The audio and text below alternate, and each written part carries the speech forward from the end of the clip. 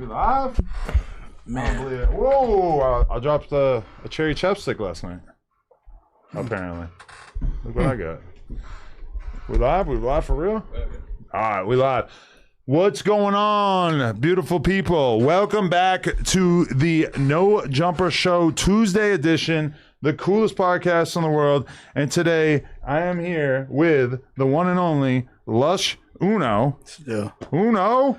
And then quite on the opposite side of things, when you look at Lush and you look at what he's wearing and you think about whatever this is, across from me, we've got Compton Rick Rock, who really came dressed to enforce today. Yeah, a.k.a. the Holice. Not the police, the Holice. I'm trying to trick y'all niggas off the streets.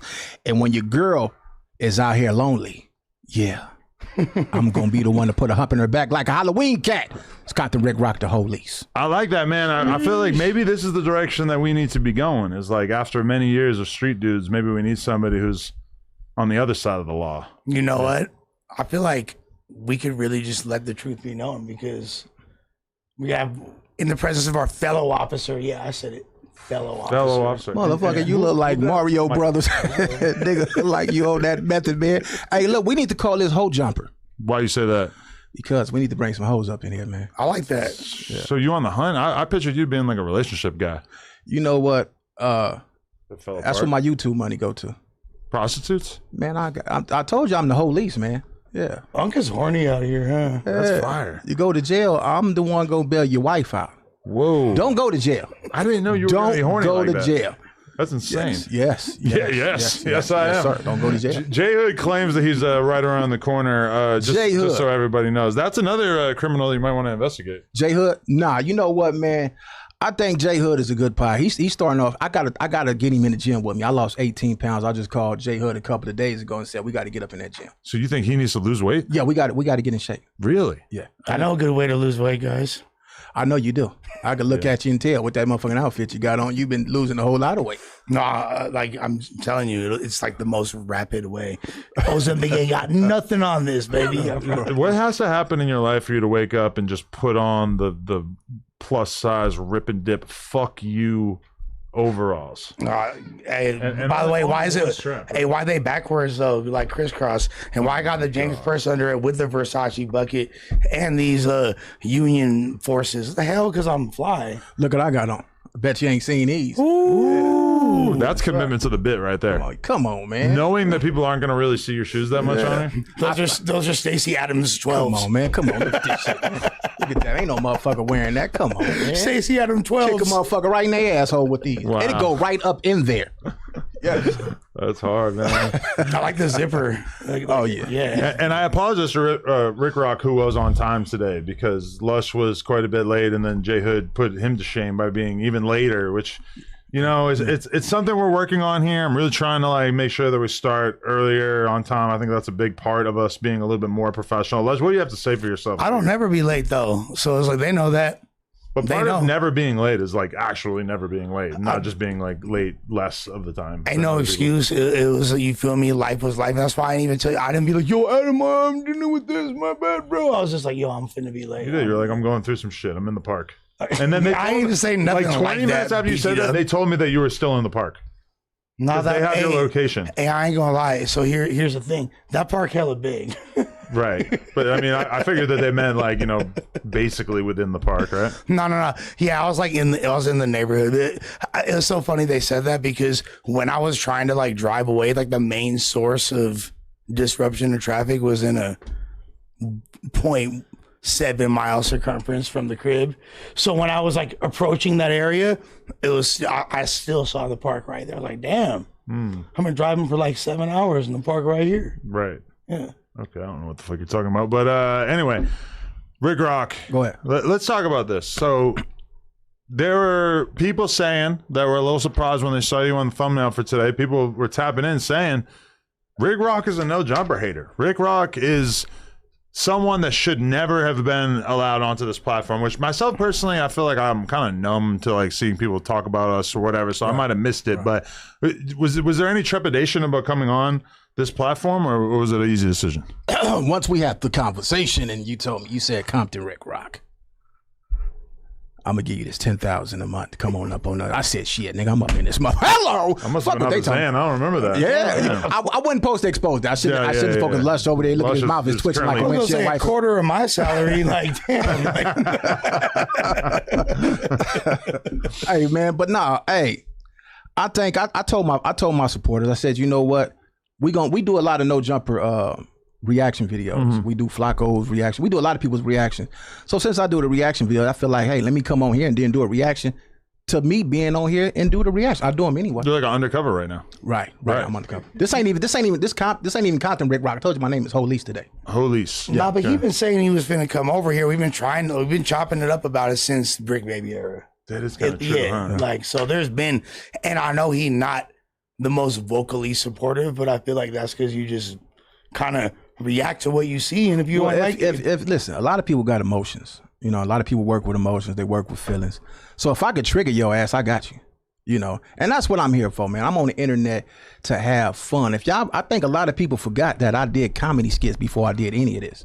This was all accident. I did the comedy skits with Crip Mac. I've been on No Jumper years ago. Yeah, a lot of people just don't remember that. But I started off in the comedy game. That's why my reactions is still comedy. Wait, but was your first time on No Jumper being interviewed by T-Rail, or was it with Crip Mac? It was me, Crip Mac, you, and yes. What's his name? What's the trainer name, man? Falcon. I can't even think of the dude name. Damn. ODM Slim? No, it wasn't ODM Slim. It was the trainer. It was I can't think of his name right now. Coach Warren. Coach Warren. Yeah. Doing my workouts with Coach Warren. Yeah. Rick Rock, No Jumper. I just want to see the thumbnail. Shit, that was like what, 2021, man. I do notice that we've kind of like got to the point where like a lot of our old content is so old that if I search up like Compton Rick Rock No Jumper, that it just doesn't really like show me what I'm looking for, because it's like so far back that it like assumes that there's no way that I could possibly be looking for that. Right. Damn. But yeah, that was shit 2020 or 2021, somewhere around that shit. That was 5-6 years ago. Yeah. No, but yeah, man, hey man, we get into the content over here, man. No, yeah. What's it take to be a great No Jumper reactor in this day and age? So this is how, when I first started off doing this shit, it was just me having fun, clowning, joking. And then the people that I was clowning and joking hit me with them strikes ASAP. So once they started hitting me with the strikes, I said, well, I'm doing something wrong. Let me try to cover this shit down the middle, right? And once I started doing that, I noticed I had a long run with it. So what I do is I look over here, see how many views. I don't do if it ain't got no views, I'm not doing it. In terms of reacting to something? Right, yeah, it's got to have its own motion before you could really. So Flacco called me one day and he said, Rock, if they do views over there, you could do views over here. Basically, whoever. So that been my approach to doing all reactions. So if I see you got some views, I'm gonna do it. Yeah. A lot of people say, you go at people. No, I don't. They ass went viral. I'm fit to get some of that. She got end of the month. I got to buy some pussy. You understand me? So that's why when they seen the last incident that just happened, they thinking I'm just going at people. No, I'm not. I'm gonna throw my comedian side in it. But a lot of these people, they be so emotional, they can't take it. Right. You know, so that's why right now I'm trying to figure out what's next. I mean, okay, like that sounds to me like juggling three worlds with three different, sets of rules. Whereas on one hand, you have being a street dude, being a Crip, which obviously has its own codes and policies and everything like that. And then you have being a YouTube content creator where the rules and the incentives are completely different. And then you have being a comedian, in which, even that's a little bit different. It's probably closer to being a podcaster, but like ultimately just kind of carries a different weight. So have you felt the impulse of like, damn, maybe it's not meant to be for me to be juggling all three of these things at the same time? Well, you gotta realize you can't be a street dude and the internet dude. You gonna either do this or you can do that. You'll be a fool if you commit crimes in the streets and then your ass come on this goddamn internet and talk about it. So you're going to have to pick a side. Either you're going to choose this or you're going to choose that. Put it like this. As long as Rick Rock is on the internet, America is safe. Now, if you didn't know where the hell I was at and you didn't see me, then it's a goddamn problem because I'm liable to be in your goddamn house. Well, it could just be that you got arrested or something, right? No, I'm not getting arrested. Well, because I'm the goddamn police. I mean, the holies. I'm the holy. Yeah, because I mean, okay, you got to think about it like this. Like when I started doing No Jumper or whatever, it was kind of like a new idea, at least like within hip hop. I didn't really know that many other platforms that were doing, a crazy podcast world, which is No Jumper kind of. Right. Originally, it was sort of like based around the store. And then as time goes by, it becomes less about the store. And now it's about like a crew. There's all these different people, etc. And then as time goes by, you kind of get more into the reaction era. And then it kind of becomes, when you look at the two options, which is like, on one hand, you run a crazy content operation where you make all of this content. And on the other hand, you have all the people who make videos reacting to that content. And, you know, some of those videos reacting can do more views than the sort of primary outlet for that content. And at the very least, the people reacting typically have almost no overhead. Whereas like to run this kind of operation takes a lot of, you know, money to like just make it happen. And if you really think about that, like it kind of, it almost like when you compare those two, the reaction lane seems like quite a bit more advantageous in a way. But if that stuff really like takes the like all of the air out of the room, then actually making the podcast that people react to, like if there's like at some point maybe there's just not really podcasts to react to. Like if No Jumper ceased to exist, then all of the people who make content about No Jumper, like what would they do? I don't really know. They would migrate to whatever community made the most sense. But there's a question of like if anybody would necessarily even like take on the role of creating the sort of universe of characters that we have at this time. I think that's way more of an ask than it is. I think a lot of people would if they could, but it's considerably more difficult to do at the level that we do to actually provide entertaining content, right? Yeah. That's to where it's going to like be that profitable to all the people just talking about it. Like, I think at a certain point, what Rick said makes a lot of sense.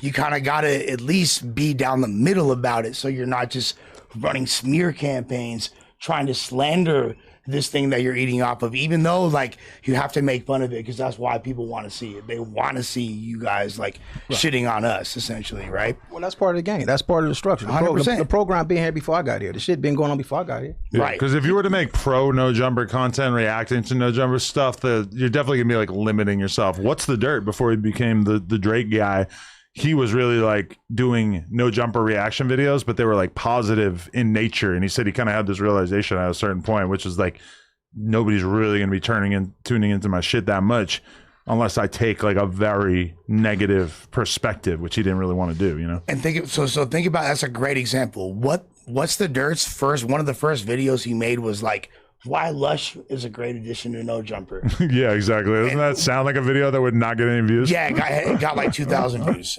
and it's no longer on his channel. He privated it many moons ago. Oh, okay. What if that video was called "Why Lush is going to destroy No Jumper"? Why Lush one will inevitably overdose on camera at No Jumper. That would have boom. That'd be some good shit. That's a good title, right? Yeah, like that? Good. You need to go get high. Go get high. Oh, he is already. I got you covered. You don't even know you. I'll be waiting for shit like that. I'm waiting for something crazy to happen to a motherfucker so I could go. For one, once they go to jail, I knock they broad, right? And then I run content so I could take they broad out and we could have this awesome time when we get paid. Okay, are you alluding to anything? Because there's a lot of people that are locked up in the content space, Shit, right? their ass is grass. Who are you spending time with? Sharice Mills? You know what? I tried, but she somebody blew that for me. Yeah? Yeah, somebody blew that for me. Whack? No, not him. But I had action. She was conversating with me at one point. And what happened? I ran my goddamn mouth and told somebody, listen, man, I ain't got no problem with her. And I showed him something, and he went back and showed her the party was over. Oh my god! Oh man, that's like high school shit. That's hater shit. Yeah. I don't know though, Compton Rick Rock. Are you sure that Benjamin Franklin wasn't who hated on you? Nice try, wrong guy, man. Listen here, man. Come on, man. I tried to hit her up last time I went to Vegas, and she didn't respond to me. Yeah, she out there now. I just seen her at the Rick Ross car show. She doing her thing, man. She don't want to be involved in the I think content she's space. done with this shit. I think she's done. I think she's vlogging now. Oh, really? Yeah, she out of this. Many women make that decision. Heather pieced out. Yeah, Cam girl pieced out. Yeah, as far as like the LA hood adjacent scene, you know, content. Like I think like a lot of girls, when they're with their man and their man is like making content about the sort of space that we inhabit, they start to think they're like, oh, this is cool, I'm famous, I'm lit in this world or whatever, and then a little bit of time goes by and they start to realize like, oh, maybe I don't want to be known in this world. It's like the most toxic fucking internet space I've ever came across. Yeah, I don't think I'm ever gonna put any girl that I'm dealing with for real on camera ever again. I mean, you talk about every girl that you shake hands with in the group chat. It seems like you're really eager That's to why you demonstrate to us. You gotta have Well, multiple. like, no, You that's gotta like- have more than one. Yeah, for sure. He did not. He had one. Now he has 0. All right, but that's me talking to my partners. You feel me? Like, Right. like that's me talking to my friends. Like that's like regular. Like that's not. There's nothing wrong with that. That's where you're supposed to talk about it. And me saying something in the group chat, we already have parameters. We know ain't no group chat snitching. You feel me? If I'm talking about some shit, that's us. Unless Tell Doughboy. unless you weird and then you get the fuck about the group chat, you feel me? Like shit, let me get in a group chat where fools ain't weird then. Like I got enough partners. Is that serious? Right, man. What's up with your host coming to work late, man?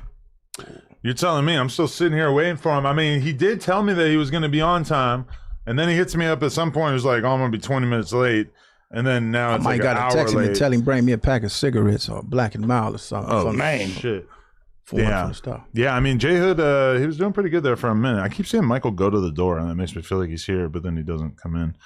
So I don't know what that's about. So we've really been kind of starved of, 4 was already going to be kind of light because we've done 4 hosts or 5 hosts so often, and now we're kind of being starved out here. We have to like somehow get it through to J Hood, like the extent to which he's kind of fucking us and the audience over by being an hour plus late. Yeah, hopefully. I mean, he said that next time he would be straight, so I'm gonna take him at his word. I'm gonna tell y'all what y'all need some women up here, man. We need some. You're really hornier than I expected. Man, He's come on, man. super Listen, horny, man. Listen, we need some hoes up here. I'm telling you the truth. I sit back and watch this shit at home. You need some fine hoes up here, not these ugly ass. You have some ugly hoes up here, man. You talking about last week? All of them. Oh, he's all these hoes. You dissing toe up. Chunky Barbie? How All dare these you? hoes to toe up, man. What hoes? the ones I've been- like Astrid look good. Yeah. Astra's Who? beautiful. Which one is that? It's the blue haired one. I don't think I've seen her. No. You a Tam fan? Who is that?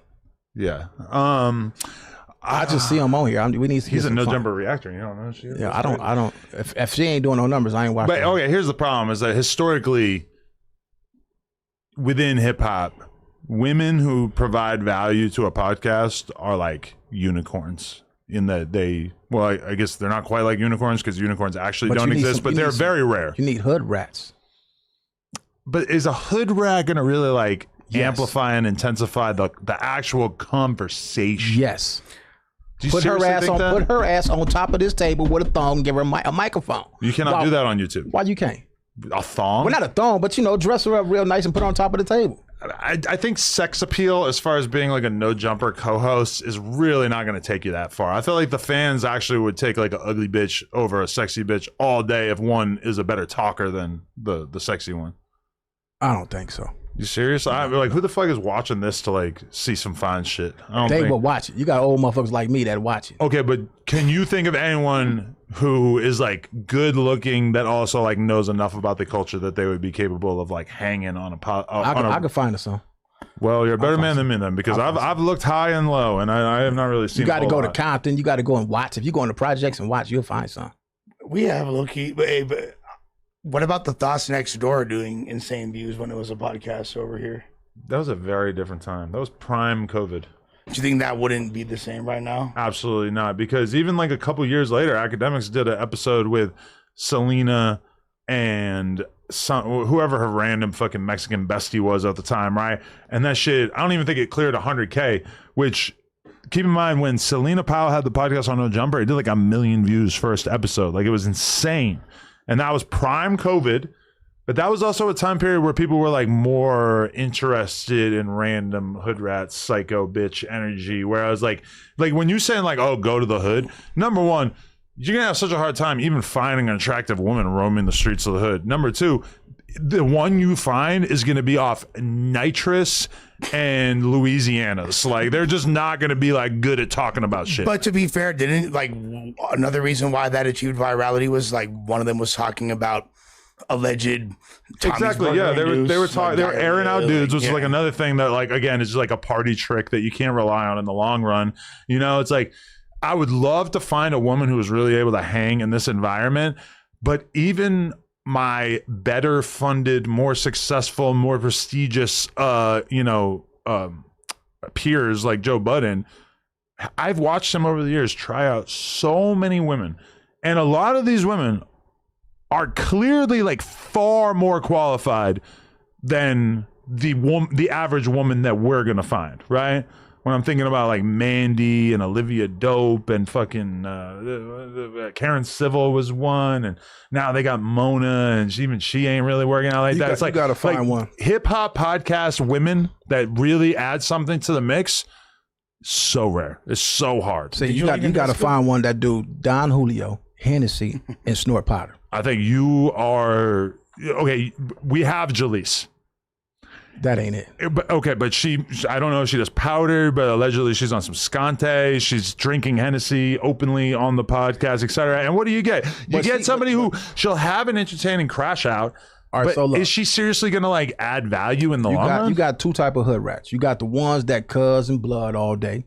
And then you got the ones that's hood rats, don't want nobody to know, but we all know she a rat, and she know how to talk like a woman. Them the ones who go in there and make you some tacos, come in there and give you a massage, give you some head. You want a hood rat like that. You don't want the ones that's cutting blood. I will not be accepting a massage from my employee that we're describing, my hypothetical employee, but also like on camera. Okay, but this is the thing. No, just never, ever. What, you better than once you get sued by an employee, you will never even consider fucking an employee again. And I say that as someone who's never fucked an employee. But Lux, you got to be good on. I know. Sometimes I'll be looking at Nathan like, You got to be not only good on camera, but make them give a fuck. And making them give a fuck it's so hard. Yeah, that is like the most non-guaranteed thing in the world. So many people that I know would be good on camera, I can't make them give a fuck. And the thing is that you have to be able to like hang in all kinds of random conversations, and any deficit that you have in knowledge about what's going on in the culture will just be so obvious and illuminated. Like, you know, I mentioned Astrid. Shout out to Astrid. Really nice girl. She didn't know who Brorilla was.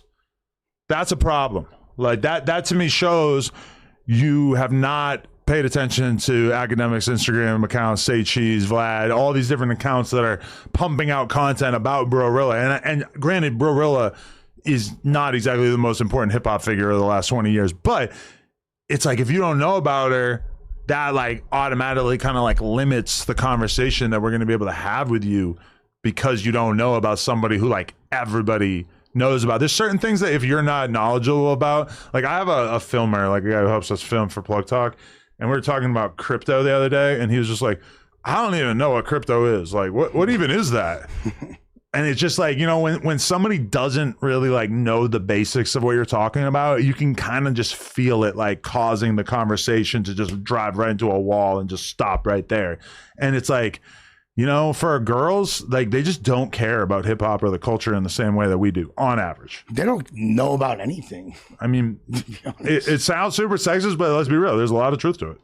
I mean, and really, he wasn't like, we need more nuanced takes from women so they could be influential to the next generation and we could have a more diverse audience. He's like, nah, I want to see more fine shit popping ass. But I think that's all he cared about. But I don't think Rick Ross has like thought about it enough to like how, like, because there's just so many people say that of like, you should have a female co-host, and like over and over and over we try and it just doesn't work. And I feel like the idea that being hot or sexy or ratchet would like really help, I don't know. Because like if you're sitting there having like an in-depth conversation about a topic, and then the girl is like, who got the Don Julio? Yeah. It's like, oh, everybody's just gonna be looking at her like, what the fuck? Nah, hey, go in there and get that bitch a bottle of that Don Julio and get her faded. So after the show, I'm gonna take her to the Dixie Motel or the get her drunk so I can bring her to the hotel and see what's going on. Go in there and get her bottle. Hurry up, pack. For sure, if we find a female host, you guys stay far away from her, because you just outlined your whole plan. Surviving Rick Ross. 9 times out of 10, I didn't already hit him, homie. So yeah. The whole lease. Yeah, I'm not your regular guy on YouTube, man. Yo, let me do this this real quick.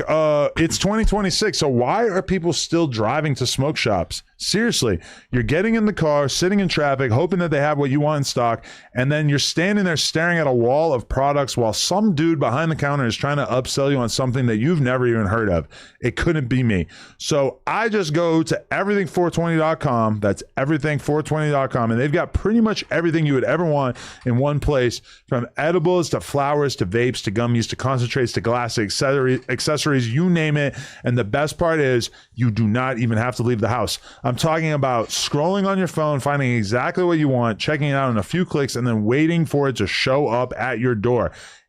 Everything 420 has fast shipping, discreet packaging, no weird interactions, no waste of time, and they also carry brands that you already know like Sizzy, Packwoods, Cake, Cookies, and Runts. And plus, they've got mystery boxes if you're trying to get the most bang for your buck. You pick your category and you get way more value than what you paid for. So head on over to everything420.com right now and use code NOJUMPER for 15% off your order. That's everything420.com and use code NOJUMPER for 15% off. I also would like to just acknowledge like the extra additional layer of shittiness of people not showing up to the show on time is that it makes it so that like we have all these good topics to talk about, but as soon as those topics pop into my brain, it's like, fuck, I don't want to talk about those topics until we have all of the hosts in the building, because otherwise we're going to be covering ground that the other person could contribute to they're going to miss out on, and then we were probably going to have to repeat stuff when they get back, and it's just like, I really, at a certain point, like with the lateness, Lush, you're part of this. Like today, there was definitely a moment where I was like, I'm just not doing the Tuesday show anymore, because why am I putting so much into it and trying to take it so serious when people can't even show up on time? And obviously J Hood is taking that to a different level right now. Yeah, I mean, I do understand that. Yeah, we can't do that anymore. It's frustrating for sure. Yeah, but it's your behavior. It's like you choosing to be late. You can't just be like, it's frustrating without acknowledging that like you are. I can see why you're frustrated for sure. And like, I definitely try my best to, but I'm going to do way better. I won't be late. It's never, ever, ever again. That would be great. Okay. But I guess we can't really avoid it too much longer. But so let's talk about the situation with Spoetyface that led to you guys having this conflict. I would like to correct the record on this. What did you exactly say that made Spoetyface feel like he had to lash out at you? Oh shit, man! I did a whole lot on the internet, man. I didn't. Every time I do a reaction video, I get on Lush. I call him Mario Brothers, and he on that Method Man. I get on him, and then I get on all of them. So I crack jokes. So a lot of people always say Rick Rock don't talk about whack, right? Mm-hmm. He don't never say nothing when whack do something, right? So I look at it like every time they throw my name in it, they use that to try to connect us. Like I do my own shit, he do his own shit. I used to do security for the Rapper of the Game, and this before I even knew Wack 100. I was doing security for Game.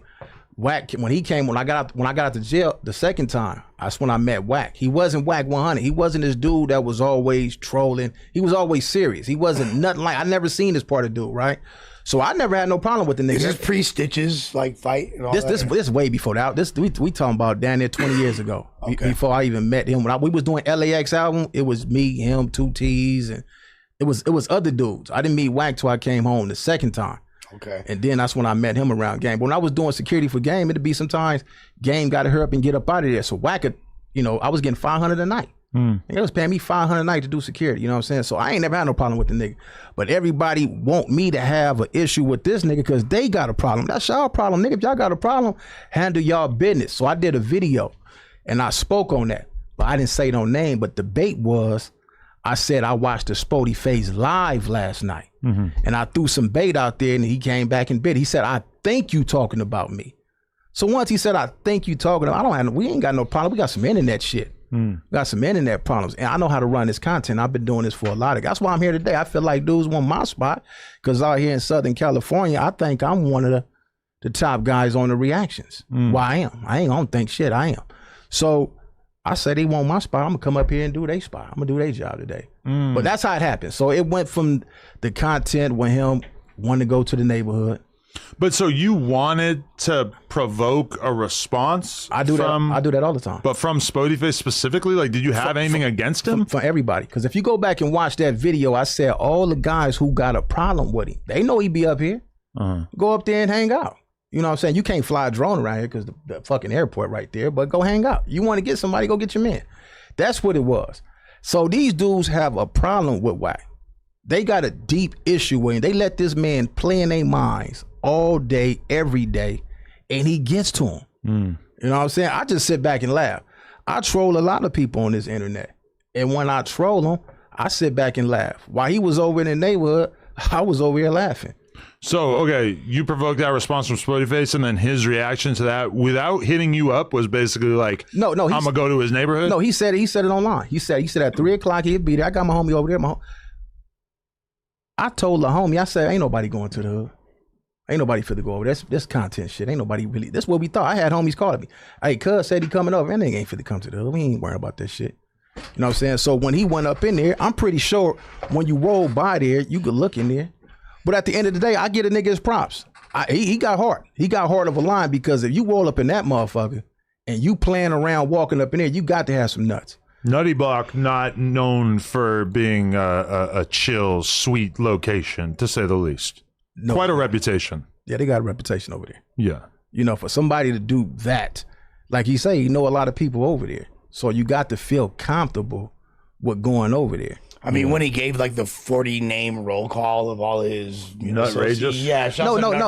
We're not going to talk about him because that's one of my homies. Rest in peace. No. We don't do it. But listen, he just threw out that name. But look, this is one of the things when they finally told me who he was, because when he said one of the names, it's a female, and the homie was like, "You don't know who that is?" I'm like, "Nah, I ain't never met dude." He like, "Man, he used to be over there with the young homies." Over there when they was rapping over there. He used to be in the household. I said, oh, I remember cuz now. So I remember him from like 2008, around that time, 2009, but I never had a personal relationship. I'm a little older than all them guys. You know, my little homies, Geechee Gotti. That's when they was over there rapping, you know, Free Gotti. So I did see him over there in the neighborhood, but I don't really got, if I got a problem with somebody for real, people that really know me, I wouldn't be on the internet. You see what I'm saying? Like, I wouldn't be on the internet. It's a good thing Rick Rock. We ain't talking about Compton Rick Rock. It's a good thing Rick Rock not in the streets no more. Because the old Rick Rock that was in the streets, I didn't did it all. So wait. So Rick Rock is the street dude. Compton Rick Rock is the comedian. No, Compton Rick Rock. Yeah, that's a character I made on the internet. Started off doing comedy. Okay. Because it was already another dude on the internet using Rick Rock from the Bay Area. Oh. Yeah. So he was doing the CK, I assume. No, we're not gonna do that. Watch your motherfucking mouth. Oh, sorry. Well, watch your goddamn RIC. Watch your motherfucking mouth. You're not even allowed to say it when you're talking about the spelling. No, we're not gonna do. Listen, we'll just say it was spelled differently. How about so that? Look, let me break it down to you. When I was rapping with Game, I got a song with Game and Corrupt called All These Hoes. I couldn't use my name Rick Rock because the rapper already had. He had it trademark, copywritten in all the ways that you could use it. I was a big producer too. That's the homie too. Yeah, songs with Fabulous and all that. Yeah, that's my homie. I met him a few times at Snoop Compound and shit. Cool nigga, man. But so I put Compton Rick Rock in front of it, and I started doing my comedy skits. I came on the internet doing comedy, clowning, having fun. A lot of people, they forget that. They want a nigga to be gangsta on here all day. What they really wanted me to do was pull up in the hood and gun him down. That's what they really wanted me to do. All that, man, let's go over here and get a fade and all that shit. People who know the old Rick Rock, I used to be a fool. I used to do dumb shit, stupid shit. That's why I spent 14 years of my life in prison for doing dumb shit. I had a whole lot of time to think. I'm a strategist now. You know what I'm saying? So, but also I like adding Compton to the comedian name because do you remember when Terry Kennedy used to be like around Bam and them? Yeah. They would call him Compton Ass Terry, even though he's from Long Beach or Carson or some shit. Yeah, they would call him Compton Ass Terry, which is kind of funny because it shows how ignorant they are that they think Long Beach and Compton are the same place. But like that, I just always thought that was kind of funny. They're like they added that. Compton is already branded. Compton is known all over the world. Why not put Compton in front of your name? That was genius. Yeah. You know, whoever would have thought? Listen, man, let me break it down to you. Spoetyface just started this shit right here, right? He just started doing podcasting. You gotta think about it. When I was rapping, I was a rapper at one point. I had a little connection in the game, but I didn't stick with that, right? It was too slow for me. That shit was too slow. I started doing comedy, right? It went so far, and then I accidentally slipped up and came into this game. Now doing this shit right here, I done met Snoop Dogg. I done met Big Boy from Power 106. Mike Epps just called my phone, a week ago. I'm chopping it up with Mike Epps. I'm chopping it up with all these people, and it's because of me doing this podcast. Now, I got a lot of people that's watching me. I just did a short film with Big Ja. You know, that's why I'm wearing this. DJ Pooh, if you out there, hit me up. I'll do some police acting in your new movie, the new Friday y'all putting out.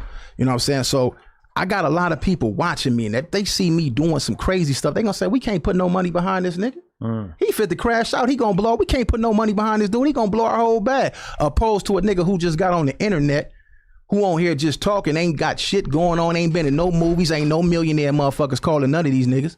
You know what I'm saying? These motherfuckers calling me. I get phone calls from Dog at 12 at night, 12 in the morning. Snoop calling. What are you talking about? We just talking about some player shit. Snoop, one of the coolest motherfuckers you ever meet on earth. We just talking about some real shit, some life shit. Snoop always telling me, man, stay focused. Stay on your shit. Because I heard him shout you out on the new album, right? What Snoop? That's the homie. He always he show me love. He really give you game. You know what I'm saying? He didn't give me a whole lot of game. Family first. You know what I'm saying? Take care of your family. Be a man shit that you already supposed. We just had these kind of conversations that me and him had. You know, Big Boy from Power 106, 92, whatever, the radio station. Giving me game. All my rappers I done grew up watching, I'm meeting these dudes, I'm around these dudes, and they giving me game. Oh, Rock, I see you on the internet. I'm like, damn, all these people fuck with me from this shit? Now, I'm not about to fuck minds off. If a nigga let me trick him and get in his mind and manipulate him, and he feel the need to go prove a point, that says something about you. That say that you weak-minded, because if you a strong-minded motherfucker, you ain't about to let nobody trick you out your spot. I'm not letting these niggas trick me out my spot. You don't give me no time frame on when you want to meet up with me and do anything. No, it don't work like that. I do shit a little bit different. I wait. Ain't no motherfucking, if I really got a problem with you, I sit back and wait. So you're talking about the Spoetyface marching around your neighborhood eating an ice cream cone? Yeah, I'm a beat in your hood at 3 p.m. Yeah, right. But there wasn't part of you that was like, all right, I need to show up. I need to stand on shit in my section. For what?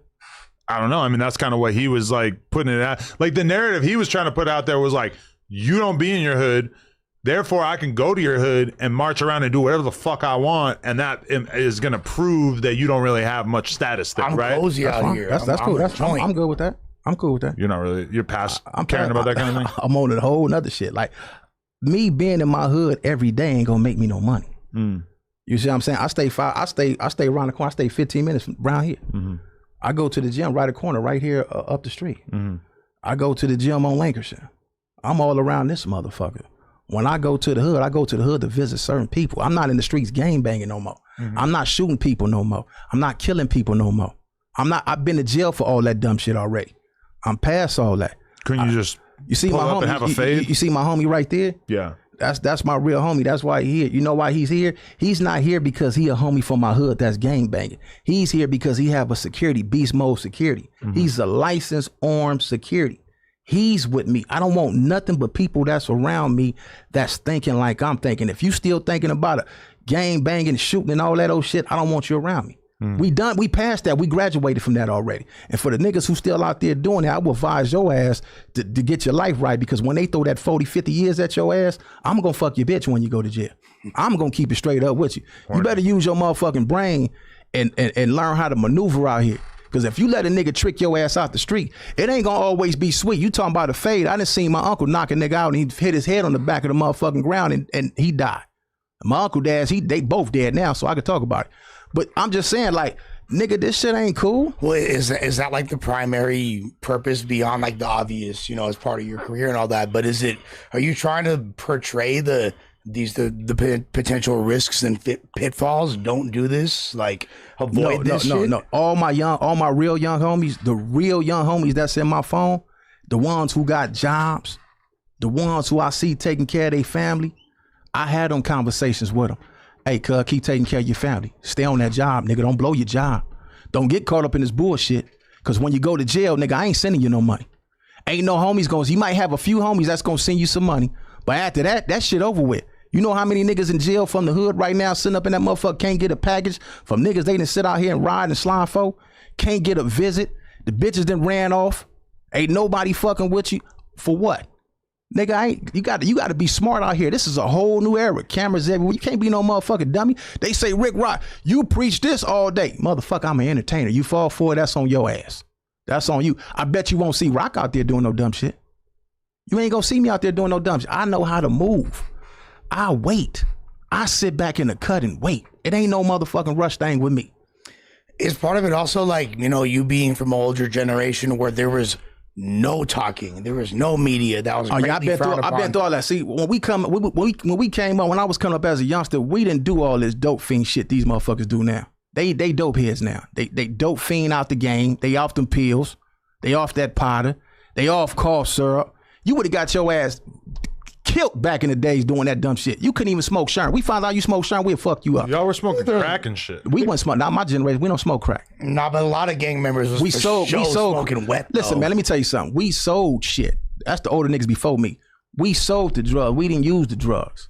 I just know that a lot of the rappers that I grew up listening to, whether it was Wu-Tang or Mobb Deep, they were doing hardcore, serious drugs. Them niggas from New York. We didn't do that. Nigga, how you gonna be on the block? Nigga, how you gonna be on the block trying to dodge a bullet or run from the police if you on the motherfucker high? Those things give you superpowers if you do enough of them. Yes, enough angel dust, you can dodge if bullets. An enemy come through trying to pop your stupid ass and you out there high as a motherfucker, what you gonna get your head blew off? But I mean, there's always been people doing hard drugs throughout like every generation of hip hop, right? Yeah. You talking about hip hop, nigga? I'm talking about the streets. Yeah. Not to mention hang on the block. If you gonna say that y'all wasn't doing it when we both know like that there's elements of distruth to that. What about the fact that y'all was the one selling it to all the motherfuckers? Who gave a fuck? We was fresh. We had low riders. We had nice cars. We had nice clothes, and we had all the hoes. If you wanted to be a dope fiend, that was on you. So basically, that just wasn't going to get a pass as far as if you're a member and pushing lines. No, we didn't have no nigga. We didn't have no members out there smoking dope and shit like that. We know when nobody hanging. When nobody in my motherfucking hood smoking no dope, you would have got your ass. So were your homies like, hey, what should we do about Spoetyface marching around our neighborhood? Like, what was the plan? See, at a certain point, when it passed content and it become the street shit, that shit ain't for the internet. You see what I'm saying? Whatever we seen on the internet, that's internet. What Spoetyface did, that's what Spoetyface did. What people talked about behind the scenes, that was already talked about. That was already hashed out. That was already, that's on some whole nother shit. That ain't no motherfucking internet shit. Spoetyface, I gave him his props. The nigga had nuts to go up in a fucking war zone that's already going to war. Now, what if somebody would have rolled through there looking for one of my homies and popped his motherfucking ass and laid him out? I would have been a nigga getting the blame for it. Damn. You see what I'm saying? Like, nigga, you can't just go up and I could have went up in his hood. I could have got some homies, went up in Cud neighborhood and did the same thing, but I'm a little older. I think different. Nigga, I ain't no fool. I ain't no dumbass. Nigga, I'm not about to go in nobody's hood playing with nobody. If that did happen, somehow people would blame it on No Jumper. For sure. Kind of like good to know. Yeah. They blame everything on No Jumper. Nigga, they say niggas the police. They say it's the police over here. Rock, your ass is crazy as a motherfucker going over there, nigga. You going over there, nigga, with all that police ass. That's why I wore the police uniform for real. I know y'all gonna be asking that police. It is weird to me that people say that and then like they come here and they're like, oh, this is like a real chill professional operation. That's until they put the handcuffs on your motherfucking ass and say, you remember that shit you said on No Jumper, nigga? Your ass going to jail. Has that ever happened? Yeah, nigga, you ain't seen a motherfucker loose cannon and brick bait. Yeah, but they didn't get arrested for anything they said on No Jumper. Man, no, loose cannon was on this motherfucker talking about some dumb shit. You remember? Right, but he didn't get in trouble for it. Like, he didn't get arrested because of it. You don't remember you going on the motherfucking internet and you said that the shit is in his paperwork that the shit that he said on No Jumper. Right. Yeah, they watching all of us, nigga. They ain't just watching this shit. They watching everybody on the motherfucking internet. And for sure, if you like admit to something on a podcast, like that will inevitably be used against you if they're investigating you for that exact crime. But the idea that No Jumper got loose cannon arrested is insane. Look, let's just say you do a future crime. Right. Right. Let's just say, nigga, 2 years from now, you in your hood and you smoke a motherfucker. They gonna pull up just like your history, your fucking arrest, anything you been in jail for. They gonna bring up everything you said. They're already doing it with the rap music. But if you get arrested for smoking somebody, and like, let's say the cops are able to prove that, like, you know, or find a clip from 2 years ago where you said something about how you would be down to smoke somebody. The podcast clip is so the least of your worries. No, it ain't. It shows a pattern. If they can prove that you committed a murder, they're not gonna need a fucking podcast clip of you saying that you're willing to commit a murder. We're not talking about. Let's just say if they can't prove it, right? They gonna show a pattern. In that case, the podcast clip is completely irrelevant. No, watch. No, it ain't. Because I'm gonna show you something. We can't prove it, but we do have a clip of you saying that you feel like you're capable of committing a murder. So therefore, we're going to be able to put this murder on you. Hell no. But let me break it down for you. They need a weapon. They need a motive. They need forensic evidence. They need DNA. Any of these things matter. They need your phone pinging the cell phone. They need all that shit. An old podcast clip of you saying that you would be willing to kill somebody, or even a clip of you saying like after the fact, if you rap on a song and say, hey, you know, you pull up on me, I'm gonna fucking kill you, whatever. Like this shit is like completely useless. Well, they gonna show a pattern of behavior. Well, this motherfucker is a violent motherfucker. That's all he talk about is murder. That's all he talk about is death. But that alone is not going to be enough to put it on you. With the snitches and all that, they gonna listen when they try to get your ass and they do their investigation. They gonna use every and anything they could to lock your ass up. No, but exactly, you said it perfectly. Lock your ass up. As far as especially like the bail hearing phase of a trial, right? That's where it comes into play way more. They're not gonna. It's very difficult. Man, you talking to a nigga that been you talking to a nigga that been in jail for murder, homie. You ain't talking to no square ass motherfucker that's sitting up on this motherfucker. You talking to a nigga that went to jail for this shit, and they was trying to get me 50 to life up in that motherfucker. Luckily, my grandma had some motherfucking money to give me a lawyer, and we walked that shit all the way down to manslaughter. And I think I did. That was 11 with 80. But you talking to them, they were trying to nigga lock my ass up for the rest of my motherfucking life. I'm telling you, homie, they don't give a fuck about nothing. And you a nigga too, man, they ain't locking your ass up. I'm just saying that historically, nothing like that has been said on a podcast has really been used to put a conviction on somebody. No, a conviction, hell no. It might bump up your bail. I don't think that helped breaking loose during their bail hearings. Again, that's all shit that they voluntarily chose to say. I sent them. Y'all sent some money to them. Y'all put some money. Hell yeah, of course. Not to lose. Not to lose. Fuck him. Motherfucking the homie Rick. Sure, yeah. Yeah. Well, how much we putting on? We gonna put some money on Aunt Hefe books, right? Hell yeah. Sure. All right, cool. I don't know. I just like the idea that like things are being said on the podcast here that are getting people in trouble is just like so not based in reality. Well, who do you blame? Do you blame the motherfucker that come on this motherfucker and say dumb shit, or do you? Motherfuckers got to know when they come on this motherfucker what to say and not to say. Right, and if somebody does that, then for sure, like that's stupid or whatever. But that's not really like anything to do with us, right? Yeah, listen, man. I'm not editing the podcast for like what might be able to be used against you in the future. And then we're gonna get back to this, though. We're gonna get back to this, man. I'm trying to stay on these streets, knock these hoes, spend this money, have fun, live life, and die. Right. That's it. All that other shit, all them niggas who want to be tough, act tough, be gangsters and all that. Why are you taking that? Oh, he told me he was right down the street, but that was like 20 minutes your ass better be on this motherfucker having fun, man. Yeah, straight up. Yeah, have fun. That's what this shit is to entertain. It is, but I think that when like the main source of the entertainment that's driving all the views is the controversy and the fuck shit, it kind of becomes difficult for people. They think that, oh, I got to keep doing more and more fuck shit in order to keep the audience engaged. And a lot of the times that's because they're genuinely not entertaining individuals. So they need that shit. Right. So that's when it becomes extra tricky, right? Right. Man, that's like me right now. For instance, this whole little situation, this has been the best thing that happened since Jay Reed. It bumped up the views? It bumped for you. It bumped up the views. I got a lot of people saying my name. That's always good. Whether it's bad, they call me Rick Cop. I don't give a fuck. Compton Flip Flop. I don't give a fuck. They spam my message. Use a Buster. Use a Mark. I love all that shit. That's good. That's keep comment up in this motherfucker. Because when I get that motherfucking check on the goddamn first, I put that pussy hole in the motherfucking hearse. Man, so I don't care. I don't care about what these niggas talking about. Because I came on this internet to entertain. I'm not on this motherfucker to be a gangster. Nigga, I started off doing comedies, wearing skates, nigga, with motherfucking wigs and glasses on, nigga, sliding down the street on skates, me and Crip Mac. Yeah. So nigga, I know what I am. Okay, but when Spoetyface said that you had a video where you threw your Crip rag in the trash, what is he basing that on?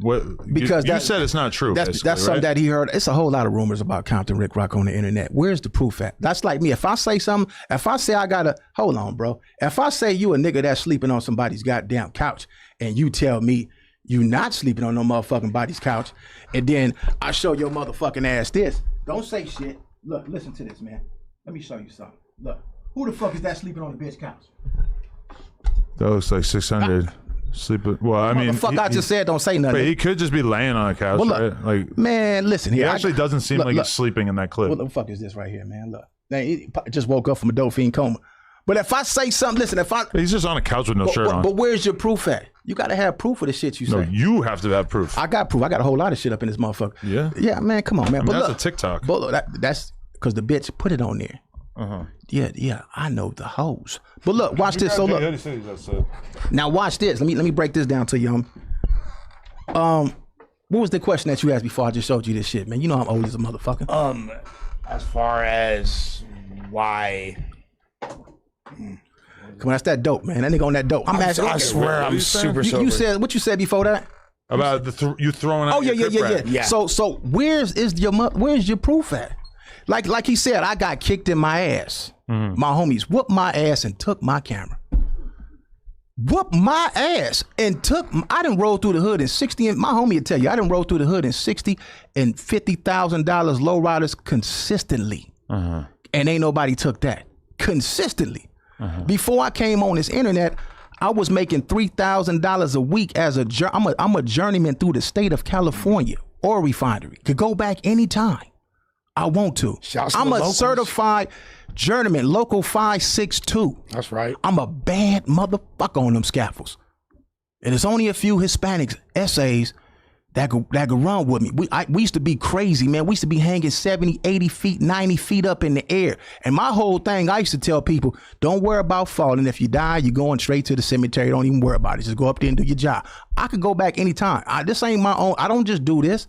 If I call Brand Scaffold, Petrochem, Insulation, any one of them right now, I go right back to the oil refinery. But what does that have to do with the like what is motherfucker? You just heard what I said, nigga. I ain't, if it was Wait, proof, the homies took your camera? Yeah, but like why? Like man, where did that come dope from? Fiend, motherfucker. But when you just a word of advice though, when you bring up some like completely different shit, it kind of seems like you're avoiding something. Sounds like some misdirection. And if I did, what they gonna do? The motherfucker said made in China.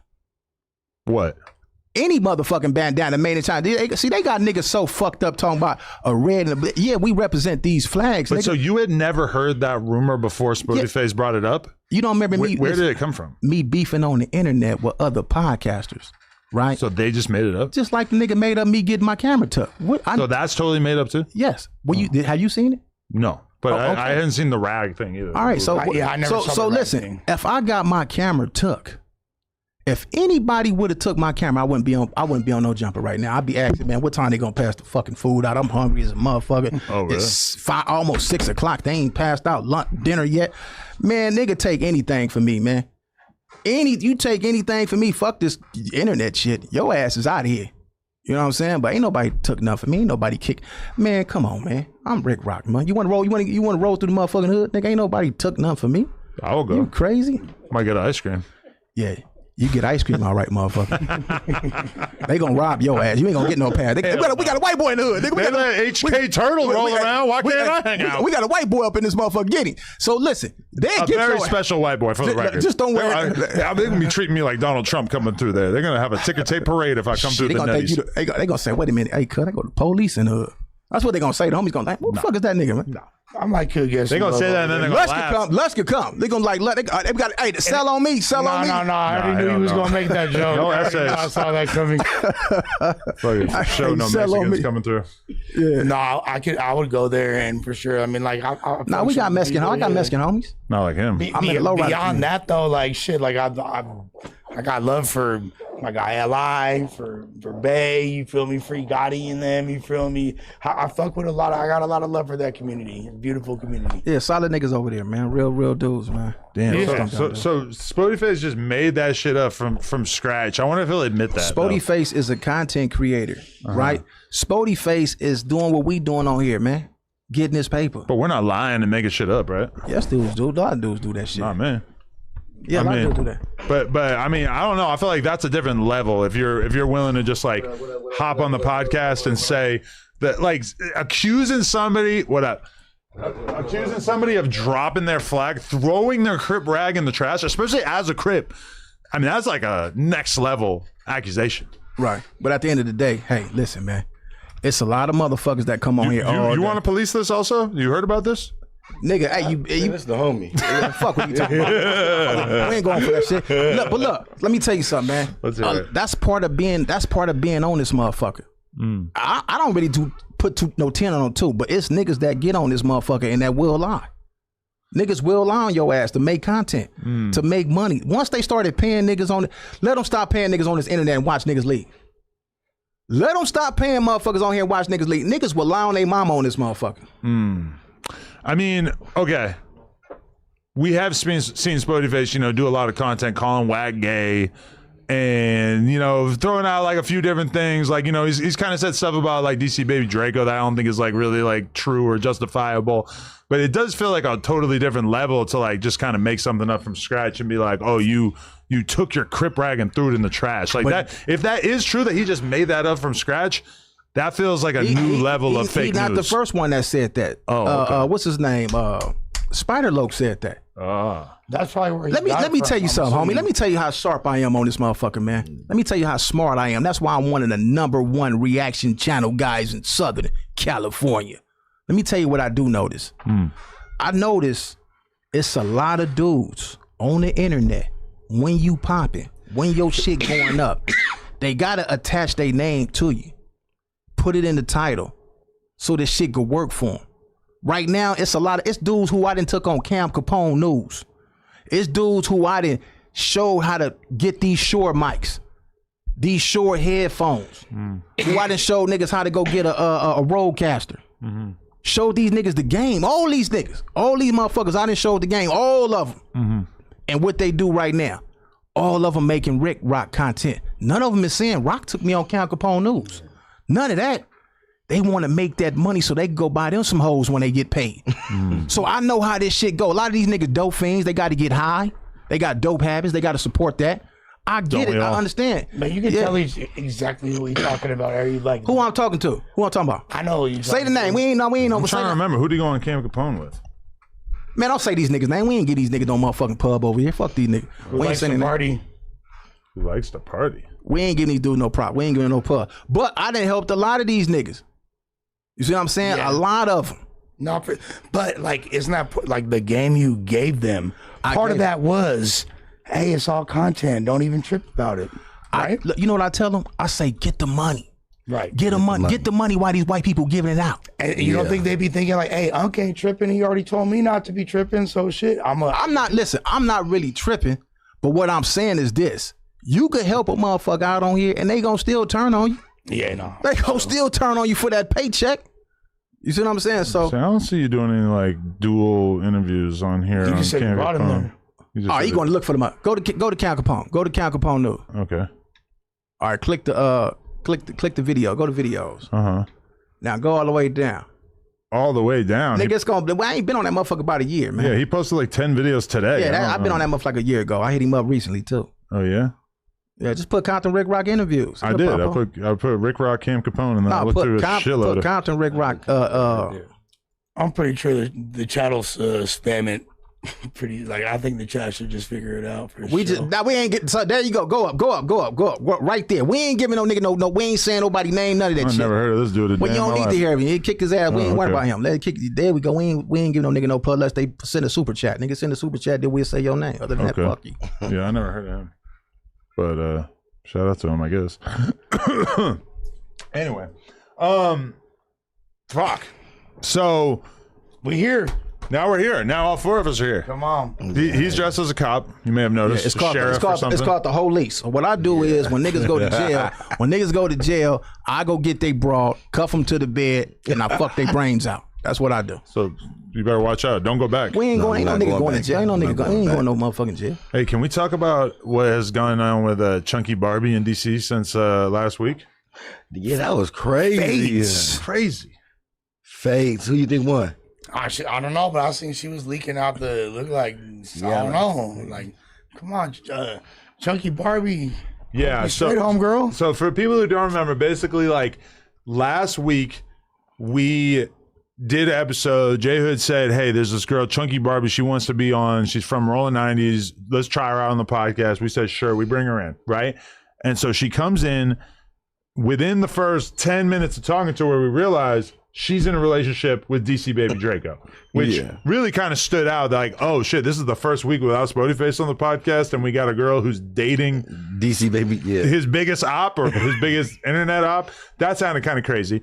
But so then basically like, she fills in a lot of details. She talks to us about sitting on his face, which kind of, I think we all got a little bit of a chub right there. When she was talking about that. Yeah, like, all right. We were all getting wood off that. All right, DC. And then Wait. I thought you just said you don't be tripping off the hoe that be up. Go ahead, man. No, she don't work for me. Okay. I could be horny for her. Okay. I'm just saying, anyone who I employ, I automatically would never have sex with ever for any reason. Right. Now, it helps that I like rarely employ women. But just in general, you can't be fucking the ones you hire. Right. You really asking for it. like a trick. How she look though? I've seen her. I've seen her on little clips, but how she look in person? Chunky Barbie? Yeah. She I think she's cuter in person. she's cute, Is that right? but I think so. it's an oversized load. You ever see when you're on the highway? I like them big old fat hoes. I like them fat hoes. Like something that's like too big for the lane. I like that. I like a big old fat. She a fighter. She feisty. That's why I'm like, I wonder. She might have got DC, She might coulda. for sure. She might coulda. but not.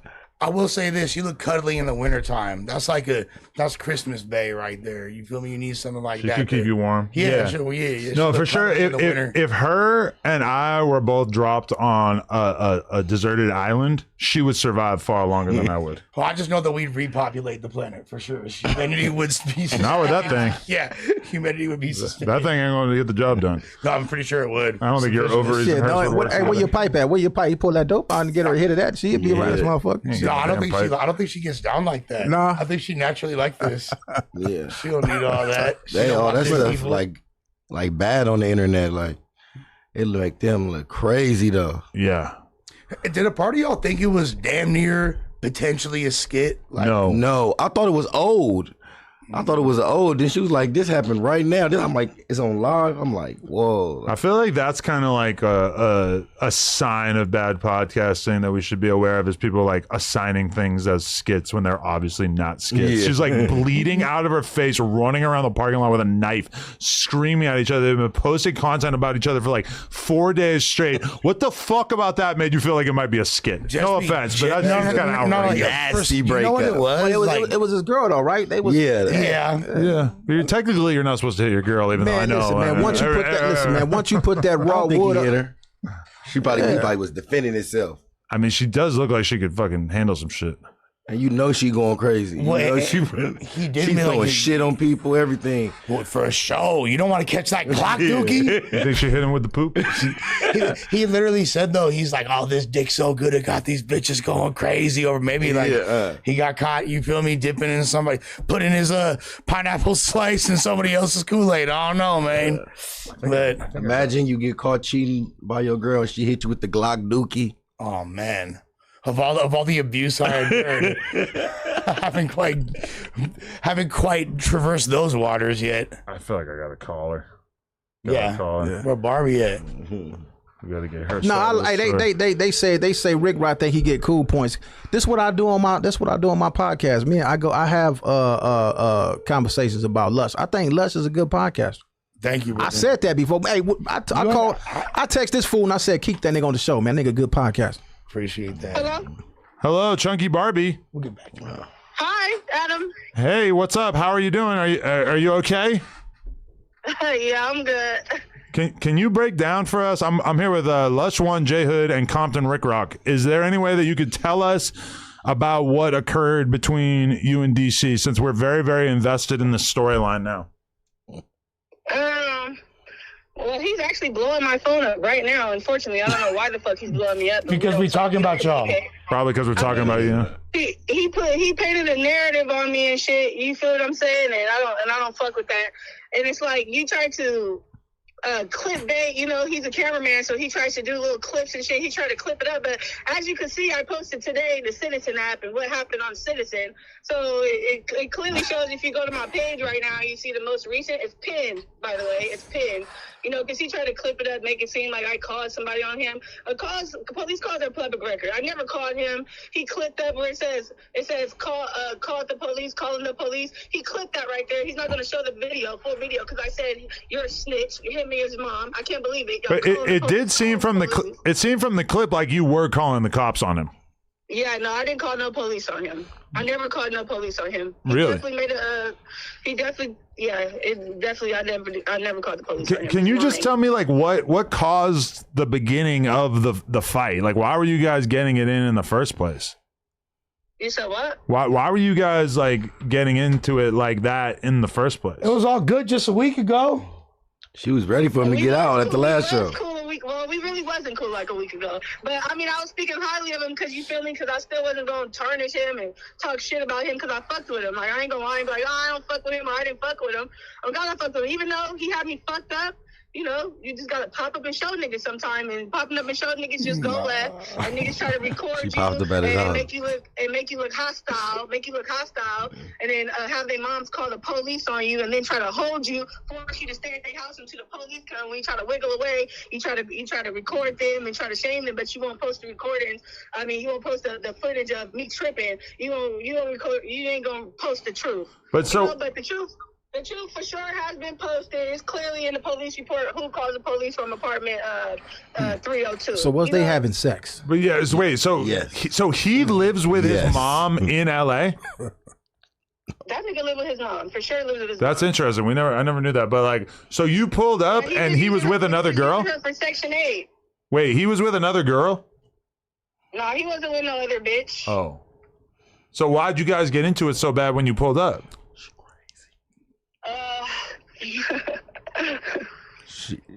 She said you gotta pop out and show niggas. She just popped up, tripping. Yeah, you just popped out and needed a fade from DC. He was defending himself. I feel like he's the victim. Like it feels like he's the one who's being manhandled. It looks like he's the victim, but he's trying to make it seem like, oh, I'm the victim. You call. I didn't call nobody on you. On my dead homies, I didn't call no police on you. Stop trying to paint an image. The police reports is public record. It shows who called the police. You told your mom to call the police. She called the police. It's public records. It's right there on my page. It's posted. It's there. It's all on the Citizen app. Citizen app says whatever the fuck the Citizen app says. This sees me. I'm running from a helicopter. You got my fat ass running and shit. She sound kind of sexy though. It is. She kind of sounds sexy. Hiding out and shit, and while you're peacefully back in your house, back in your home. If the police was called on you, the police would have been up in your house. You wouldn't have been at home. You went back in the house. Did you consider attacking him with a maxi pad full of feces? Oh my god, I should have just smeared shit all over him. Maybe he would have never did no shit like that. Yeah, you definitely would have got. Turn him on, though. You would have got some shock points. Hey, so have you thought about taking on a much older, mature lover, like perhaps somebody who works in law enforcement? Let me see the phone. Oh hell no, negative. I want to get this Rick Rock. I want to give me a shot of that. I want to see if it really make you crazy. I ain't lying. Hit me in my DM at Compton Rick Rock. Rick Rock, you know my father. So who your who your father? Who your father? Who your father? Oh, if I know your, wait. What's your father's name? Probably changed her diapers. You know my dad. He's from Carver. You know my dad. Oh, okay. Well, this is one of my homeboys' daughter. We ain't gotta say his name, but yeah, you know my dad. He gave me a number to hook up with you. I mean, to call you. Not hook up with you like that, but to call you. All right. Well, let me get my. Man, y'all not about to be talking about my motherfucking homeboy daughter. We not about to be doing that. We not doing that. We ain't doing none of that. Yeah. All right. He's fucking lost. Dude, that was amazing. That was great. I'm too known. So you think are things done with you and him on a romantic level, or are you gonna keep? Done. Anybody who tries to frame me, lie, try to put a jacket on me, but really is trying to hold me down so the police can come and take me to jail. I mean, we could have got toxic, and you could have did anything to me, and I would have kept fucking with you, bro. But to try to tarnish my name and to try to do weird shit like that, and after I was holding you down in jail, you could have whipped my ass. Freeing you, trying to everything. You put you in jail for you to try to paint an image on me on the net. Yeah, I can't fuck with you. Then you got multiple girls hitting me up saying you got restraining orders on them and shit. Yeah, I can't fuck with you.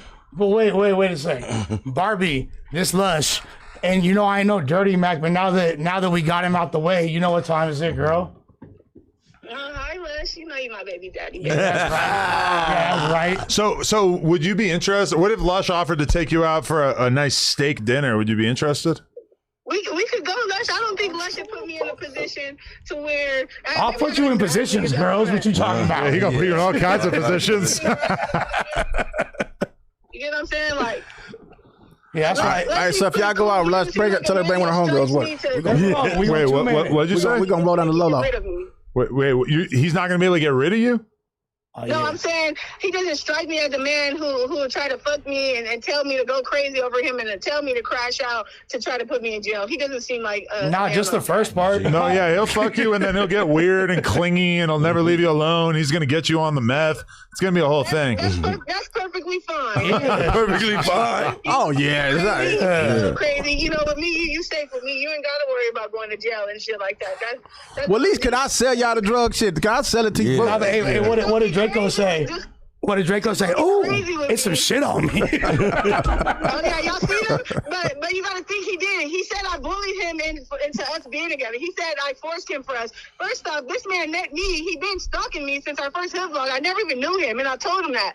And he's like, yeah, well, he been on met at a hood vlog? He been on me. So I said, well, fuck it. That's all that meant. I need to knock it down everything. At a hood vlog. I need to go do That some was hood like vlog. a relationship that's in the fail, huh? He was cool. Right. I did enjoy it. I did enjoy the little crazy. Do not sexy meet your page, wife little at the hood crazy vlog. shit.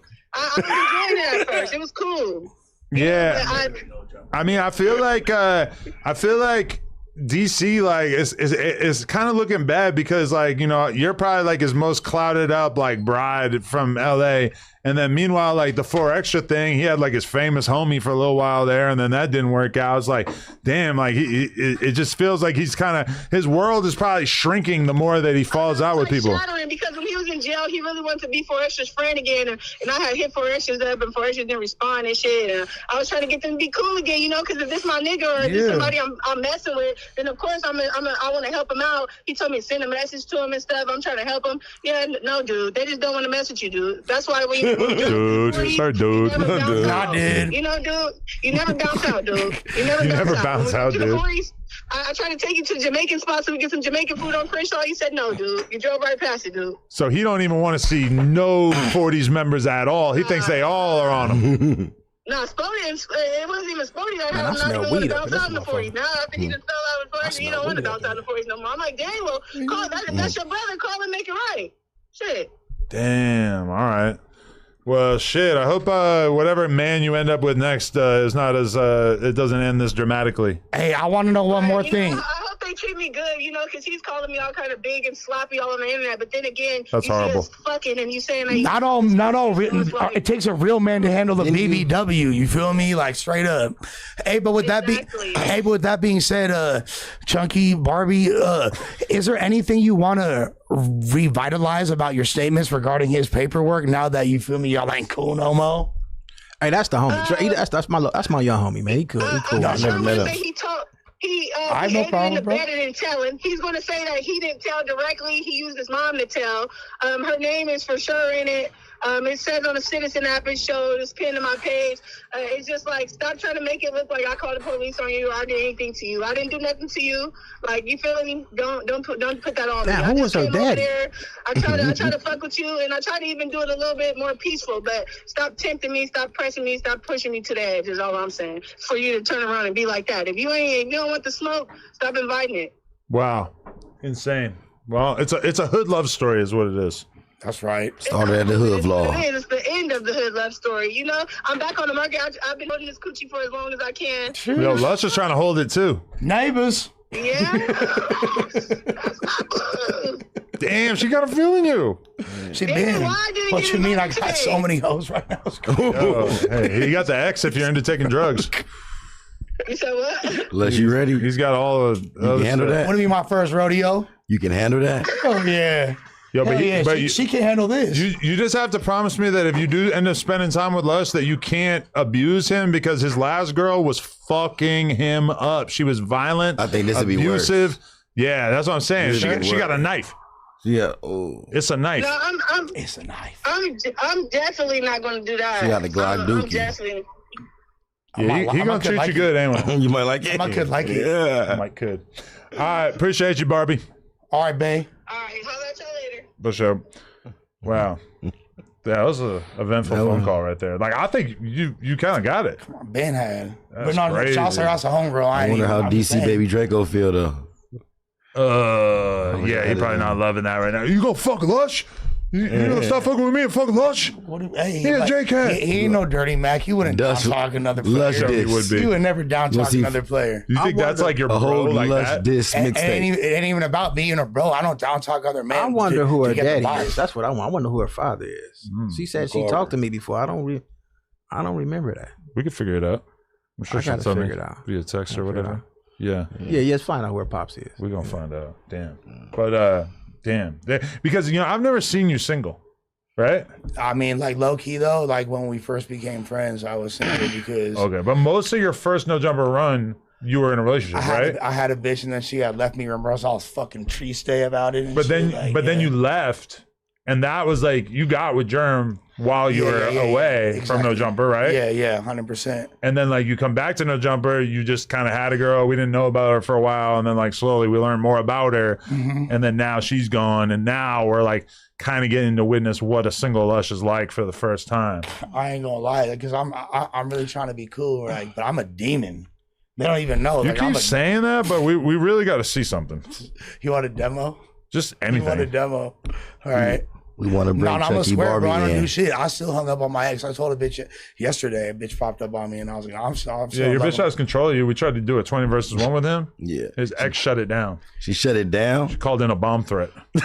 She did, though. She shut it down in advance. I be telling girls like I'm not ready to talk to you. I'm still in love with my ex. I got bad bitches hit me up, fine shit. You really be telling them that? Yeah, that's the first thing out of my mouth. Like, I'm sorry, like I'm not in a place. I'm focused on the paper, baby. And what do you think that does after I say that? You think they leave me alone? Hell, motherfucking no, they They don't. can chase you. Oh, okay. They're like, oh, his mind on the money. Okay. His mind on his purpose. And I'll tell them I'm straight up hung up on my ex. And I'm like, you know what I mean? I'm old as hell and I'm hung up on my ex, bitch. I want to see you come through with some fine shit. Who's sits over there in a little chair and watches, and we don't bring her on camera, and like you guys have a flirty vibe. Because like as far as I know, any ex-girlfriend could have really just been like a caretaker or a nurse. And like as far as we know, we ain't really seen you pull up with fine shit yet. I mean, like, that's like such a crazy thing when like my whole entire life has been known for fine shit. But we've never seen it. I mean, motherfuckers, everybody done seen it. Well, we saw That's Jeremy. why everybody. We saw You got Jeremy. pictures? That's You got why- pictures? Of who? Shit, I'll show you Of like fine shit. shit. All right. Of a lifetime of fine shit. All you gotta do is look me up. Look at my ex-wife. I don't want to see Look at pictures. my I want to ex-wife. see I'll show you. like present I ain't tense talking to no bitches, women though. hanging out with Feel you. me? That's what I want to see. If I want to believe that you are not the gay, Hey, don't believe me. I believe you Don't have the believe gay. me. Don't believe me. Don't believe me. I ain't on shit. I'm a pathological liar, bro. I just want acceptance from y'all. Yeah. I ain't got no bitches. You feel me? I'm a No, let's Swear. got all the bitches. I don't get constantly chose. You right. You feel me? Oh, they Not choosing? at all. Not at all. You feel me? Never. I don't even know what it feels like. I don't even know what that word means. But yeah, I have no pictures to show you. I just like that we're like supposed to accept that you're this crazy playboy. Meanwhile, we ain't seen you do shit. I want to see I some said I'm hung skits. up on my ex. I ain't fucking with. Hey, But that's not what you're saying Call in the some group up here. chat. Call some up here right now. I know, huh? I don't. He gonna steal it. Call He some gonna hoes put up him here on right now. arrest. You feel me? If you got them, call them up here right now. I'll leave this motherfucking show. You bring some hoes up here right now. Bring some up here right now. Hell, but I don't want you to leave the show. I like you. I'm gonna leave right now. Yeah, bring them up here. Yeah, if you come, then I'm out. We out of here. Insane. Okay. All right. So the unfortunate information that we have to bring to the table. I'm going to tell everybody the sort of timeline of events here. So, a couple months ago, I say to Josh, I say, we got to do a live show. I said, I don't care if we don't make any money. We got to just do it. If we do a live show, we'll find a way. We'll be able to sell the tickets. We're going to spend any dollar that we make from the live show. We're going to invest that money into promoting or into doing the live show. Into like, whether we're going to book a rapper or we're going to, whatever we're going to do. We're going to do something to like every last dollar that we would potentially make from the show. We're going to put it back into the show. Now, rewind the clock to the day that we found out about Anne Hefe getting charged with murder. Remember, that was the day where we filmed the Instagram reel of all of us doing a little TikTok dance together. Ant was on the way. Ant was on the way to do that. Wow. He told us he was coming for it. The cops picked him up on the way to the show. Now, for those of you out there who know me, when you saw us doing an Instagram reel of us dancing to promote the live show, if you know me, you might have thought that indicates that this live show is not selling so well. Because really, you know, I probably would have preferred to not have to do a TikTok dance. At that time, and this, keep in mind, this is before Spoetyface and Munchie left the podcast, we had sold, I believe, like 30 tickets. Okay. So we do a couple of different reels. Not quite Drake numbers. We go out of our way to promote it on the podcast repeatedly. We're hoping that we can see a little bit of motion. It's really not moving too much.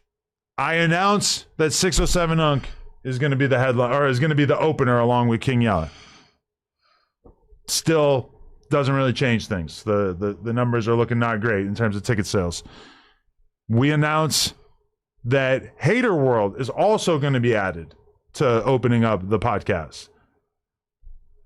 At the same time, we announce that me and 4 Extra are going to be doing our first podcast back together on the live show. That's dope. We announced at one point that we're going to be giving away a free 1/8 of weed to everybody who goes to the live podcast. Really, none of this really moved the needle in any meaningful way. Like, and actually this morning I hit up Josh for the count. Where are we at? I think he said we're somewhere around like 45, and that basically the promoter didn't want to, or basically felt like we hadn't sold enough tickets to continue on with this shit. Now, there was part of me that was like, maybe today we talk about it on this podcast, and maybe that is enough to, get people in motion and like people buy more tickets or whatever, because you are going to sell like a bunch of tickets at the end, like like in the last week or the last like 3-4 days, like 70%. You could sell a lot of tickets in that end period right there. But after having added 2 other pretty popular podcasts to it, as well as adding 4 Extra, who himself is very famous and granted, like, collabed on the post, was promoting it on his story, etc. Given that we did all of that and people still just weren't buying tickets, I'm forced to just be like, okay, apparently this was not meant to be. It's kind of amazing to me that we could have, thousands of people watching the live shows on any given day, that like everywhere I go, I feel like I'm fucking famous as shit and people are just coming up to me everywhere we go.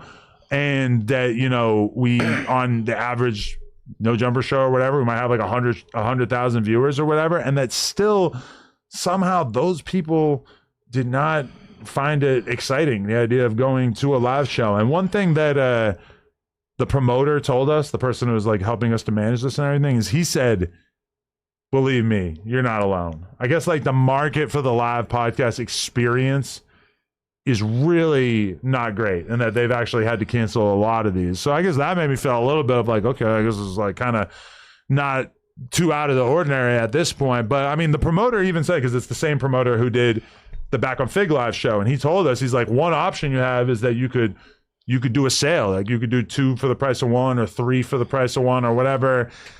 At that point, I was like, okay, I think I'm okay with like coming out of pocket to do the show. I think I'm just going to cancel it. I thought that we had enough momentum to sell it. Turns out, not so much. So I got to wear that. I do know a popular narrative is going to be like, oh, well, Spoetyface and Munchie left, so that's why that's why the tickets didn't sell. The tickets weren't selling before when, like, we all did those Instagram reels together. The tickets already weren't moving. So as much as I'm a little bit let down, I thought that it was going to be a good way to sort of galvanize the community and everything. It turns out that the audience is just not really there for the live experience like the way that they were a couple of years back. Do you feel like ultimately that is a indicative of where No Jumper overall is as a platform, or do you feel like it's just the live shows are not cracking in general for people? I do feel like live podcasts are not as cracking as they used to be. I do feel like a lot of podcasts like Joe Budden that used to go on tour all the time, that they're just really like not doing it anymore. Definitely, like, partially you have to kind of attribute it to No Jumper and say, well, like, but like from my perspective, it's like, especially when we announced it, it felt like we had a ton of momentum, that things were going very well, that there was a lot of energy on the podcast and everything. And the ticket sales really kind of told a different story. But realistically, I mean, like 30 ticket sales prior to the point we had done that first reel is not terrible. That's like, I think a few months out. In the eyes of the promoter, it was pretty terrible. That was already bad at that point. It was not good. It should have been more. If we had sold like 100 and we had a month and a half to go, I think that it would probably have been a lot more realistic. I mean, there could be a lot of factors. Somebody just pointed out in the chat, there was like a Wednesday. It definitely is. How much were the tickets? That's a good question. Donnie was just saying in the chat that they were like $80 or like $75. I thought they were cheaper. I thought they were like $45. That 80 does stand out to me as quite a lot. $80? I do feel terrible. Gas, that's higher than this shit. You could buy a prostitute for $80. You could, For real. You could take a gas for $80. You get a prostitute with the STD to get that keeps on giving. You feel me? Souvenir. Yeah. But I don't know. I think that it definitely is disappointing. What I'm gonna do is this. Everybody that bought tickets, if you want, I'm gonna do a meet and greet. I know that's not as cool as being able to see Adam and 4Extra and everybody, but I'm gonna do a free meet and greet for y'all and all No Jumper fans. So anybody that want to pull up, I'm sure that'll make them feel a lot better. I mean, probably not that much, but like shit, there might be some people, in case people travel from out of town and already have plans and all that. I want to at least let the fans know that we do give a fuck, and some of us really want to at least do something for y'all. So I'm gonna drop low on y'all on shit. All you gotta do is look. This is what you do, man. You want to sell the tickets? You get $1,000, right? And one of the seats gonna have a winning ticket up in there. Whoever get that seat get to win $1,000. All y'all put in 200 apiece. I mean, I feel like we tried a lot of tricks we tried a lot of stuff. I don't know that money will work. That money gonna work. Scavenger hunt necessarily gonna do it. It might have done something. It's not a bad idea. To deeper the experience, like exactly what was gonna happen at the live show that makes it different from any other show. What was going to make it different? Yeah. Well, first off, we hadn't done one in 3.5 years or something like that. Mm-hmm. And then also, in addition to that, okay, at first, when you had the first flyer, and it was kind of like just me, you, Spoety, Munchie, and that wasn't really like moving the needle in terms of ticket sales. That made sense to me, because it's like, okay, it's four dudes. It's not like the best looking flyer or whatever. But then once we added Unk, added Hater World, and then added the 4Extra element, and still it wasn't moving, that really was what made me feel like, you know what? Yeah. Okay, like I'm surprised 4Extra at least would have. When you think that us like coming back together, which by the way, for the people out there, we are going to be doing a podcast together in the near future. Probably start dropping next week, but yeah, that definitely stood out to me. I was like, wow, like the interest just isn't really there, and especially like because like at first when it's just us four on the flyer, I'm thinking, oh, we're not selling tickets, it's us. But then I add all this other shit, and that didn't work. And I'm kind of like, oh, okay. I feel like at that point, you can't really like put it entirely on us. You got to be like, I guess the fans just don't really want to do this shit unless it's some earth-shattering shit in general. I do think that J Hood brought up an interesting question. I think a lot of people who may be interested in it were still kind of confused by it. Like, what exactly is going on here? What does a live podcast experience entail? But I do feel like podcasting has been like very popular for like 10 years, 8 years, whatever. And we've done, like you can hop on YouTube and see videos of us doing a lot of different live podcasts, as well as the fact that like really like almost like every other popular podcast has done a live podcast. That it's like, I don't think it's that confusing to people at this point what it might be like. Now, it is understandable that they might have gone to one or thought about going to one and didn't enjoy the experience, because for sure that's the case with me. I've been to some live podcasts where I was like, I'm never going to see that person do another live podcast. I like them. I like their content. I'll continue to watch their content, but I'm not going to ever probably go to that again, So I don't know. I feel like that's probably part of it, is that people have gone to a couple live podcasts and just didn't really like the experience enough to do it again. It's kind of like it's like a meet and greet on steroids for real. Like thing, there's not too much that's going to be said on stage that hits you the way these conversations do. I'm thinking it's like comments in real life, like kind of, yeah, low key, like the viewers YouTube comments, yeah, like the viewers, they just speaking their mind right then and there. But you remember the first one that we did Well, that was like the best vibe in that room. Like, it was so dope to have the whole fan base there. And then after that, we did live shows in New York and Boston that also sold out, that did really, really good. So the fact that there could be that much less momentum in terms of seeing a live podcast, it was pretty shocking to me how much that the market has changed. But then keep in mind also, that was like, there's 8 faces on that flyer. Everyone had. No, but in Boston and New York, it was just me, AD, House Phone. For sure. And that, with no opener. I mean, that kind of, that's not like what we were offering this time was like so much more value in terms of like seeing different people and shit, But that's also like the first No Jumper appearance damn near on the East Coast ever. Like, those people have been waiting since the XXX interview to. Yeah. We can throw a great live show, Adam. Yeah, for shit show. What do you and think we it'll could have sell done out. differently? I say it's I don't know, a few things. All right, so maybe at the live show, was that supposed to be when Doughboy and Spoety was supposed to? Nah, it was a different event, but you could have put that together. yeah. Like, put that together so the viewers, they get to see that in real life, in real time. And then I don't know, maybe just I never been to a live show. Like, there's a lot of cool stuff we were planning on doing some cool shit. I mean, even Doughboy doing stand-up comedy was not enough to move the needle, which is kind of shocking, like, to see one of the greatest stand-up comics of all time. He was ready. We should have he was ready. Made tomato-flavored donuts for the crowd to hurl at him. Yeah. And we was gonna do like a question and answer, like let the like with no filter. Yup. That would have been a good one. I do feel like the question and answer with the fans, though, is like extremely boring.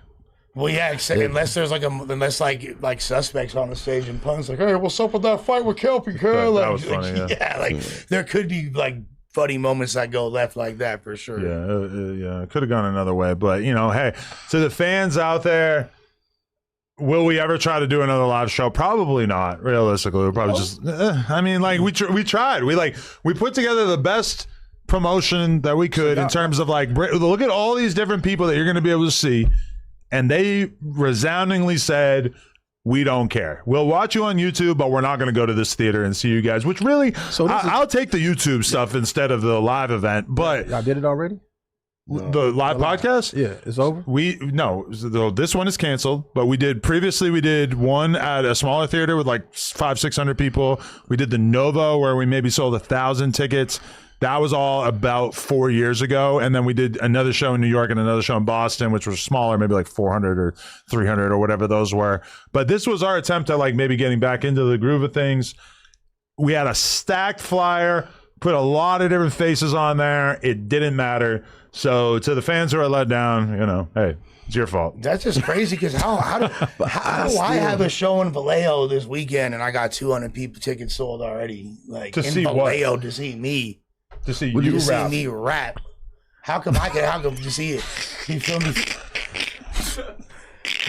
Hey, but what's funnier, that or the cancellation? Hey, what's funnier, that or the cancellation? Hell, yeah, there's a flyer. Hey, let's do that bars though. Hey, what's funnier, that or the cancellation? You feel me? What do you say? He thought he spit. He thought he got up. Nah, let's go rap. Let's got some shit. Yeah. What they talking about, huh? But you think 200 people are going to see Lush? They already sold the tickets. Where's the flyer? Here. Oh, there she go. We're on your Instagram. Where is it? I gotta sit here. I'll show you right now. So it's not on your Instagram, but you're going to somehow show me on your phone? It is. No, it's on Instagram. It's just not online. Why you got a show? Because I'm double. Never mind. What song you gonna rap? You got your own music? I got my own music. No, I'm gonna perform Not Like Us. No, you should. That's a good idea. Yeah, and so we do have some people in the chat who are saying like, oh, Adam, you didn't realize that people don't like you. I feel like that is a difficult argument to make when I was going to be like 1/10 of the people on the flyer, like once we add all those other people. Okay, so it's got Equipto and you on the flyer, as well as a lot of other people. But who picture got? Me and the homie. It is in Vallejo. Hell yeah. Well, Russell may be attending. He's not actually on the flyer. Nah, the Russell don't want to be around me. You don't want to come? Yeah. Wow. Battle rapping. Good for you. I would like to see footage of this. You a battle rapper? I'll battle rap. You got a lot to learn about him. He's battle rap legend. I gotta fuck with my boy Lush more often. I'll Hulkamania elbow drop him. This was heaven saying, bah! Yeah. I'm not gonna lie. I am a little disappointed. I thought for sure we could get some people out of the fucking house. But Adam though, bro. But bro, how long was you promoting it? How long? 2 months, maybe. I forget the first time that we promoted it. Hey, but I don't think, like, in my opinion, $80 tickets. In my most humble opinion, I don't think this should be the last attempt, just because it got kind of messed up in the middle of it. It's inception. We should have one at the end of summer. Close out the summer. I feel like picked up steam, live show, bro. The idea that like we were going to that those dudes leaving the podcast changed things, I think is just false, because realistically, like the tickets were moving at such a bad rate in the first place that I just don't really think it would have mattered. You know, like we did that fucking, like we promoted for like a month and we sold 30 tickets to start things off. And 1 ticket a day, yeah. I mean, that's not good. That's not good. Now, could we have done more to promote? I guess, maybe. Yeah. Man, Adam, I'm telling you, like in the summer, close out the summer, no jumper. I don't think show, the idea that we're just going to do party. like a different date party and live that show. would be better is to me. Yeah, pool party, that'll work. Pool party? Where the live fuck are we going to do show. a pool party? Y'all ain't get it. So y'all ain't get it. Hella places. Do the podcast live on the roof while everybody in the pool. Pool party. One of them podcast. spots in Hollywood Hills, man. I feel like the pool party's not going to really change anything either. Well, I just typed in Latham 22 by accident. Yeah, he's a guy. There's a guy. There's a guy named that. He has a beer. Wait, so I got to go to You look racist. This is the real Shot issue. Shot is it shot issue or shot issue? Shot issue. I threw up. It's shot issue. I right? recovered though. Yeah, we should talk about him in a second. But okay, the first, I'm trying to find the dance video that we did. Damn, I posted a lot of reels. Where is it? How are we still going here? No, this is before. Bro, what happened to that reel of us dancing? There's no way I scrolled past it, right? Mm-hmm. I'm You got so baffled. many scooms on your page. It's so tight. Yeah, whores. All right. I don't know how the fuck it's not on my page anymore, but yeah. The fifth one from the top? I like when you had Definitely not true. you did the real one aspect. You're like, today's talent. Yeah. Definitely not. Oh, they was $64 apparently. I'm looking for the first reel that we did. $64 was what it was at? Yeah, for like general admission. That's kind of high, Bretta. It is?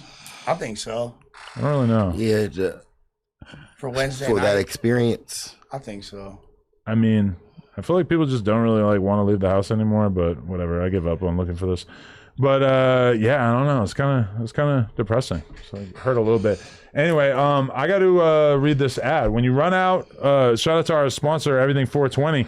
When you run out of weed, do you really want to stop what you're doing, get dressed, and get in the car and go hunt for products, or do you want to spend 30 seconds on your phone and have it handled? That's why I use everything420.com. They got edibles, flowers, vapes, gummies, accessories. They've got all of it. Fast shipping, discreet packaging, and trusted brands like Stizzy, Packwoods, cookies, cakes, and runts. Go to everything420.com and use code NOJUMPER for an additional 15% off. I was actually telling one of the porn girls the other day that she had to head on over to everything420.com. She wanted to get some edibles. Do they know about Doughboy's script yet? Did you read it? I did. What are your thoughts? Yo, all right. First of all, Craig made the statement that Doughboy is an incredible writer, and that's his greatest talent in the pod that we all did together. I think that Doughboy is a significantly better writer than performer, as in like the context on a podcast. I think my favorite thing about the script is just the glimpse into the psychology of Doughboy, like what he thinks about all of us, because so many of that comes into play. Really? Like my favorite thing is like him writing what he thinks you and Josh talk about. You know what I mean? Like the conversations. What kind of stuff? Well, I think it's funny that he thinks that you're like, that he thinks that Josh calls you my brother. He's like, Adam, my brother, we gotta talk. I'm like, I don't think that phrase has ever uttered his lips once. But it is a funny script, dude. And I think and I like how How long did it take you to read it? I'm still reading. Like this It's shit like is really long. I mean, it's a bit of an arduous read, but I'm trying to give it. No, it'll probably have 20 minutes. I've never read a script. 20 minutes? I mean, if you For like, sure I have 20 minutes. if you're just like, if you're like quick with it, if you don't do like, You're bringing it up on the screen? This is it? yeah. I got to get a barbecue pit up in this motherfucker. Son. We need some food up in this bitch, man. Usually people don't eat food on podcasts. Shit. Shit.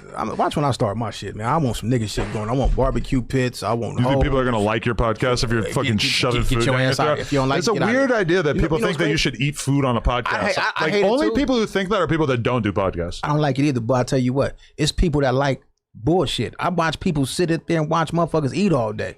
Yeah. See the shit that you saying ain't gonna work. It'd be a motherfucker like me that give me a couple of million a few years from now, and you'll see motherfuckers a whole stripping on poles and shit with clothes on since they can't get naked. Barbecue pits in this motherfucker, lowriders up in there, motherfuckers crip walking and blood walking up. Hey, bitch, go in and roll me up a cigarette. None of those things are going to make a podcast get You more say views. that. You say that. Well, I've been doing this for 10 years. Yeah. Okay, well, I'm gonna do. Listen, don't count nobody out. Don't think I'm not counting you out. I'm just saying why I personally am not going to install a barbecue pit in the middle of the Well, office. that's you. I'm doing it. When I get my shit, you gonna be welcome on my shit. Hey, bitch, go in there and cook up some motherfucking potato salad, some ribs. I'm gonna have my shit cracking.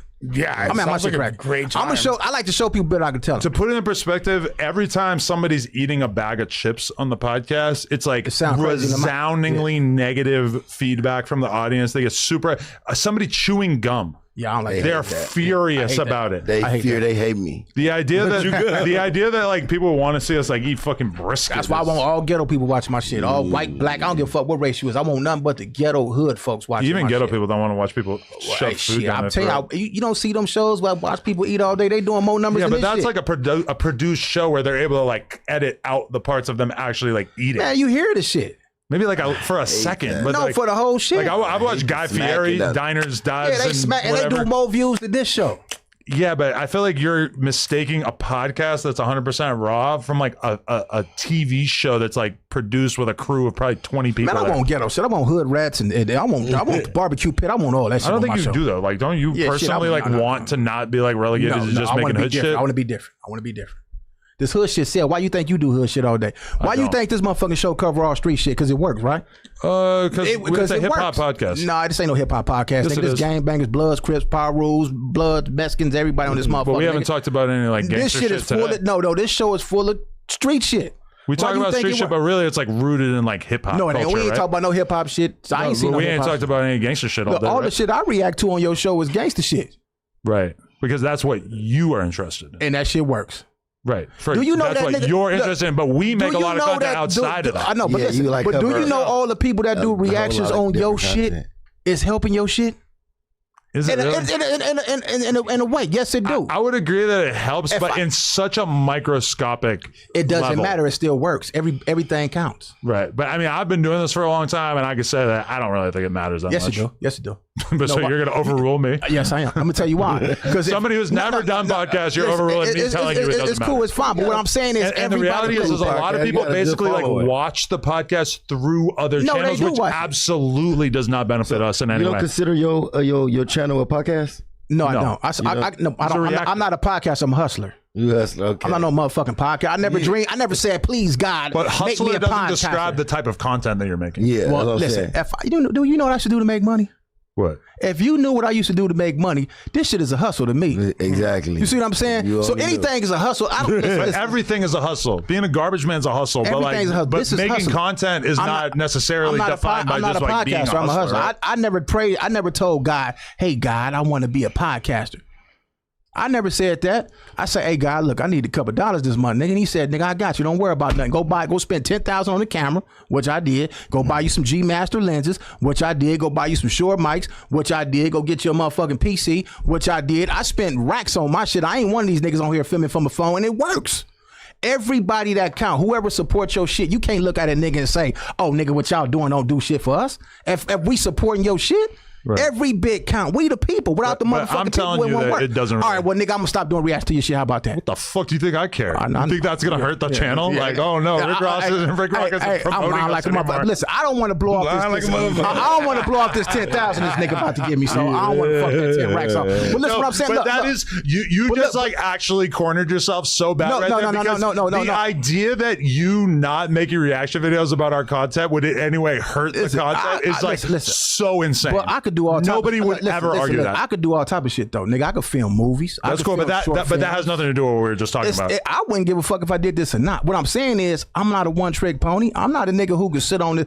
Okay, but that has nothing to do with what we were just talking about. That doesn't change the argument that we were just having. You know why I never sitting in one spot for these many hours? Y'all good at this shit. I give y'all a props for this shit. Sit in this motherfucker for 4 and 5 hours. That's podcast. I'm not doing it. I'm not doing that. I'm not doing it. I mean, you do most of your content by yourself anyway, right? You know, your content. I don't even know what this shit called. Listen, to keep it above. But it's like a reaction podcast. podcast. I'm talking about what I do. I don't know what that shit it's called. reacting. Yeah, reacting. I guess it's reacting. Do you know how long it take a motherfucker to do a reaction video? Not that long. 10 minutes. 15, exactly. 15 minutes, I'm gone. I get up, knock out 3 videos in about an hour. That shit out. Set them on a timer, I'm gone. But what point are you making? We know that. But your content is. But what I'm, I don't think anybody watches your content and is like, oh, this must have took hours to put I don't together. give a fuck if they watch it or not. Just as long as I make some money, I go fix my low riders and have fun and send my son a couple of thousand. I don't give a fuck who watching that shit. I'm not that interested in this shit. This never was my goal. My goal, the reason why I spent all that money on camera equipment was to shoot short films. That was my whole plan. I got caught up in this shit. This wasn't my plan to sit up here. Yeah, Came outside with the camera. Yeah, that's it, nigga. Caught up in the YouTube. No. This how I started. I shot. I was clowning. What's his name? China Mac and Crip Mac. I was doing it on my phone. I was just clowning. Like, man, look at these niggas walking through these dudes' hood without no strap. These niggas crazy. And they came back and said something to me, and they struck my channel. And I want to revenge so motherfucking bad. Nigga. I started clowning, and then the shit started doing numbers, and I started seeing It became natural. I started seeing money from this shit. I'm like, damn, you can make money off this motherfucking shit. But you're never gonna make any money out of short films. Yes, you could. How? On Tubi, Netflix. But how are you gonna promote it? You How don't are you see gonna get Big it out John? there? I just did a short film with Big John. Pull it up. They make money off that shit. Hey, but How much? A lot. How much? They made like 300,000 on them movies. You made $300,000. No, not me. I'm saying the motherfuckers out Big John. Them niggas make money, man. They the best at this shit. Right. Them dudes in Detroit, hell yeah, that's where the money at, man. But okay, the type of thing that you're going to be able to sell to Tubi is going to cost like a lot of money to But produce. I got all that. Right. Don't listen. Don't sleep on. Don't think I'm just no nigga up here with a motherfucking police.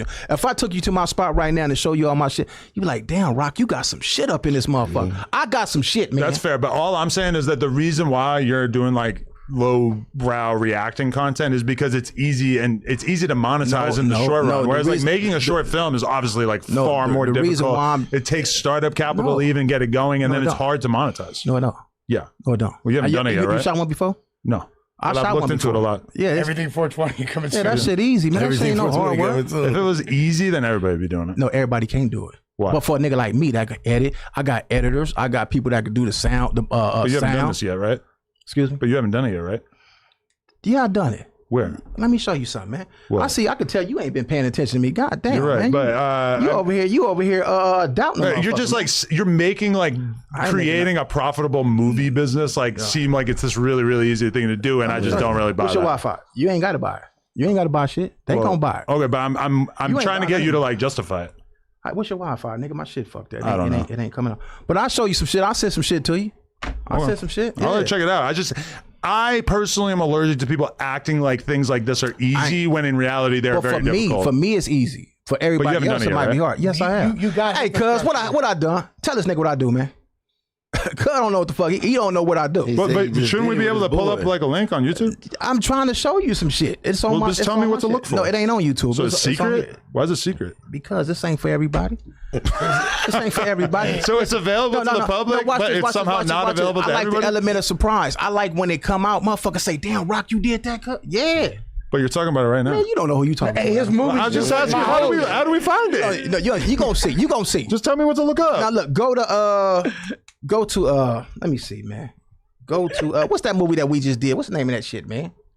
Menace to You did Society. a movie with you should know, not me. I don't be keeping up with this shit, but I got a movie. I'm in a movie, nigga. What's your Wi-Fi? I don't know. I'm gonna show you right now.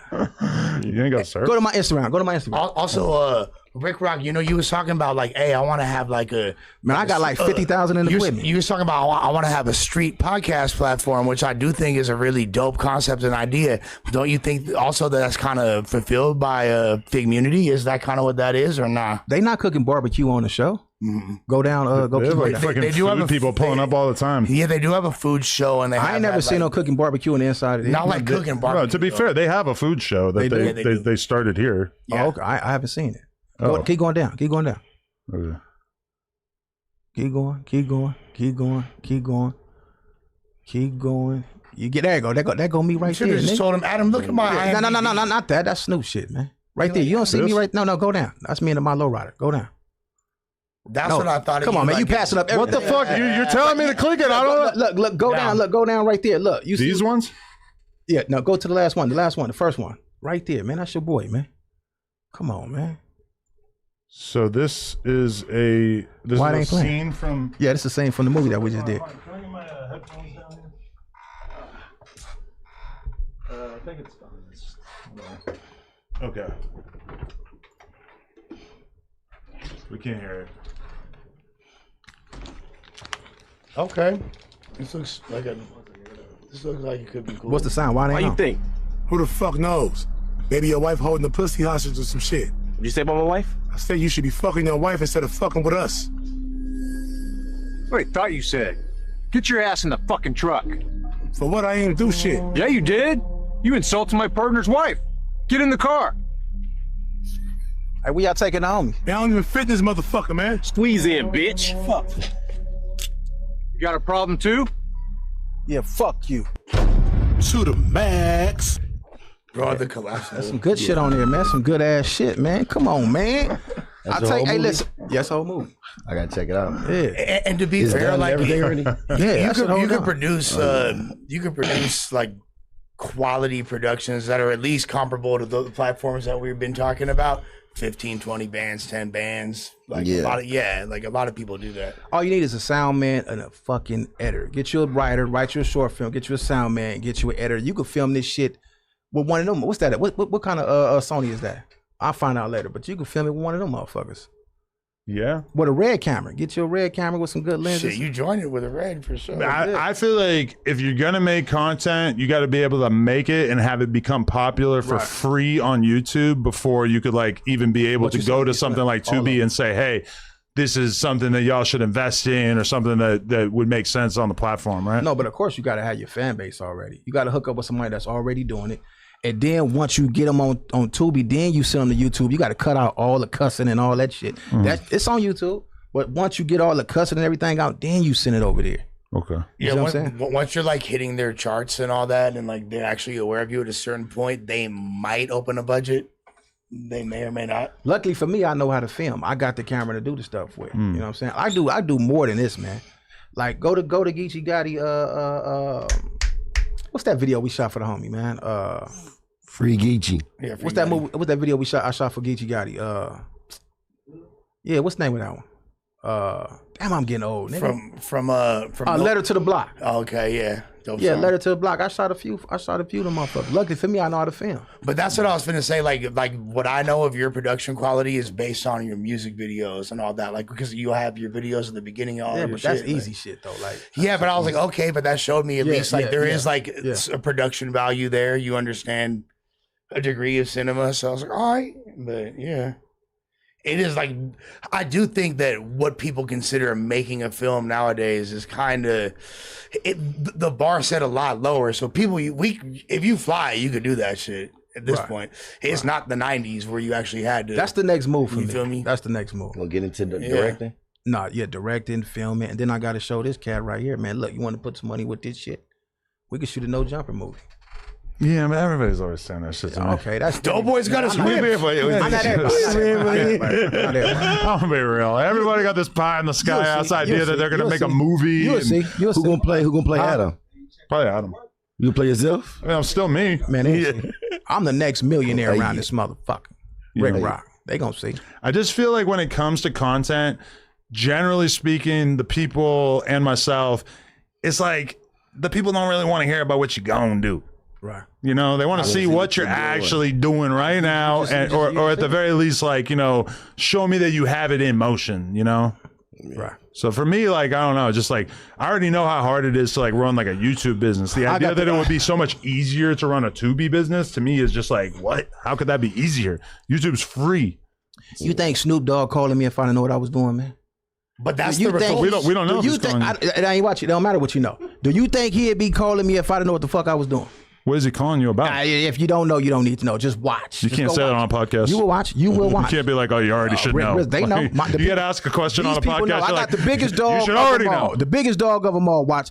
Contact Rick Rock. But you said they had like y'all were having like the biggest entertainer in the world calls Rick Rock, man. Yeah. The most famous entertainer in the world. But you won't tell us what he calls you about? Yeah, it's top secret.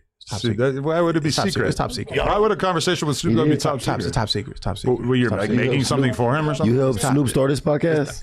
No, not this. This is top secret shit with Rick Rock, dude, man. I'm telling y'all, man. It's top Does Snoop secret. Dogg have a podcast? Nah, man. Snoop Dogg don't need no podcast. He's the biggest nigga in the world. What are you talking Snoop about? Dogg is a walking podcast. What are you talking about? Nobody's bigger than Snoop Dogg, man. What are you talking about? Speed?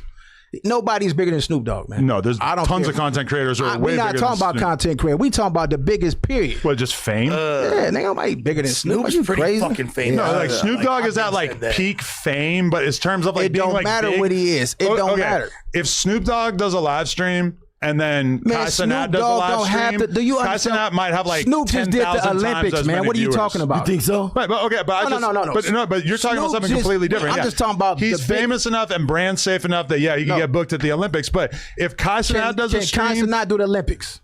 I mean, he realistically probably not that big enough. But if Have he Kai did the Cenat, Olympics? but okay, listen to me. Kai Cenat does a stream, or I Show Speed does a stream, and then Snoop Dogg does a stream.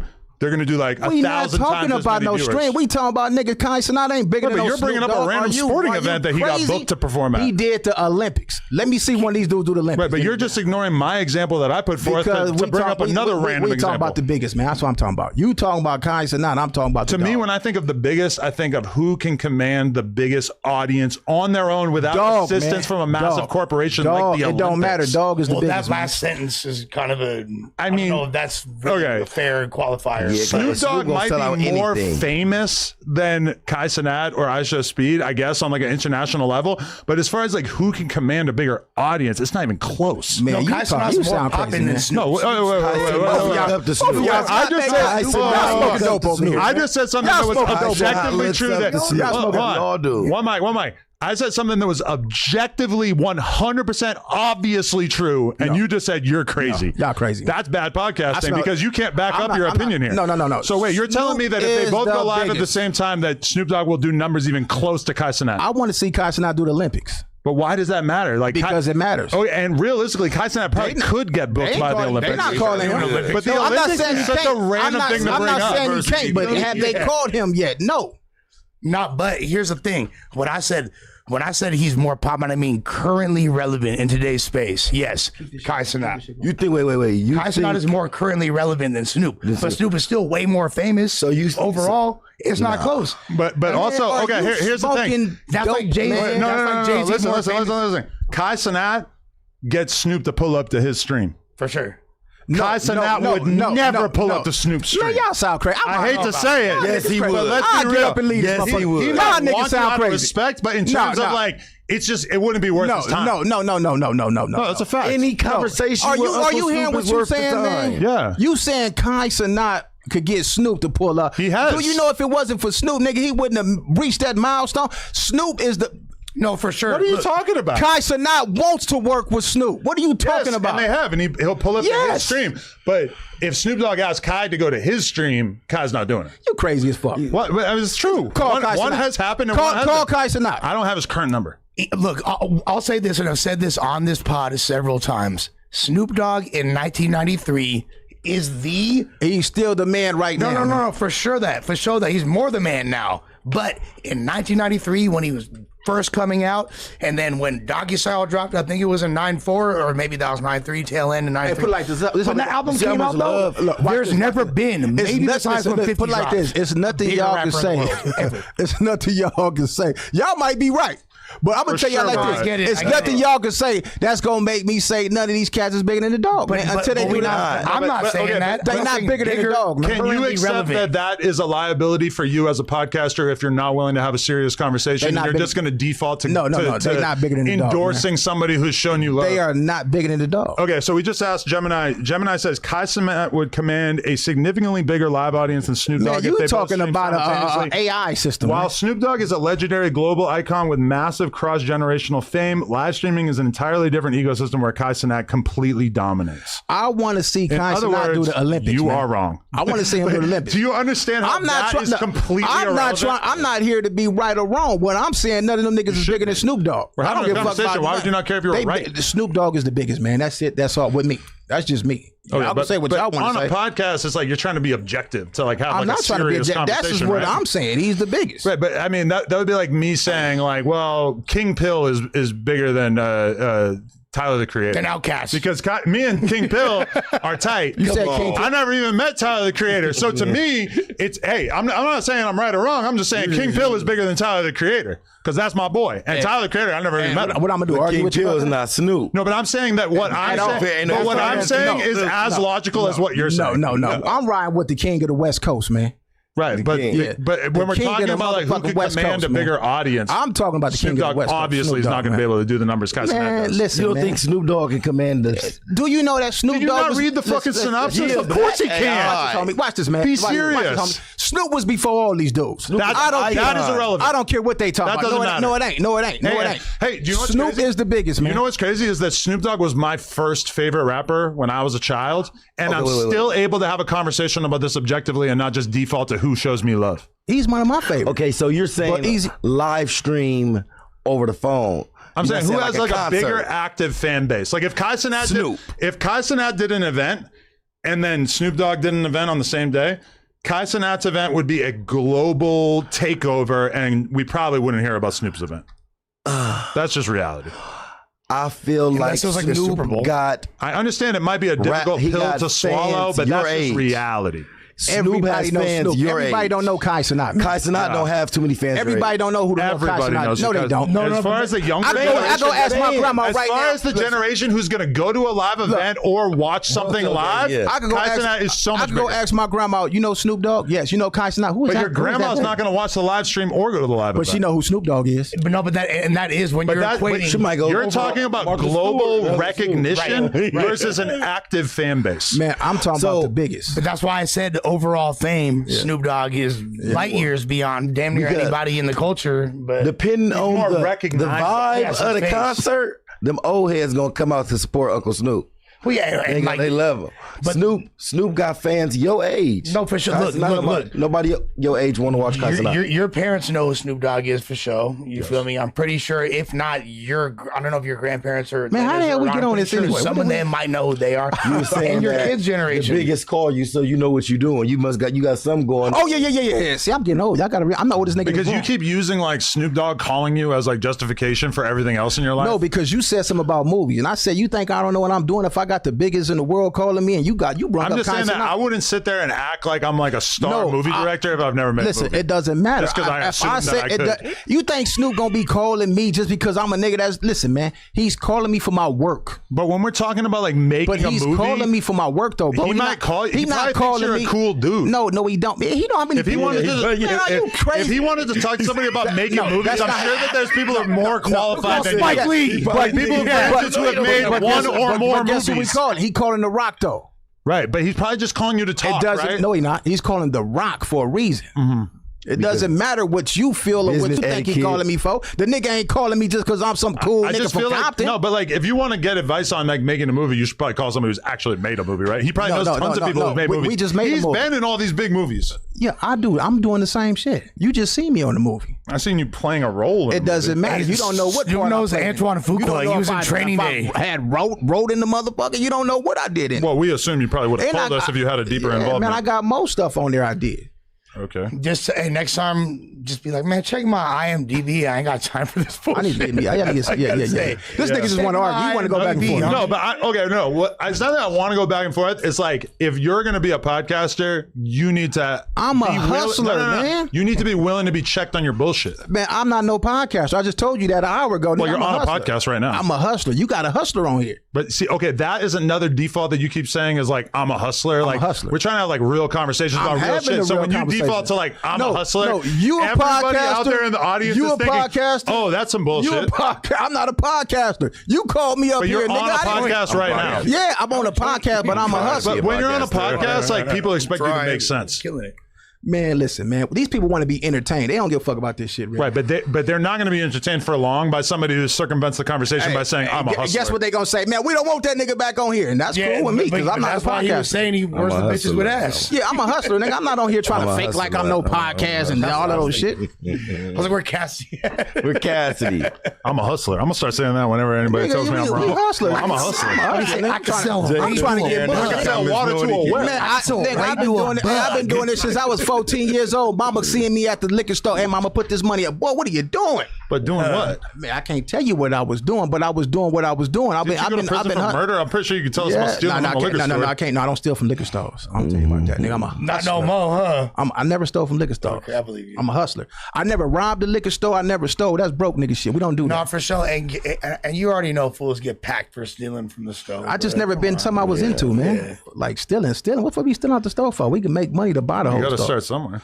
I watched my father and my uncle. How are you going to make money to buy the whole store? Like comparing that to stealing. So you talking to me like? So you know how you talking to me right now?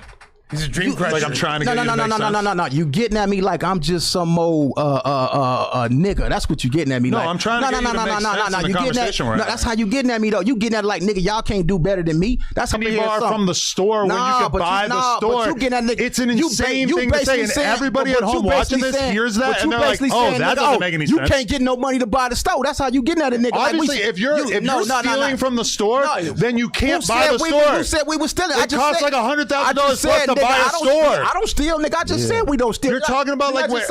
He said he don't. I don't steal, nigga. Considering stealing from the store, but I don't obviously steal. doesn't have the option I of don't steal. But we're not talking about you. But that's what you said. You said having how an you intelligent conversation is being able to think outside of yourself. But you talk to them like they dumb though, man. But if you say something dumb, then I'm gonna have to talk to you like you're dumb to try to get earlier. What do y'all? I'm trying to get you to make sense. He said, what do y'all views do for my channel? Nigga, if niggas is supporting in any type of way, that's working on for your favor. Okay, but you would think that somebody telling you talking to niggas from like we some suckers, man. That's how you what get a reactor does for a channel. You talking to niggas like it doesn't do anything. But you're refusing to accept that somebody who has it seem like you better than everybody on this motherfucker though. No, I just haven't. No, that's how you getting at niggas, now you're going into the victim role, which is crazy. Victim. I'm saying some real shit. No, you're not, because you're not willing to listen to me when I have infinitely more expertise on this topic than you. Go ahead. Yeah. Go ahead. Okay, so like if you really want to go back to the concept of like, does a reactor help no jumper? It's like, I'm telling you, as somebody who's been doing this for a long time, 10 years, this is my main thing. I'm telling you, it doesn't matter at all. And you don't seem willing to accept that I, as an expert in that exact topic, you're trying to tell me that I'm wrong. So if a person, but then you're not putting forth any kind of actual argument to explain it. If a person go in the store and spend $100, and a motherfucker come right behind him and spend $1, at the end of the month, nigga, that shit add up. $101. It don't matter who came in. You think the liquor store care about a nigga coming in spending 10 cents, a nigga spending 1,000? Because when they get to counting all that stuff up, it make money. That's what I'm trying to explain. You basically saying, nigga, F y'all. Nigga, I'm bigger than all of y'all. Nigga, I don't care what you niggas do. No, but I'm not actually saying F y'all, because I actually don't care at all if people react to our content. You might have reactions that love your channel. But all I'm saying, and I don't give a fuck if they love it or hate it, all I'm saying is it doesn't matter for us. No, it doesn't matter. And if anything, it hurts. Because obviously, like, so now you sound like Gucci, who don't want niggas to wear their clothes because it devalues they value. That's what you saying. You say anyone in charge of Gucci has ever said that. No, hold up, homie. So hold up, cuz hold up, because what you saying, if a nigga do a reaction to your shit, it's hurting your channel. That's like Gucci saying, I don't want you niggas wearing our clothes because it's making our shit look cheap. Do you think that's man? Come on, cuz you know what you doing, homie. You want to fact check that? Louis Vuitton for sure. Okay, but I'll give you the example that is going to prove my point. Is that the other day I'm sitting on the podcast with Crip Mac and Hey, one mic, motherfucker. I'm sitting on the podcast with Crip Mac and ODM Slim, and ODM Slim, we're kind of arguing about like our content or whatever, and he said, Man, you talking about nigga that do dope, man. I don't want to talk about that. Man, you talking about the dope that's totally irrelevant. But I said, ODM Slim said, I don't even watch your shit. I watch your shit through Neem.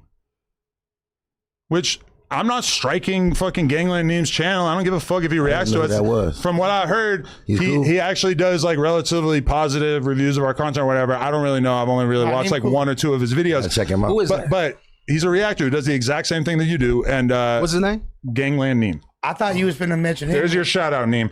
Anyway, he said that he watches our channel through Gangland Neem's channel. Right.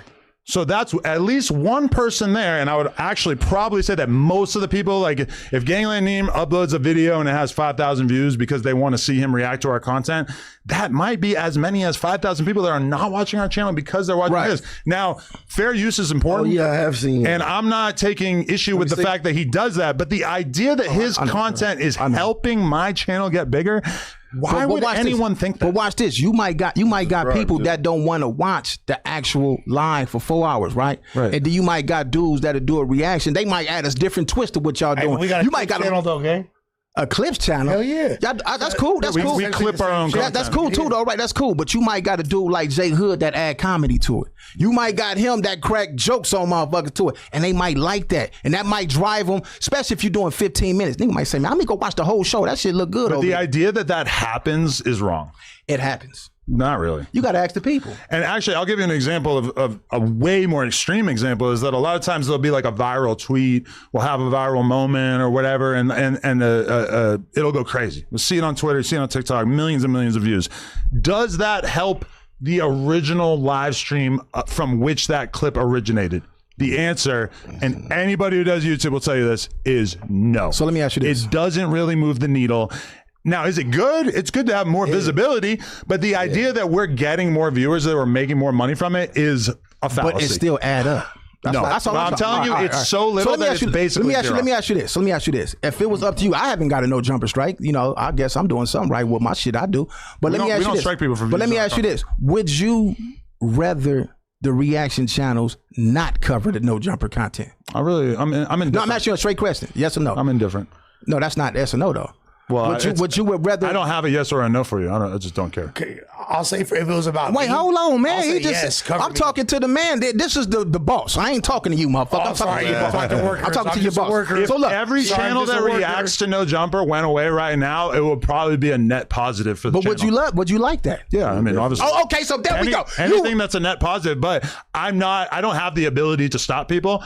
And also, I respect people's freedom of speech if they want to talk about our shit. So I'm not going to go out of my way to stop them. But the idea that it helps us is false. But you just said, so if you're not going to stop them, then that mean it helps. No, because I can't stop them because there's a thing called fair use, which means that if you do an interview with someone, I can sit right here and watch that content and react to it, and you can't do anything about it. So I could go do some content on Back on Fig, and I could go do content. So why the fuck when I do a content on what's them dude, Joe Buttons, I get a strike for that shit? You don't. You just have to fight it. Yes, I do. No, you just didn't fight it. Okay. You just got to appeal it. It comes down to all this. You it's called shit. fair use. I'm doing reactions to all you niggas. You can. I'm reacting to all you niggas. But Rick Rock, it's like this. It's like this. Do I want 20,000 people to see content about me that's generally going to be unfavorable? But maybe out of those 20,000 people that see the video, maybe 1,000 of them might get converted. I think that's why I said, for me personally, as I'm not a platform owner, I'm just on the platform. But for me, like, keep reacting to me. When I was in the streets, when I was like 13, no, probably about 15. When I was 15, I used to hustle, right? 15. No, I'm telling you, nigga, I'm a hustler. You keep on laughing, nigga. Just as a podcaster you keep on laughing. Telling people you're a hustler. I don't is know. so No, amazing. that's back in the days. I don't do that no more. But I know, but I'm just telling you how bizarre it is. Hold on, look. So look, watch this. Look, watch this. I'm a hustler. I remember when my homeboy, he just got out of jail, out of prison, right? We've been around this motherfucker doing what we do. He came home immediately, got him a nice Monte Carlo. You know, in the hood, that's some fly shit. On some dates, some real datings. And I asked him, I said, damn, homie. I said, how you getting all that money? He said, Rock, I take everything. I said, everything? I don't do that. He said, nigga, I get I don't care if they come with $1, nigga, I want it. So I'd had the hustler mentality. Everything counts. Everything counts. You probably grew up, nigga. You didn't have to do none of this. You came up. I had a job when I was 12. That's good. That's excellent. I commend you for that. I'm just saying, like, the idea that I didn't have a that's cool. That's cool. I didn't have to work for my shit. Nothing is wrong with that. Yeah. So you never experienced that side. What? Having a hustle? I mean, what is a job if not like a hustle? Well, you had a job. I didn't have no job at 12. Well, you could have, right? No, I couldn't have. I mean, you probably could have. I probably could have. By the time you're job. 14 or 15, you could probably get a job. I had a summer job at 16. Yeah, I had a summer job. Yeah, but before I got that summer job, I still had to figure out a way. My mama didn't have no motherfucking money. My mama was on the county. We had to go out and hustle. Well, you know what I'm saying? We had to go get it. Yeah, that's how we came up. You know what I'm saying? Y'all just see a nigga on the internet doing his reaction. It's a story behind everybody that you see on here. We would assume that. We would assume that your life didn't begin reacting to YouTube videos. But you would laugh at it. You would laugh at, he's a hustler again. And I'm trying to tell you something. I'm just trying to tell you that, like, defaulting to just telling us you're a hustler in like every conversation. Let's go to podcast. What's the next topic? What do you got? What do we got next, man? I feel like we need to keep picking apart the hustler thing. This nigga, this nigga crazy, man. It's just I want you to understand how funny it is. All this shit is funny. See, that's the thing. This is what I'm talking about. This is entertainment. It is. This is what I'm on here for. Give me some bread, entertain these folks, crack some jokes, delope with the jokes, have fun, and I'm out of here. That's all it's about, man. I don't know. I feel like I feel like there's a deeper message that you got that you ain't even. I haven't tapped into. That's what I'm saying, bro. Like I feel like there's something there, though. You know, because you ain't just. I don't think. Man, I smell. You smell dope, huh? The camera guy's smoking weed. What, you getting triggered? No, I'm like, what the fuck? You like weed? Nah, I don't smoke. Oh, okay. I'm like, man, what the fuck is that? Okay, here I'll give you a topic, and you can just go off the top of your head with it. Basically, what is this? This is something that is very, very polarizing. Up, those of you who okay. These are kids reacting to it, but basically, the UK has banned social media for anybody under the age of 16. That's good. And this is a very polarizing conversation in the culture. What's your immediate reaction to that? I'm gonna tell you what I think about it. I like it because I didn't spend countless hours scrolling through my phone, right? And if I'm addicted to it, I have addiction to this cell phone. I know the kids are addicted to it. You know what I'm saying? And imagine a kid at school trying to learn, but they on their phones while the teacher ain't. This is addiction, man. This is a drug. And just like they did alcohol, like they did cigarettes, they had to put an age limit on it. I think that's good. They need to do that here. They need to ban all this social media stuff for these kids, man. But at what point are you no longer a kid and you should be allowed to be on social media? Well, they got. You think 16 is what fair? They say the ban is 16. What do you think? I'm wrestling with it because I do feel like on one hand, I mean, I don't let my kid on social media. I don't let my kid watch TV. I don't let my kid have a tablet. You know, realistically, probably slowly let her start to be on those kind of things as she gets older. But, you know, why? Why do I not want her on it now? Yeah. Because I think actually there's a lot of like really, really reputable studies that show that a child's brain doesn't really, that tablets are bad for the development.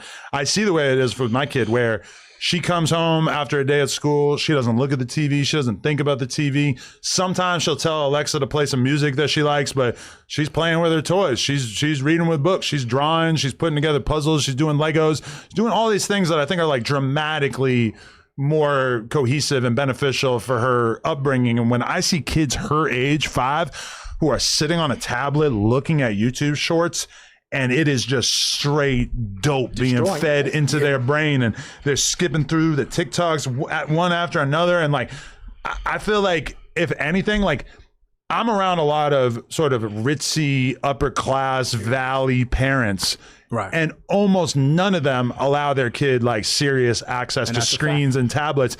And I think that going forward, people are going to look back in 10 years, 20 years, and they're going to say that there's another big gap between poor kids and rich kids. And it's going to be the fact that the poor kids, their parents thought it was fine to just sit them in front of the TV for 10 hours a day. And that the parents who have more money or have more privilege are the ones who are saying, no, I'm going to keep my kid away from that shit. And in the long run, that's going to affect their test scores. That's going to affect how far they're able to go to school. I know that my kid's attention span is so much better. Last night I come home from work and my fucking wife is sitting in bed with my kid and my kid's watching Looney Tunes and she's on the edge of her seat watching Looney Tunes because she don't ever really get to watch TV, and my wife was only letting her watch Looney Tunes because she was fasting because she got a colonoscopy today, so she's just like chilling, letting the kid watch Looney Tunes. My kid is on the edge of her seat watching Looney Tunes. This is cartoons from the 50s. Mm-hmm. I know that if my kid had been brought up watching Cocomelon, there's no way she could have been sitting there watching Looney Tunes. Right. So I feel like you gotta preserve your kid's attention span because I know how fucked mine is. My kid is going to be addicted to her phone one day just like I am. Right. But I think as a parent, you got to do everything you can. The question is, should the government be the ones who are making the rules about when a kid should or should? And I assume that they did it with parents can override this, right? They did it with tobacco. They did it with liquor. Yeah. You remember when we was coming up, you could smoke cigarettes in the restaurant. You remember that shit with kids up in there? We didn't even know how bad that shit was. Man, you got people smoking cigarettes all up in the restaurant, right? And I'm gonna tell you something. I live out here in this valley, right? I noticed the kids out here, you see them in the parks. You see them doing activity. When you go back that way, it's nobody outside. Right. I don't care what park you go to. You can go to the mall. Like, you do not see everybody on their phones, they on the video games. But when you come out here, these kids out here, they playing. You drive, they playing all around here. This is literally, but this is the difference between farm to table meal prep quality and McDonald's. And like, if you look, rich people are raising their kids in technology-free households for the first 5 to 6 years of their lives, at least. That's like par for the course. Wow, this is really interesting. There is no parental consent exception under the UK's newly announced social media ban for children under 16. So basically, even if your parent signs a waiver or wants to verify the account on behalf of their children under 16, they can't. Which to me, that's kind of crazy because can't you kind of imagine a world in which you had a 12-year-old who seemed so smart, so with it, so talented, that them having a YouTube channel or a TikTok or whatever seems reasonable? I mean, I personally wouldn't really want that for my kid. I feel like they could start that journey later in life. But the fact that the parent couldn't have an exception to that, like think about that Ryan's Toys kid all these different kids who like started YouTube channels when they were under 16 that, you know, probably are fucking, you know, started big businesses and stuff, which granted, I think there's a lot of risks associated with allowing your kid to have a YouTube channel. Well, this is just completely indicative that society has lost control. Parents can't control the kids. They need the government to intercede. That's the scariest part of this right here. We're not even raising our own kids no more. Like, now is the fact that they even trying to police the children when it comes to electronics. And guess what? What's that finna do? That's gonna make it seem more exotic. You're literally creating an aura of mystique around this thing. They're making people commit crimes. Because all the kids is gonna do is just put the date of birth to make them over the age of 16. You don't think I would have had me actually? Hey, you know what'd be dope though? If YouTube had it like Instagram, Facebook, how you could block motherfuckers and never see them again. Well, you can hide this channel, but they still pop up. Yeah, I've hit some channels and I never saw them again. Oh, is that no? But they can come back up. All they gotta do is search your name, even when you hide. Oh, if you search for that content, you can find it. Yeah, I'm saying I wish they could make it where you could just block them and you never see these people again. I think it'd be amazing. Hit you with a Men in Black laser. Oh, it removes it from your brain completely. Yeah. So okay, part of the problem that I think that they're gonna have with this is that kids aren't stupid, and especially by the time you get to 16, using a VPN is very easy. Right. You download it on your phone, you turn it on. Some of them you have to pay a little bit of money for it or whatever, but basically allows you to access anything using the VPN. And this has become like extremely common in Australia, and that introduces a whole new problem because now you got kids using VPNs. They're going to be able to access all kinds of shit. It might even drive them to like the dark web or like all these other places where you could order drugs, you can view really crazy porn, etc. I don't know. It seems like there could be some like unintended side effects because Australia has had this kind of ban for quite a bit longer. The fact that the UK and Australia both have it is pretty fucking crazy. You don't think it makes it less cool for these kids that want to smoke weed now that it's so popular and they're selling it in stores and there's packaging and all? Man, that shit ain't as cool as it used to be. But bro, weed and social media are different. Like every kid wants to be on social media regardless of if they're able to right now. Social media is the biggest drug in the world. Why you think you got millionaires off social media? Straight up. Why you think, listen, this is how you know social media is real, man. You got people that's in the comment sections, they talking about all of us, right? But they don't even know that they addicted to commenting. They addicted to being in the comment section. They don't even want to do no content. They just want to come on here and get in the content. That's addiction. This shit is addictive, man. Just really anything you do in excess could be addictive. And so, Adam, how old is your child gonna be before you allow her to get a social media? I mean, realistically, like the exact age would be hard to figure out, but it's like that's the problem is that you want to give them a phone at some point, but now they have all kinds of like basic ass phones that don't really have any functionality. Yeah, so I feel like you just have to like slowly ramp up to it, and that honestly, okay, that's a big conversation amongst all the different private schools that we visited is how many tablets are there, and I think like for public schools, having a lot of tablets is a huge benefit. The parents want schools to have tablets. By the time you get to like the nice private schools, they're bragging about how little tablet time they give kids or how they wait until they get older to really give them a lot of tablet time because the parents are so concerned about the effect that this could be having on their brain. Yeah. You know? So they know that the electronics and these smartphones are making dumb humans. Yeah, for sure. Nobody's reading no more. They're not telling nobody.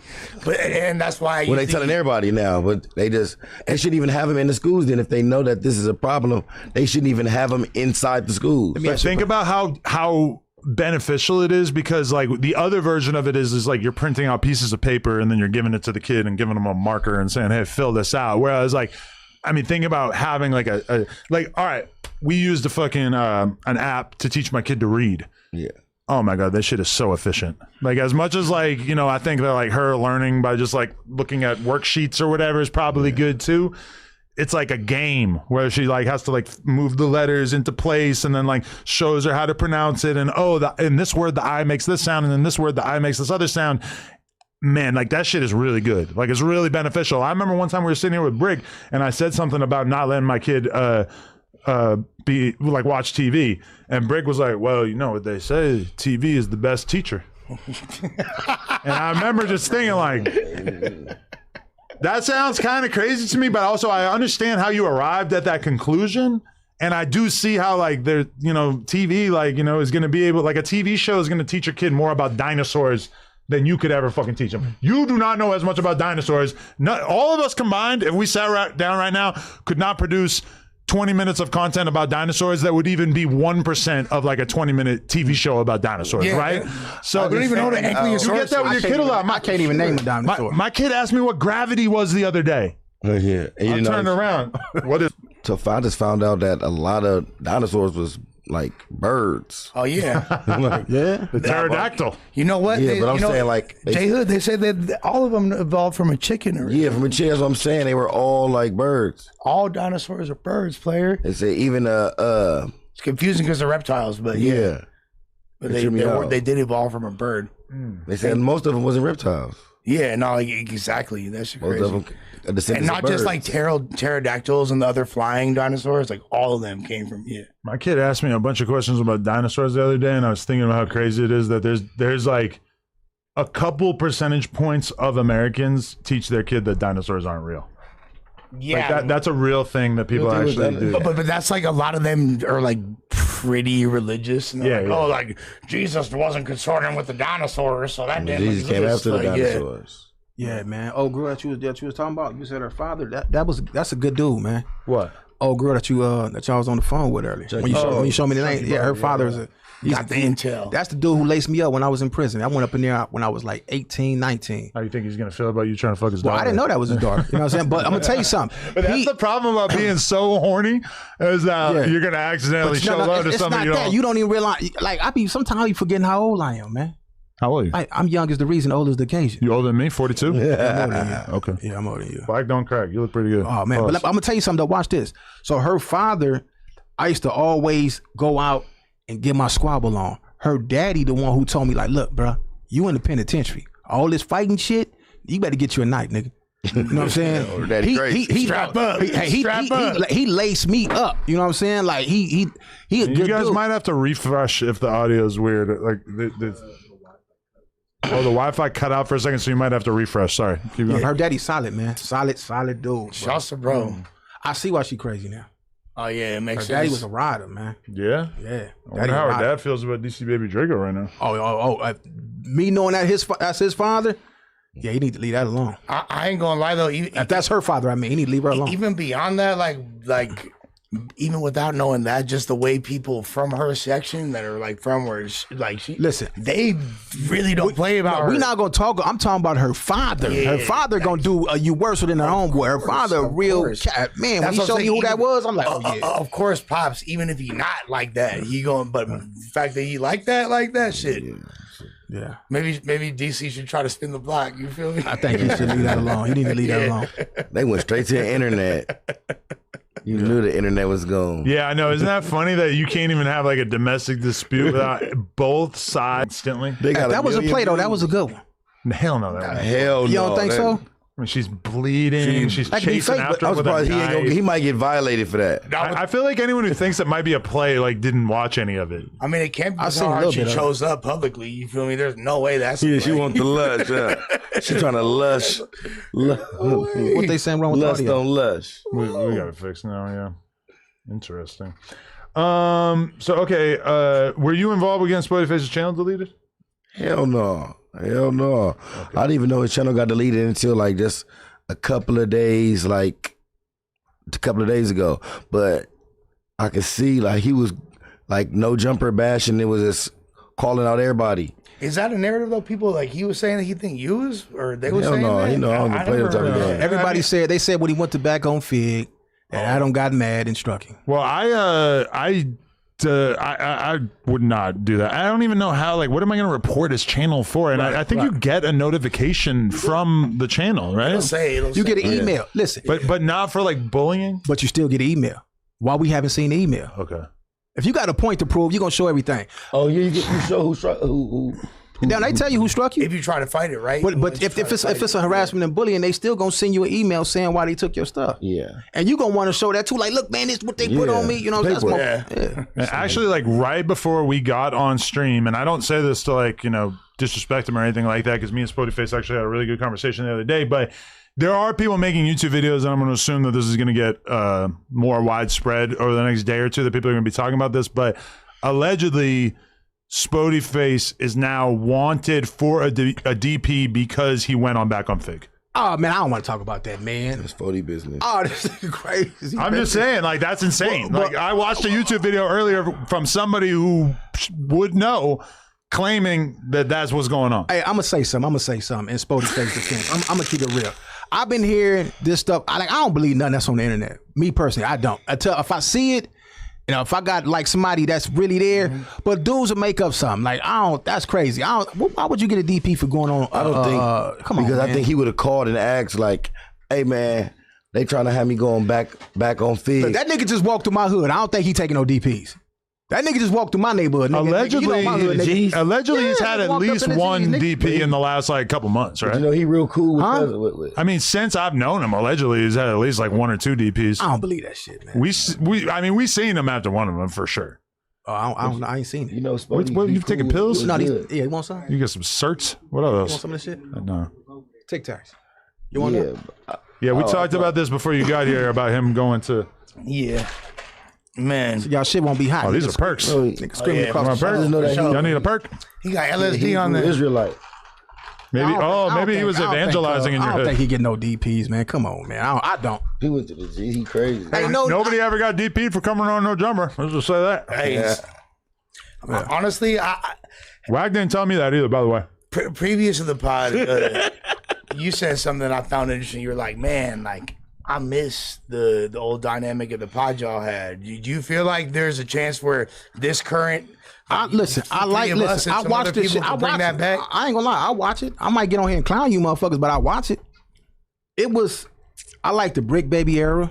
That was like my favorite era. I like Brick Baby was a good ass podcast. I liked his ass. He'd get on here. That was good content because he gonna say something for the reaction guy. No, he is gold for y'all. He was the craziest combination of gangster, crazy life experience, funny white boy humor, like combination of all that shit together. He was tip top. And I like Munchie B. Munchie B. Agreed. Munchie B. He's a good. He grew to be a good podcast, and that nigga funny. I like anybody that could make me laugh. If you can make me laugh, I'm watching you. Yeah. If it's too serious, I'm kind of like turned off from it. You know what I'm saying? Like, I like to laugh, crack jokes. So Munchie B, Aunt Hefe was cool. I like Aunt Hefe come up here, fall asleep, he give us something to clown about. You know what I'm saying? Aunt Hefe was such an amazing character, or still is. He'll be home soon. Back soon. Yeah, I liked all them dudes. You know what I'm saying? Yeah, I know for sure. I like the first No Jumper when you was doing the underground rappers. That's how I became a part of this show. You talking 2016 when it was Way just back me? then. Back then, yeah. Okay. I like that shit. That was Good more. era. I think to keep it honest, I think the gang members is fucking the show up.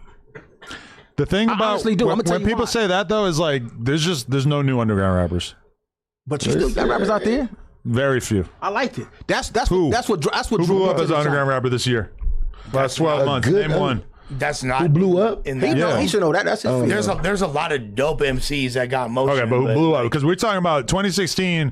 I'm interviewing X, Lil Pump, Lil Peep, all these dudes who are like, they're underground, they're blowing up, and they're getting big. They're doing millions and millions and millions of views. They got huge fan Has bases. just been here. It's some rappers He that's, hasn't done an here. interview. He ain't done an interview. that's coming us up and coming. But there are channels that interview the underground rappers, and they don't really do But they views wasn't like doing that. it like you did it. Because the rappers are not at the size that they were at the time. Like SoundCloud rap was a real wave. Yeah. like That shit was huge. That shit was cracking. That shit Goonie barely Boy. exists now. He got like a little did you cool little even- following. Goonie Boy. He from Compton. He from South. He a rapper. But He I got a mean, cool okay, little he's following. comparing like underground rappers talking about to like when he gangster get nasty. rappers, which they're kind of like different worlds because I feel like you have like street shit and then you have underground rap, I'ma which keep is it real. kind of That's what more people- artistic. People felt like back then, when they came on No Jumper, they made it. Yeah. Yep. I'm telling you, when the underground rapper came on this back then, because I'm cussing too much for y'all. I can talk. I want to talk. When they came on here back then, we made it. We made it. We made it to No Jumper. Right. Now, it's so much gang shit on this motherfucker. Now, it's like, man, we see this already. We live this. It's excited to people that don't live this shit. And then they look at us like, man, look at these dumb motherfuckers right here. Okay, but here's the thing: is that No Jumper, if all we did was interviews, would be a very significant platform. You know, that's like still to this day where the vast majority of our views come from is just doing interviews. So the Tuesday show, the Whack Pod, the news, etc. That's one chunk of the business, but it's kind of hard for people to accept that it's a comparatively small percentage of the business. That being said, if we weren't doing content with all of the different people from LA, which, you know, people tend to lump it into gang members. Realistically, if you're from LA, you probably either are from a gang or you fucking are adjacent to one. You damn near might as well be from a gang, even if you're not really from a gang. But so like, He thinks he's from a gang. when the underground rap shit kind of fell off, which I'm gonna say like by COVID, the constant stream of new underground rappers had sort of come to a screeching halt. It's like, then we sort of pivot into like, oh, we got all these dudes who are like from hoods or whatever. But from my perspective, them being from hoods was never the important part because we just had Craig Smith on this podcast and he occurred to me. Craig Smith is an amazing podcast. So like, I'm definitely excited to build with him. And he's somebody who very much like grew up around gang lifestyle. He says his dad's from PDL, whatever, but he never got into that. And to me, that doesn't matter at all. I don't give a fuck. If you're a smart commentator on what's going on in hip hop, that's great. If anything, I do feel like we kind of caused ourselves unnecessary problems by having too many gang members on here, and we should probably really mind the ratio going forward. I don't want to smoke a spliff that's 80% tobacco. I want to smoke a spliff that's 20% tobacco. And I think that the gang members might be a little bit more like the tobacco. It's got a little bite. Ooh, Now watch that's this. a hit. You got dudes from LA that's not in gangs, but some intriguing motherfuckers. For sure. We're very You know much what I'm saying? we're looking for them. You got some people that's out here. You got some people. Look, you got some people from LA that's not in gangs, but they family, of course. He's a fucking Sereno. Yeah, that motherfucker Mario Brothers. I call him since he saved his beard. I call him. Look, no, not Mario like Brothers. Luigi. He like Luigi like a motherfucker. But you got some people from LA who not in the streets, who not in the gang, but they some intriguing dudes. I'd be like, man, I like to be around them type of dudes now. Nah, some sharp dudes like that. These dudes are smarter than mine. They can teach you some shit. Adam, so you said during COVID is like when the SoundCloud shit kind of fell out of popularity and No Jumper sunk. I mean, like Donnie just said it in the chat, and I think it's true, is that Juice WRLD was kind of like the last SoundCloud rapper to pop off. And, you know, that was like 2018. I remember sitting. Did you interview him? I did, yeah, real early on. But like, I remember sitting there in the sort of like 2018 era on Melrose, and just realizing like, damn, there are not new rappers coming down the pipeline like there used to be. And it's so much worse now because now the labels have completely changed their entire policy when it comes to rappers, where they're saying, we're not doing development. We're going to find you online, and if you already have motion, we'll try to sign you and get behind you or whatever. But back then in 2017, they would still sign a random ass rapper and dump millions of dollars into him, trying to turn him into something. I see Narco. That's insane that you said that, because that's literally who I was thinking of. That don't happen no more. They don't do that. So like No Jumper being a business that for a while was kind of profiting off of all the up and coming new rappers. Like I just don't think people realize that if we didn't pivot into the gangster shit in 2020, it would have been bad for us. Like we would have basically had like very little going on. Like, so I do think that like we should be mindful of keeping our content to be like only a certain percentage gangster shit, because when it's all gangster dudes every single day, it causes people to look at the platform a different way. That's why I'm saying we got to get rid of this shit back here. You just said this something shit that's adds to the narrative that like this is just some straight gangster that's cool. shit. But you said some shit that's very interesting. I don't know if y'all paid attention to what he just said. He said, if it wasn't for the gangster shit, it would have been bad over here. So if you smart enough to understand that the gangsters is keeping the lights on or making a big factor over here, then why the gangsters don't understand that? I think they do, right? Excuse me? You don't think the gangsters understand that the podcast is no, because some gangsters feel like they got to come here. Like you still got dudes that want to come here and do their thing and feel like, but that's their new badge of honor. Just but he recognized it. He said the gangsters, and so that gangster shit is gonna make you that paper. So if you didn't do the gangster stuff, what do you think will happen right now in 2026? Well, I don't think it would matter that much anymore, because street rap fell off like tremendously over the last couple of years. Shit, though. That's rap. We talking about gangster shit. No, but like gangster rap, street shit. I'm combining it all into one. There's very few gang members that are, like will do an interview and actually really do numbers. That unless they're a rapper or like a content creator. Who? I mean, rappers who like no. Gangsters that aren't rappers that have had huge interviews. I'm thinking like the first time that Vlad interviewed Big U.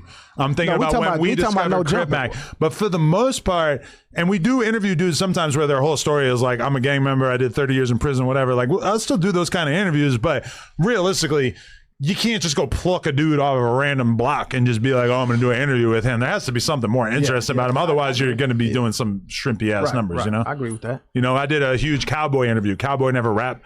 That was interesting, but it was on the heels of him being involved in like one of the most, you know, traumatic, fucked up, insane, newsworthy things in the history of LA rap. He know how to talk, though.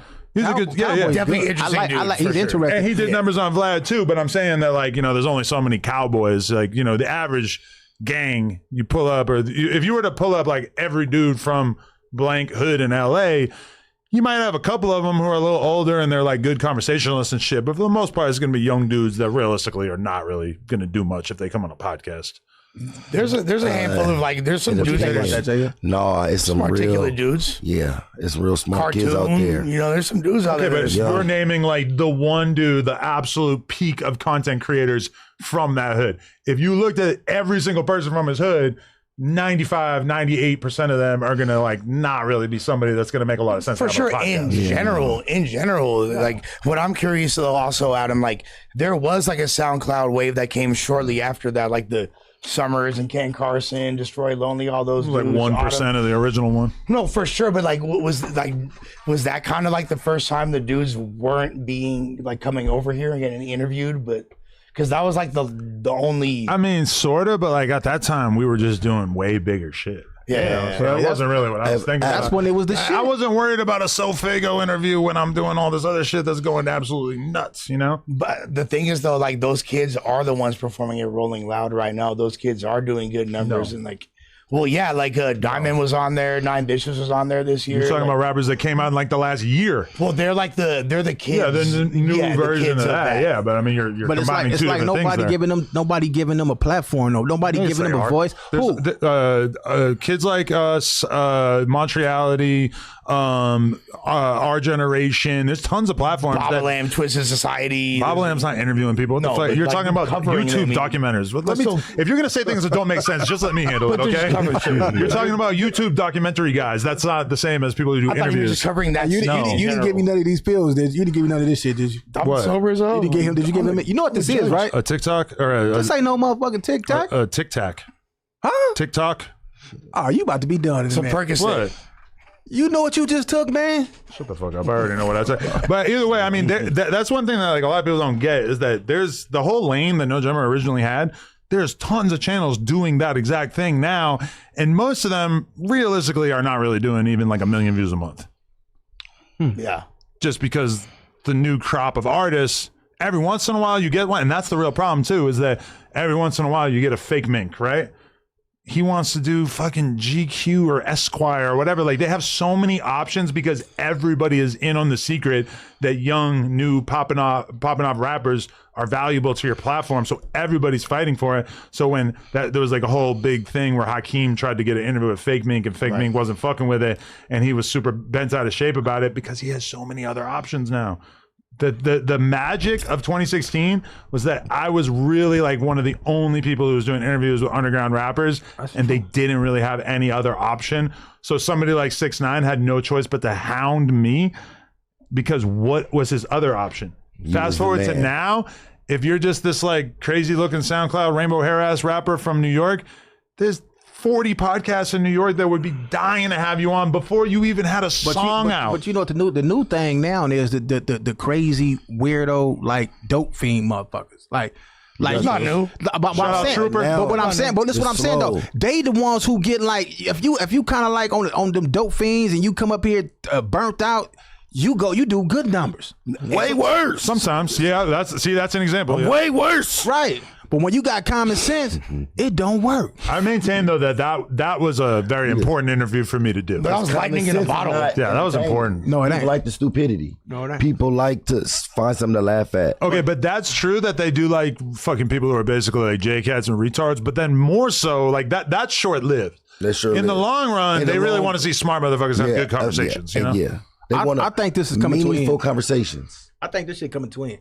I think all the stuff that we used to seeing, I think is all dying out. Yeah, we got to come up with some new shit. And we don't come up with some new shit, the gangster shit gonna always sell. That's gonna always be it. But if a motherfucker don't come with something, you got to get some smart, intelligent gangsters too. You know what I'm saying? Not just some dudes who fit to go to jail next week.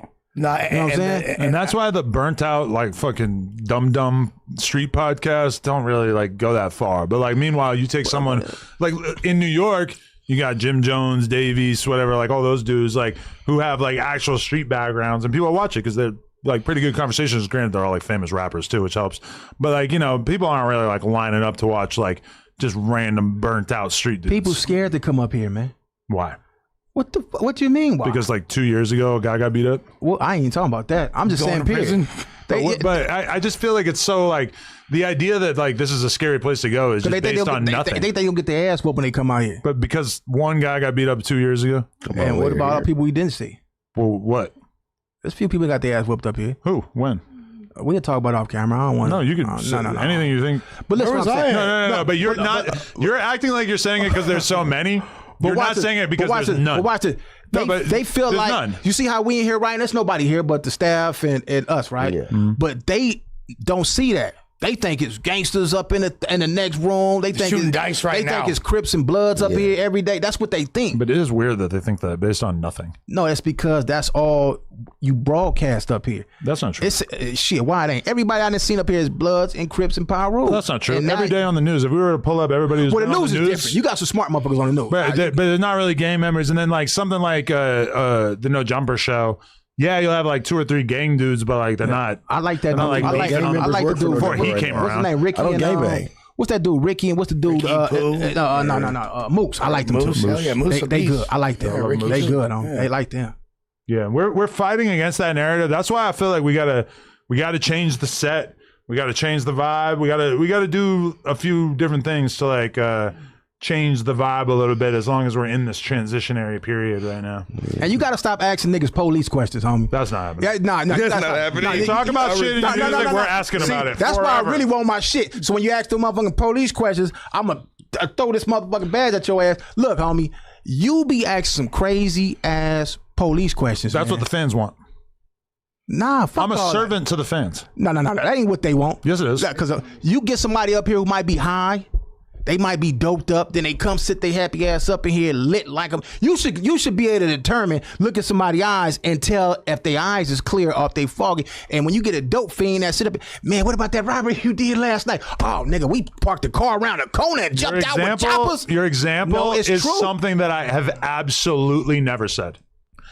You ain't never What said about that robbery you did last night? Obviously, I would never say. Man, you want me to pull some shit up? Yes. I would love to see your. I would love to see your best example. Give me your Wi-Fi. Ain't no Wi-Fi up in here. I don't have the Wi-Fi, but like I'm just saying, your example is something that absolutely has never happened. But let me ask you this: Note the immediate pivot. Are you aware of that? Immediate pivot. Are you aware? I like this shit. I like this. This is my first time. I'm trying to push you to make a little more sense. But are you aware of that, nigga? I make sense. You trying to play me? No, again. your example you of trying me to play asking again. police questions was something that was completely made up. Are you aware that you do it though? You can't give me one example. One example, you ask the police questions? Yeah. Go ahead. You be up here more than Because I could give you the examples, but I feel like you came unprepared because you don't even have one. Yes, I do. Well, let's hear it. You remember when you had Loose Cannon up here? Sure. And you was actually, even when he was saying it, you was just sitting back like this. And but you can't name something I asked. It was just something I'm gonna tell you what else I noticed too. Because that directly contradicts what you were saying. I'm gonna tell you what I noticed too. Yeah. You sharp enough to when you know what's going on, that's when you get quiet. And you would let it go on for like 20 minutes. Well, that's just being a good interviewer, a good content creator. But you don't think that shit makes the show look bad? If I think that there's good shit happening that I don't need to like lend my voice to, then I'm perfectly happy to sit back and let it happen. Yeah. If you guys start having a huge argument right now, yeah, I'm going to get quiet. I'm going to sit back. Damn, I'll make some faces or whatever because you guys are doing the heavy lifting. Now, what if a motherfucker jump across the table and grab his ass by the neck? Any kind of violence. Do you know what they're going to say? Motherfucker going to jail because you gonna tell them motherfucker put a nigga in jail. But you know what they're going to say? Why didn't the supervisor, the boss, stop it? No, if there was violence taking place, obviously I would get involved. Well, that's why he got in between Whack that one time. It was like, hey, please, come on, Whack. Yeah. What was this? When Moose and Whack had their little altercation. I be thinking that. Listen, man. I'm talking about a motherfucker that you don't know. Brand, he thinks everything's fake. No, I'm talking about somebody that I think everything on the internet is fake. Me personally, y'all know if it's real. Y'all be at this motherfucker. I don't. You can't stop him from jumping across that table if these two dudes is arguing, right? And he just flew across there. And he grab him and break his nose or something. I'd be fucked. Well, they're going to say, why you let it go on? Right. Well, I wouldn't let that go on. I would get involved. You can't stop it. Sure I can. How? Physically. Well, it'd be too late by then. The job is already done. Hey, that's what I did. That's not true. When bro was like, you know how many strikes it would take to defeat him? Well, like when he was like, yo, I got 911 on speed dial. That's going to be Who said that? after the fact. Oh, you going to jail around here. Nah, but you gonna get stopped. Like if he jumped over and packed me, it wouldn't matter who called the police. The moment you get that's on, gonna be. I can't say the streets around here. Please don't. I ain't gonna say the streets. But the moment you get on, let me see. You know I'm talking about a couple of blocks on the main street that take you all the way going down. Man, you better call 911 for the damn ambulance. You good once you pass that. Anything over here, yeah, it's going to jail. I'm making it to that freeway. that 911 call better be for the ambulance because I know the police ain't gonna do a motherfucking thing for me at this point. Listen, I expect it of our hosts that they're not going to fight each other. You don't know that if you interviewing gangbangers. Okay, but I expect it from them. And like, really, in 10 years of doing this, there's only been like once or twice where that has happened. Like the Jay Reed situation, Jay Reed wasn't even supposed to be here. Jay Reed just showed up randomly. He was on a live show. I don't even want to talk about that shit, man. I don't want to talk about that shit, man. Y'all. Yeah, because you interviewed him. You know I interviewed him, motherfucker. I think I made some motherfucking chili over that one right there. That's how I blew up off that interview. Let me tell you how I found out who he was, right? I'm watching No Jumper. A No Jumper ass whooping. And then I'm watching I'm watching ODM Slim do a reaction to No Jumper, right? Yeah. So he said, I think that's the homie, whoopty whoop whoop, right? And I said, I know that ain't I know that ain't wooty woo woo. Man, I interview him. I did not know that interview was gonna do that many numbers. That's where he cried. He cried. Oh, that was part of the script. Hey, action! More crying, motherfucker. Cry. I need some tears out your ass. Action. You know what I'm saying? But straight up crying, bro. That was crazy, man. Because he got jumped. The trauma. Talking about it afterwards, yeah. The trauma, like they really whipped his, like they fucked him up bad. Like 10 dudes. Well, maybe 4 or 5 dudes. Like it was like Elephant Man. Loose Cannon and like 4 of his homies, and they beat him up, stripped him naked, took all his shit. And you let him. I wasn't even here. You let him, man. Like you have to understand that you're what kind of after that. you're doing like you're doing the thing of like blaming everything on me to the point where it's like it's kind of fucking hilarious. But watch this. And you let him do that. But he knows. You let him do that. Look, let me ask you this. I don't even want to talk about that shit, man. Y'all know, y'all probably. I don't know if that's the case going on. I don't know. I don't know what's going on. Yeah, that was a good $1 million interview. That was a good interview. That was the best interview that year. That interview lasted the whole year.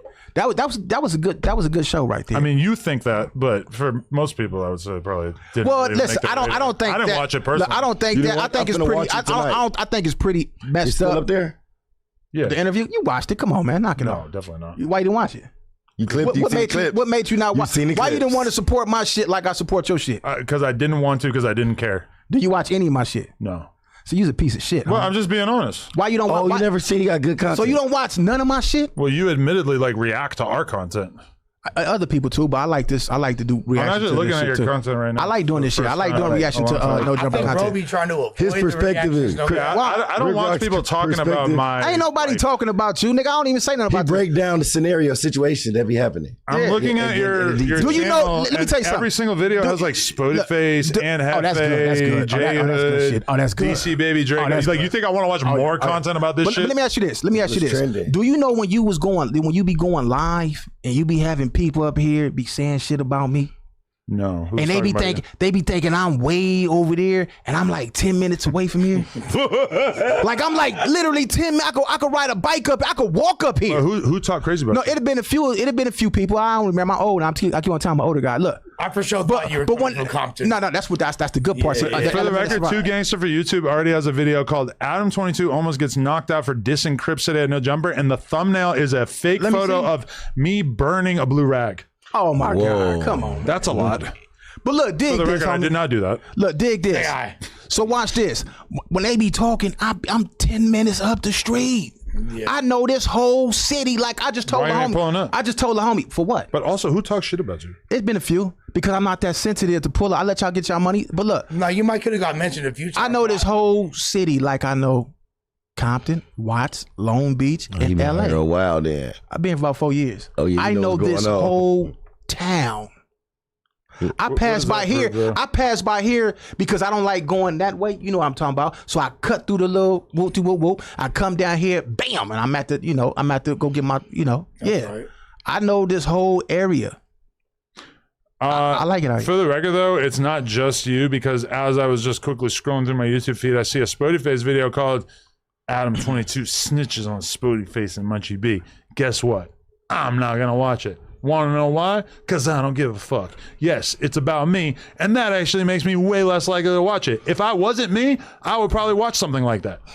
Yep. But I'm just not really addicted to watching like reactors of my own shit. Now, there are a few channels. Shout out to Just Clips. I watch him pretty regularly. But he been posting too much. His shit watered down. You got to tighten up. There is a degree of merit to what you're saying as far as taking away from views, like for platforms, because I know me personally, I watch all of the reactions of the comedy podcast, but I'll be watching them. Yeah, same for I don't me. watch Exactly. That's a good example. Yeah, I don't watch any of those. I don't really watch none of these podcasts to keep it a buck. I don't. But essentially, like I watch this show. I watch Flacco. I watch Community. I watch Back on Feed. I don't believe it. I do. Nobody could ever watch that. I watch. I watch. You're gonna get a DP watching. I that like shit. certain. I'm gonna keep it real. I like people that crack jokes. Right. Like if you crack jokes, I'm watching your shit. I don't give a fuck who You like fake laughing? No, I like real. That's I all. like back on jokes Fake for the fake laughs. I like the real shit. I like them jokes. I like when nigga clown them up for a clown. No, yeah. So like that's what y'all need a jokester up in here, homie. Trooper. Yeah, get him. Get him. This motherfucker will blow up. Put him on here and have him on a Tuesday show. It'll blow up. I promise you. I'm looking at a Trooper like, damn, like if I was Jack Doherty, that would be my island Man, boy. sign him, homie. You just have him with you all the time. Hey, if I was down to my last, I'd be like Trooper's fucking caretaker Down to your right last? now. What do you mean? So you only going to use him when you down to your last, when you feel like you broke? I That's feel when like you gonna right use him. now it really wouldn't be worth it. Why for me. wouldn't? He's entertaining. He's entertaining, but he seems like a handful. You get somebody More of a handful than Crip Mac. In a way, yeah. Crip Mac kind of sharp though. Don't get it Crip twisted. Mac Crip got Mac is not- self-sufficiency. yeah. You get like Trooper some- don't? Not like that, bro. I used to go pick Crip Mac up, his baby right? mama. I go pick Crip Mac up. I swear to God, I pick this motherfucker up. He'd be in the car rolling with me. He's regular. No, Rock, he- you want some rock? I'm like, I'm cool, right? But he's not that regular. And no, Even when he he's was like, around, when he was around me, and then soon as the camera come on, he turned right into that. Right, This motherfucker but good. I feel like I've become very familiar with the off-camera Crip Mac, and it's like the part of the reason why we think it's regular is because we're so used to him that we don't acknowledge how insane it is that like he still will not say any number besides 5 ever. Yeah, it's a more subdued version of him, but it's not exactly regular. I think when people are asking me like, is Crip Mac normal off camera, and I say, yeah, he's normal, they probably are not expecting that to include him replacing every single number with 5. Yeah, you got to and not slowing down at all when he's That's doing smart. it. I told him, I say, you know what you need? You need to make not the dictionary, the Criptionary. Oh, yeah. I said you should make a book, the Criptionary. He said some words I ain't never in my life. I'm an old cat. I ain't never heard nobody say Custer in my life. Amazing. Never. The words that this motherfucker, to remember that, man, that dude's sharp, man. That's why I feel like Crip Mac is like the most influential Crip of the last 10 years. Yeah. Breakfast. Breakfast. I've never heard that. I mean, ever. Blueface is up 10 there. years. Blueface, you got to put him up there. He's very But his influential. wordplay, not positive like Crip statement. Mac. But okay, as far as like real crippin', like things you say, things you do, style, etc. Crip Mac moved crippin' forward. Like he even said Custer. You ain't heard Custer until Crip Mac. I'm saying his wordplay. He's like an E40 of Crip. Yeah, That's no, what I'm saying. And not being a rapper, that's kind of amazing, right? He is a rapper now. Yeah, he's the E40. And I like his music. Yeah, he rapping well. You like it? I like his content. He was willing to come do a podcast with you today. I support his content. So you would do a podcast with him? Yeah, You're not gonna go fight him in the parking lot? No, if you don't want, if we, You're not gonna break his glasses? no, we not on that time. You know that time. I sit down. This with how I Crip know he ain't. This how I know he was smart. He got in the car with me and made about $3,000. Oh yeah, that's gonna be $500. Nobody, no manager, just him. Just him, And then he yeah. told me, he said, "Hey, you need to be charging people $500 for shout outs, Rick Rock." I said, "Damn, this motherfucker was sharper than everybody around us. He was making money off this shit before a lot of Crip Mac's Crip Mac cameo is is the his cameo is $20. He's the now it is. He's the reason why, besides the Milks and all them dudes that was already on there, he's the reason why you have a new era of reaction guys. for Because sure. of him, all these guys came to the internet. And I feel like with Crip Mac at first, there was like an element of attempted exploitation. Like people were trying to kind of make a mockery of it, but he's so dialed into his on-camera persona at this point that it's kind of beautiful to watch. And that's where like the real amazing words come in. Like the other day he was doing this pod with this dude. He's interviewing him. He's like, did you grow up Somebody said religious? Rick Rock is so corny. Thank you. So it's all, did you grow up religious? He's all, Granny Bear was a Christian. I He's never a heard that. Granny Bear was a Christian. I've heard him do that rant so many times. Yeah, I know, but it's so he's so dialed into it. It's like, all right, like He's serious. You kind of got to give it up to. It Crip Mac takes at a this little point. while to realize though that it's like he 100% does not believe in God, but Granny Bear don't. is a Christian. So when you bring up anything religion based, he'll say Granny Bear is a Christian. But what that really means is I don't believe in God. So like, but he don't really. Is that what he says? Well, he doesn't really like to say that. But when he says Granny Bear's a Christian and Mama Bear's a Christian, he's basically like acknowledging that he's So look, not. is you gonna bring Spoetyface and Munchie B back, man? That's the I would question. like to. I tried. You know, they just didn't respond to me. I think you need to get your team back, man. That's crazy. Well, then we got to get this motherfucker out of here, I guess. I don't think he tripping on him though. I'm not tripping. You need to And I bring don't your think crew. you Look, grown-ass you need to men. bring them back, man. But You is do the what you got to Munchie do to shit get your got team. But you're No, saying No, that I got nothing to do with it. you're saying I need to bring them back as if it's my decision. Why it ain't? I mean, They like, quit. I can't make a grown man just come back. Like I can't force them Money to talk, come back. bullshit walk, man. Well, Yeah.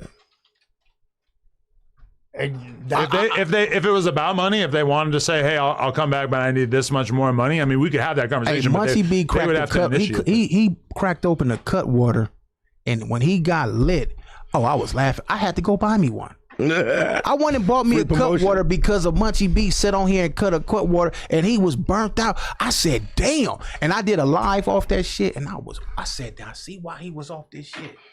I guess I'm kind of curious about the cut water too. I never had one. I'm disappointed that he won't embrace the butt water title. The butt water, yeah. What You're kind of mad at us when we brought that up. Yeah, we kept trying to push it on him. If y'all want Munchie B and Spoetyface back, put a 1 in the chat. Well, they've already admitted that clearly. Now we know that they want him back, man. Yeah. Hey, I want him back too, and I messaged them. I told them that. I don't know. Like at a certain point, Pay them more money. Am I going to just like harass the fuck out of them? Just pay them more money. I mean, Stop being cheap, man. Pay them niggas, man. I don't really like the idea of like, oh, you left the podcast, so now I'm going to just like throw money at you until you That's come what back. people do. I don't know. You don't realize your stars? But, okay, the two people that you're talking about, which for some reason you're trying to imply that their motivation for leaving was money, have never said one thing about money. Because you ain't never really gave them no real money. I'm just saying you're inventing a narrative out of Man, thin what you air. over there smoking, man? God damn. That shit smell like dope. You said you don't smoke. Oh, yeah. You want to buy some? Hey, fuck, man, hell no. I'm a player. I don't smoke no. I ain't no square, man. You can't be a player and smoke weed? Man, come on, man. Come on. That's crazy. Man. That's like I'm a hustler. I got to stay focused, We man. just player as fuck. Just pull up. Nah, I just fuck with you. I ain't no wrong with smoking weed. But you know what is Hey, burned out? Vlad really has some good weed. That's crazy. Yo, I still got one of those going at my crib. There you go. That's your money right there, man. Get your boys back. Get your team That's why back. it's weird that you said to put one in the chat because everybody obviously already knew that they wanted them back. But man, you ain't gonna give a nigga no props, man. You a cold piece of shit. You said like the most obvious thing ever, and now you want to be congratulated for it? Yes. This is my first time here. I didn't know about that. Yes, give me my props, homie. But that implies that you like don't read the comments, you don't read the Reddit, you don't pay attention to anything anybody says. I don't even know what the Reddit is. What is you that? have to see it in your own comment section. I don't know what the Reddit is. There's no way that you could could read your own comment section without knowing that the fans want Munchie B and Spoetyface to come back. I haven't seen it.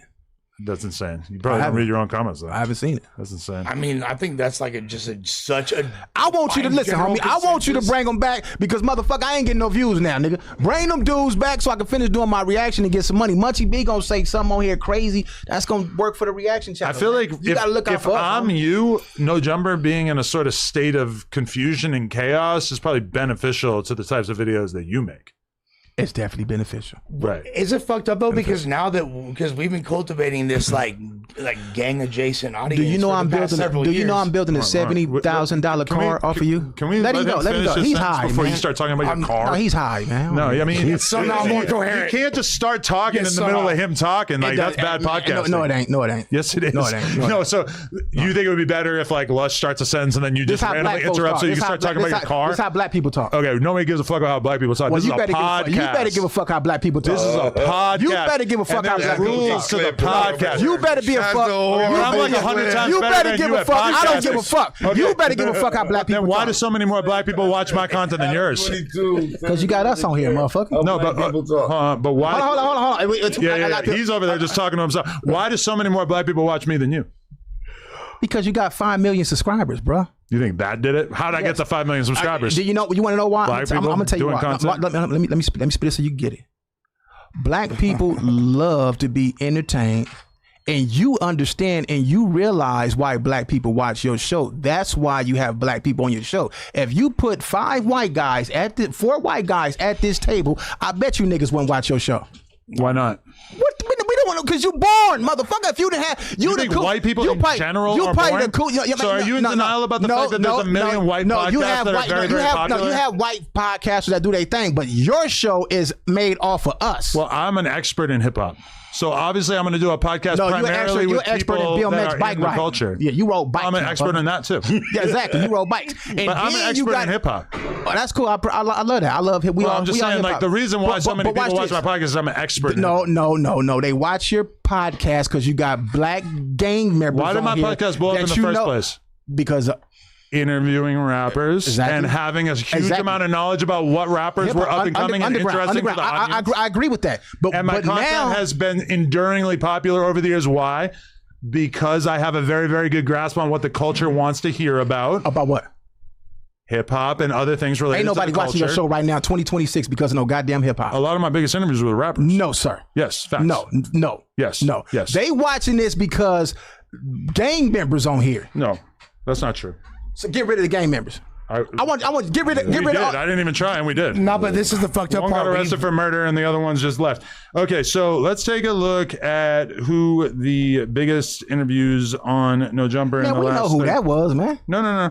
Okay, so you tell me who of this list are gang members. XXX is No, this is in the last 28 days. Charleston White, not a gang member. That's good. Adrian Broner, not a gang member. Yeah. Sauce Walker's baby mama, not a gang member. Right. And then there's me talking to Wack, who admittedly is from a gang. So okay, you can throw And that. that's the in last there. 10 days, right? That's the last 28 days. So no gang members in our top besides Wack. So you comparing 28 days for the last couple of years you've been having niggas on this show. Okay, so let's go to the top for the last 365 days. Crip Mac, gang member, sure. Top 5, gang member out of Toronto. 6ix9ine and Adam 22. 6ix9ine, not a gang member. Yes, he is. No. He was part of it. Was never a gang member. Yes, he was. Hung out with gang members. Not a gang member. Don't count. Not a gang member. He was at one point. Nope. Never got put on. Never was a blood. Nobody would tell you that he was. He was around He would tell you he's a blood. Facts matter. Nope. Nobody. He never said he was a blood, and nobody around. Why him you ever said taking he up was for a him, blood. but you ain't He taking had a That's the red homie. bandana But thrown also, up so that's your facts homie. matter. Wait, hold up. Facts matter. That's your Facts homie, matter. right? So the same thing with me with Snoop. So now because you cool with this nigga, he ain't a gangbang. But I'm not. When he was around here, I can pull up songs with him saying blood. He actually was never a gang member. How is that possible? How you? Man, are you hearing what He you saying? hung man? out with gang members. He was That not. makes you a gang member. So prove Nah, that he he was a gang on there member. wearing red flags. He talking So about Adam. blood and all that So shit. Adam, Okay, but not a gang member. Because it's your homie. No, just actually wasn't a gang member, and you can't prove it in any way. And if we ask the AI right now, they're going to agree with And me. fuck the AI. If it come out of his mouth, man, that's he's what a he gang. is. He said he was a gang member. He was When did pretending he to say be he with was the a blood? night trays He and stopped they- saying he was a blood when he got caught He up got in on the RICO. stand. No, but he said he was a blood on the If stand. they asked him on the stand if he was a blood, he would have said no because he Well, he wasn't. said yes. He was never He a said gang the member. night trays extorted him and was bullying him and all that. Right, but and does I'm that not make even you a dissing. gang I'm not member? dissing No, 6ix9ine. I'm not dissing 6ix9ine. But if you hanging with bloods, you throwing up bees, you got a red rag, You's a gang member. you're a blood. Hey, how come though? And he was going on How come in skits. that first song where he had the red rag, that Gummo song, he said, "I'm with the Billies and the Hoovers." He wasn't even that firmly. Yeah, he was committed shouting at out that all point. different gangs. Yeah, he wasn't even firmly. It committed was to his okay. thing Was yet. Tyga a gang member? Was Yes. Tyga a gang member? I don't know where he from. Hell No, but he used to be hanging out with the Hoovers, right? Exact same situation as 6ix9ine. I don't know. Tiger, Because he But was I've never heard Tiger say Tiger who. from who? They were exactly, but he wasn't a Hoover. But I heard. But he 6ix9ine was say hanging out blood. with them because they were protecting him. Those were his boys. He's hanging out with them, whatever. They're keeping him safe. Exact same thing as No, it's 6ix9ine. not. No, Yes. they I didn't never do- heard If Tiger you don't say get Tiger put never got on kidnapped. and you never claim to be a gang member, then Yes, you he are did. not a He- gang he member. represented it. Tiger is Tiger from hard in the Hoover. paint video. How you gonna said, tell? Hold on. He's How you surrounded gonna by tell? Hoovers. How you gonna tell us about gangbanging? Because you seem to be misinformed. No, how the fuck I'm misinformed? Because the you one- think that 6ix9ine was a no. blood. You trying to tell me about a culture that I've been in my whole But majority you're of my life. misinformed about 6ix9ine. I'm not No, I'm not. You are. Tiger never said he was from Hoover. No, Never. exactly. And Yeah, but he did. 6ix9ine never 6ix9ine said he was a blood. He did say blood. No, he did You not. ain't heard his When? song. He represents red flags. He claiming blood. He might saying have grabbed blood. a rag at one point, but I he done never heard him said say he was a blood. I heard Never him said say he was a blood. Man, you better And go back. what is Wack's excuse for why he is comfortable managing him? Because he was never a gang member. Because he and you get- guys are both No, Wack no, no. disciples, No, no, and you're supposed to fall in line with what Wack says. Man, you don't No, get we're your not ass with Wack that punk ass shit. disciples. Look, check this out. You lost his argument. Wack is working. You're in gonna stretch it out, but it's hold on, cap. let me tell you something. It's Wack cap. probably playing his ass off some motherfucking money, man. That's what he probably working and pimping his ass. That's what's going on. I know. No, they made money together. You can't tell me. Ain't no making no money, man. You made playing his ass off some That's paper, what the man. entire B team did to him, though. Tiger was We know how to find a sucker and work. 6ix9ine Say that. was guilty by association of being a gang member. It's a cold motherfucking piece of shit. No, he was guilty of doing things that were illegal with the gang members. That makes But him a he gang himself member. was not a gang member. But if, no, to his ops, they would have been if like, me and nigga, you one of them. Hey, if we all get in the car after this and we go shoot some shit up and rob a bank and steal a candy bar from 7-Eleven, am I a Crip? No. But if you're hanging out with the Crips every day for the last 3 years, Still not a Crip. Shit. And you know it, just like I know it. I can hang out with you and you every day for the next 365 days. We could commit crimes together. I am not a Crip unless I get put on and I publicly claim to be a Crip. Or no, you How didn't you know he get didn't get put on? The cops are still He chipping him. didn't. How you know? Because I'm I'm extremely kidding. familiar with 6ix9ine's lore. I've had deep conversations with him. I watched 3-4 documentaries about him. You watching documentary? You don't know. So if he the dude- said he I was not in a all of blood. them. Was you in his hood, Woody? No, I never. I believe that he was We weren't really download. getting along during his massive All right, well, popularity. that's what I'm saying. You don't know if he got his ass with the one in the backyards or not. Hey, You ain't got to get if put they on all some gangs. kept that secret, it's basically not true. Some gangs you don't got to get put on. Why are you taking What up are for those this? Why are games? you taking up for him But like that's that? the homie. But also, I'm No, just no, no, no, I no. care more about the Bonnie truth. and the- You care more about the thing that you initially said project, any because now project game. you're going hard defending a lie. No, I think you taking up for him because you want his ass to do some future interviews. That's what I think. No, I mean we'll do future interviews just because that's the homie. And But- you know, but if he was went- never a blood. And if you went against his ass, he ain't gonna do no interviews with you. You think that me saying that he was a blood would stop me from being He able to might do feel that interviews way. with He him? might- man, I what are you spent doing? like 7 years calling him a snitch on YouTube every day. Oh. And he didn't care. We patched it up. It was good. He probably said, "I'm a He's snitch." comfortable in his skin. He brought me out to the ring the other day with him at the fucking brand risk event. Yeah, he's comfortable in his skin. He's not ashamed of So it. you're not gonna go against your homies, right? No, I will. So you're gonna against defend us. and take up for y'all, but I can't take up Go and for defend Snoop. my homie. No, I care about the truth. You No, care no, about no, winning no, an no. argument. Okay, so your truth. Yeah, a little bit too. 6ix9ine never was a blood. He wasn't. You believe that? Prove it. So you don't Prove he was a believe blood. that at one day before this whole situation, before the him testifying, he never woke up and was like blood. No, he and, was. and he felt like he was a claiming it. blood. For a second, he was claiming it, but he never really was official type. But if shit. you claim it and they was accept sharp you, finesse, bro. that make you a gang member. I don't consider him a blood because he never got put on. Hey, But there's a lot of And he gang never members said that he was never a get put blood. Hey, on. but what did Rick say a few minutes ago? We know how to spot a sucker. Like, so, like, it is what it is. Man, Adam gets some money up out of him. I don't give a fuck what nobody say. He probably got a future interview coming up with him. But why would me saying that he's not a blood Because in you're any taking way off- impact me getting an Because you don't interview know with if he him? was out there. You went in that hood when he was in with them dudes, man. Right, but I had conversations with all the dudes from his hood too, and they all said, Man. "Hey, was 6ix9ine ever a blood?" Hell yeah, he was a blood. All right, God now damn you it. now you square ass motherfucker. Wrong. You want to take up for your homeboy? Wrong. Man, this motherfucker's a square. Wrong. Why are you saying that? Served him. That's what he was claiming. Shit, what you mean? But I don't think he ever really claimed it until he got caught up in the feds, and then he had to claim it to get a fucking plea deal. Nigga, that's what got him sent to the feds, is claiming and hanging with the blood. I don't know what the fuck y'all 9 trays. 9 What you trades. doing? What I just said. I don't believe that he ever was claiming to be a blood. Always claimed to be a blood. You got to find me the evidence. No, oh, you can't. Man, this nigga. So you gonna admit you wrong? If you can find clips of him saying he was a blood, then I'll accept it. Bro, the nigga, listen, man. So what was he claiming to be then? He wasn't claiming to be shit. He was claiming to be a Mexican with face tattoos. Get the fuck out of here. That nigga was claiming 9 trays. Nah. That now I So understand. you gonna take up for your homies? That's what it is. What do you call a Mexican with a red rag? He was a norteño. No, I gotta Using Norte. He was. I'm done with this cat, man. The nigga named Taco is notorious from NHP. That's a fact. A dude named Taco? Gucci's daddy is a OG. Yeah, but he's Salvadorian, but yeah. It don't matter. Yeah. Okay. They're hella Mexican bloods for sure. All the YouTubers that's calling me right now that been talking about me, you can stop calling me. I'm not asking you shit right now. Call my phone when I get home in about an hour. I don't want Rick to talk Rock's to you ass talking right to now. himself. What are you saying? Yeah.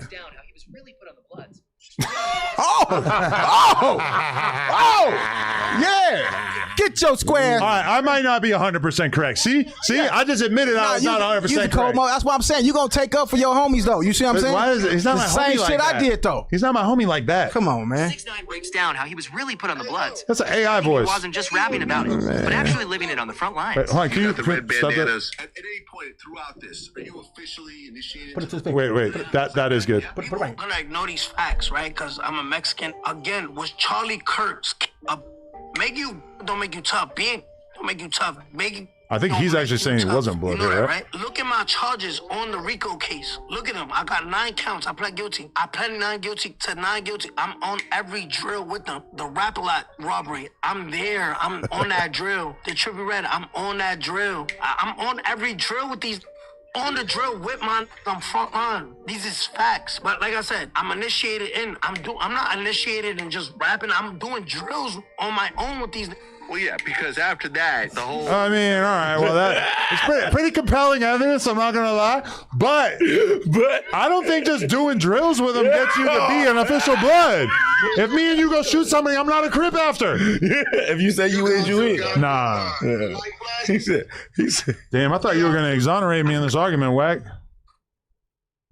Wait, he hung up? I bet. I wonder if Munchie would have had a different answer. Munchie went crazy. Yeah, Hey, somebody just told me I'm a sucker because I won't answer their phone call. I'm trying to call you. You want to hear your little YouTube buddies? Oh, well, y'all want to talk to these cats, man. They've been talking shit about me. That's why I came. Listen, you know why I came on here today? What? You know how many times you asked me to come on No Jumper, and I had a million. No, you didn't. I got all the text messages, motherfucker. Look, today I came for a reason because all the suckers who talking about me, they really want to be on No Jumper. Yeah, they want to come over here for real. They'll sweep this whole office. I know. Yeah, they'll go back there and with their tongue and lick the seats back there where they do plug talk at. Yeah, they'll do that to come on here, right? So they're gay? They act like little girls, man. Yeah, they act like little girls. So I just realized I didn't take a shit today. Yeah, shit on them. Then go shit on them. But look, they wanna come over here. But you were just talking about me. Yeah. So make some more videos, and that's my free marketing. That's what I do.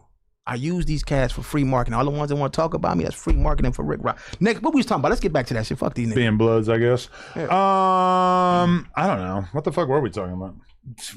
You just you were admitting. I'm gonna put my feet up on. There's a gang of admitting that we were wax disciples and we were right, though, right? Okay, well, you guys, you kind of got exonerated there. Yeah. Personally, I didn't think he ever claimed to be a Blood because I just didn't think, like, him saying in that, like, yeah, I was on all the drills, so therefore I'm a Blood. That was my initiation. When you ever hear of that? That's like my put on was going and spraying at people for a year. I mean, like they seen he would that he had potentially was a revenue stream, and they seen how far it was going to get. Actually, no, but okay. Here's the thing: when I was just telling you that 6ix9ine was never a Blood, that was a play. I was just doing that for content. Oh, all right. Yeah, that was a play for sure. That was a play. Yeah, that was a skit. That was a play. That was a little skit. Yeah. I was just trying to get some content, you know. All right, we did our time here, I think, today. We got to do some donos. Let's read some donos. How y'all do this shit every day for this many hours? Man? Why do you think we do this every day? God dang, I'm talking about this long, man. Y'all, man. We do it like once a week. I'm trying to do more, but we're kind of working on our squad at this time. Right here, bro. We do got a couple donos here. I guarantee some of these are gonna be talking shit. So if you want to get, unless you got some real money on the table, yeah. If you want to get your hate in, go for it. Shout out Berto the Frog for gifting us membership. Keith Ross said, "Hey Adam, you know any other good pods? Because I'm done with this bullshit." Bye. Yeah, you should go watch Back on Fig. I think you're gonna love it. Don't do things like that. Tonyville said, "Drug test Lush after that outfit." Yikes. Yeah, I'm with you on that one. Hey, but I bet your bitch will suck my dick. Woo! You feel me? Can I get next? Probably a lot of their whole squad. We're gonna bring her to the Grandies. I'm gonna guess his girl probably don't want to suck your dick either. I'm gonna be real with you. Adam78B said, "This is my last membership milestone message. You ruined a great show, Adam. I really enjoyed Tuesdays after work." It is a conspiracy theory to say that I ruined this podcast because so number one, I didn't get NFA locked up, and I didn't cause Much B to leave, and I didn't cause Spoetyface to leave. So that is a batshit conspiracy theory. I don't think it's my fault either, though. But it's more. I'll take the blame. It is not your fault. I'm trying. It's a little bit more logical to say that it was your fault, even though I don't think it was your fault either. Yeah. But like, I think it's really your fault, though, bro. But how? Because defend that. I'm gonna tell you why. This is your building. Yeah. You responsible for the people that's in here. Okay. All you had to say, hey, y'all cut this shit out, or y'all out of here. Hey, cut the cameras. I'm not that desperate for no money. And so get your ass out of here. If they said everybody leave. If they said, Adam, this has nothing to do with you, we got to go handle this outside. No, what am I supposed to say? You're the boss. You had listen. You're dramatically misunderstanding how the world works. I'm the supervisor. Hey, cut that shit. I ain't no going outside. Yeah, man. What would you have said if I said no? Y'all are not allowed to go outside. You have to stay in this room. You would have said. You would have did it anyway. What would you have said? Honestly, in that moment, I'd have been like, all right. I would have been like, all right. Wait till we get off work. But you did say. You did. You tried to say that. See, it wasn't happening. No. Did you say that? He did. Yeah, he did say that, and then they immediately went and fought anyway. No, because you were supposed to stop it. You were supposed to stop it, right? You were supposed to say, hey, chill out. Once we had an understanding, I told him, we gonna squad. That's it. But I think that's a fair thing to say. You can't. Hey, if we got beef after school, it is what it is. Let me tell you one thing about black people, man. Let me tell you one thing about us, bro. Y'all might look at us like we burnt out sometimes. But we got home training. Most of us. Never said anything like that. I'm just telling you how we are. Most of us. So if you would have said the right shit, I'm pretty sure they would have respected you. Like, hey, homie, if he would have said, wait till we get off work, and you would have said, hey, chill out, bro, you work here. Like, if two grown men / gangsters want to go have a conversation off the podcast, who the fuck am I to stop that? When I worked at the oil refinery and I was about to lose that $3,000 a week, and my supervisor told me, "Hey, quit it out," I quit. Not an oil refinery. So look, there a frame of reference in between black people and gang members? And again, big difference. Your job was to prove that I was the reason why those people left. No, you didn't. Adam, no. I don't know why they left. You just like I tried to challenge. One mic. You could have prevented that. Why they left is their own reason. I don't know why they left. But so how could I have prevented it? I just told you. I think you're believing him. Cut the cameras off because as long as they being recorded, it's going to. And nobody weren't being recorded. That's why they're live. outside. What are you talking about? This so if two grown men, let's say you guys get into an argument right now and you want to go have an argument outside. If me, I'm at fault for that. Look, if we on live right now and we going at each other, we know it's thousands of people watching us. Ain't none of us finna do no bitch shit, right? Exactly. So you would have said, "Hey, cut the cameras, cut all this shit off. This shit is done for the day." No, we would never. We would never end the Tuesday show. Yeah. See, you not gonna do it because you make money off niggas. No, because we do the podcast. No, because you making money off of it. No, because That's we do why. the podcast every Tuesday. I'm gonna keep it real with you. I ain't finna sit here and fake for your ass. No, but we do the podcast every Tuesday, and we're not turning it off for anybody. I know you're not. You're not gonna cut it off. Right. Because we do a podcast every Tuesday. No, you're not going to cut it off. No, we do. We do a podcast every Tuesday. So you have yet to make any kind of case for why I should have turned it off. I just did it. You lost. That sucked. This Terrible. is your job. It's your business. It's not my job. It's my business. And then you know some shit I know. What? She could have went. I ain't got to do all that. You know.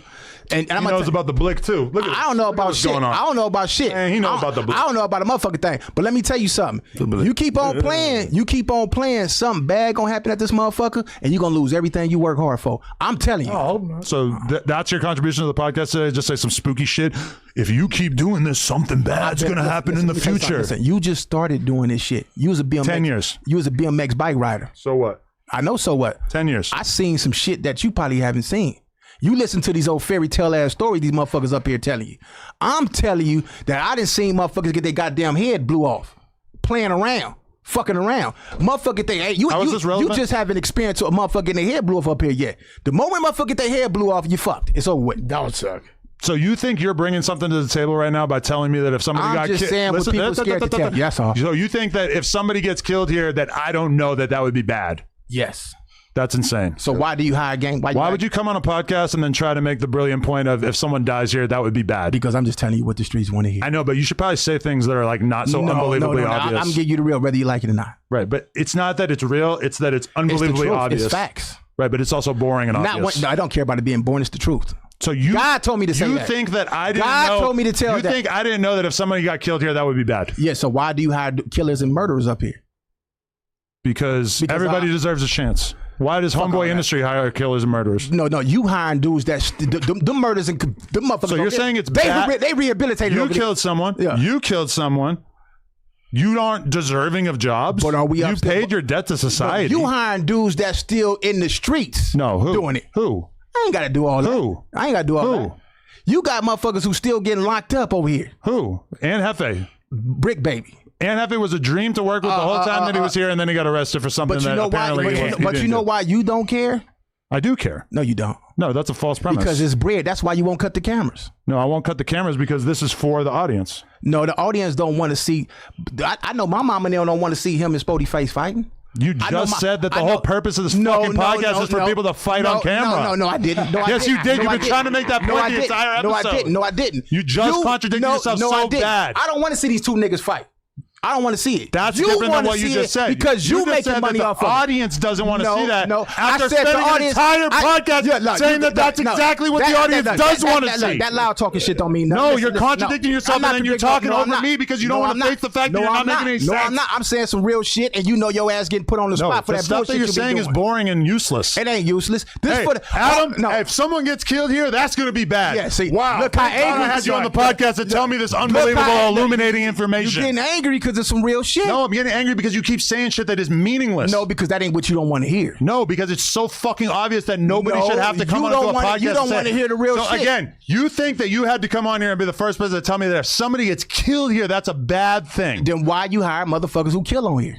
Why are you here? Because I feel like people deserve a chance. You could be an interesting podcaster even if you killed someone before. I'm not a podcaster. I'm a hustler. Oh my God. This motherfucker, he don't want to hear the truth. I don't think you're willing to deal with the fact that so many people are watching this right now and are kind I don't even know. I don't care how many people watching this shit. But the people watching at home are dumbfounded by the fact that you're saying things that are so boring. No, they not. No, they not. I bet you the niggas ain't. The real niggas not. The No Jumper group chat is lit up with people saying that this is like unwatchable because your arguments are so bad. That's cool. That's cool. That's fine. I'm just telling you. That's cool. anyway, you failed to explain why I ruined the Tuesday show.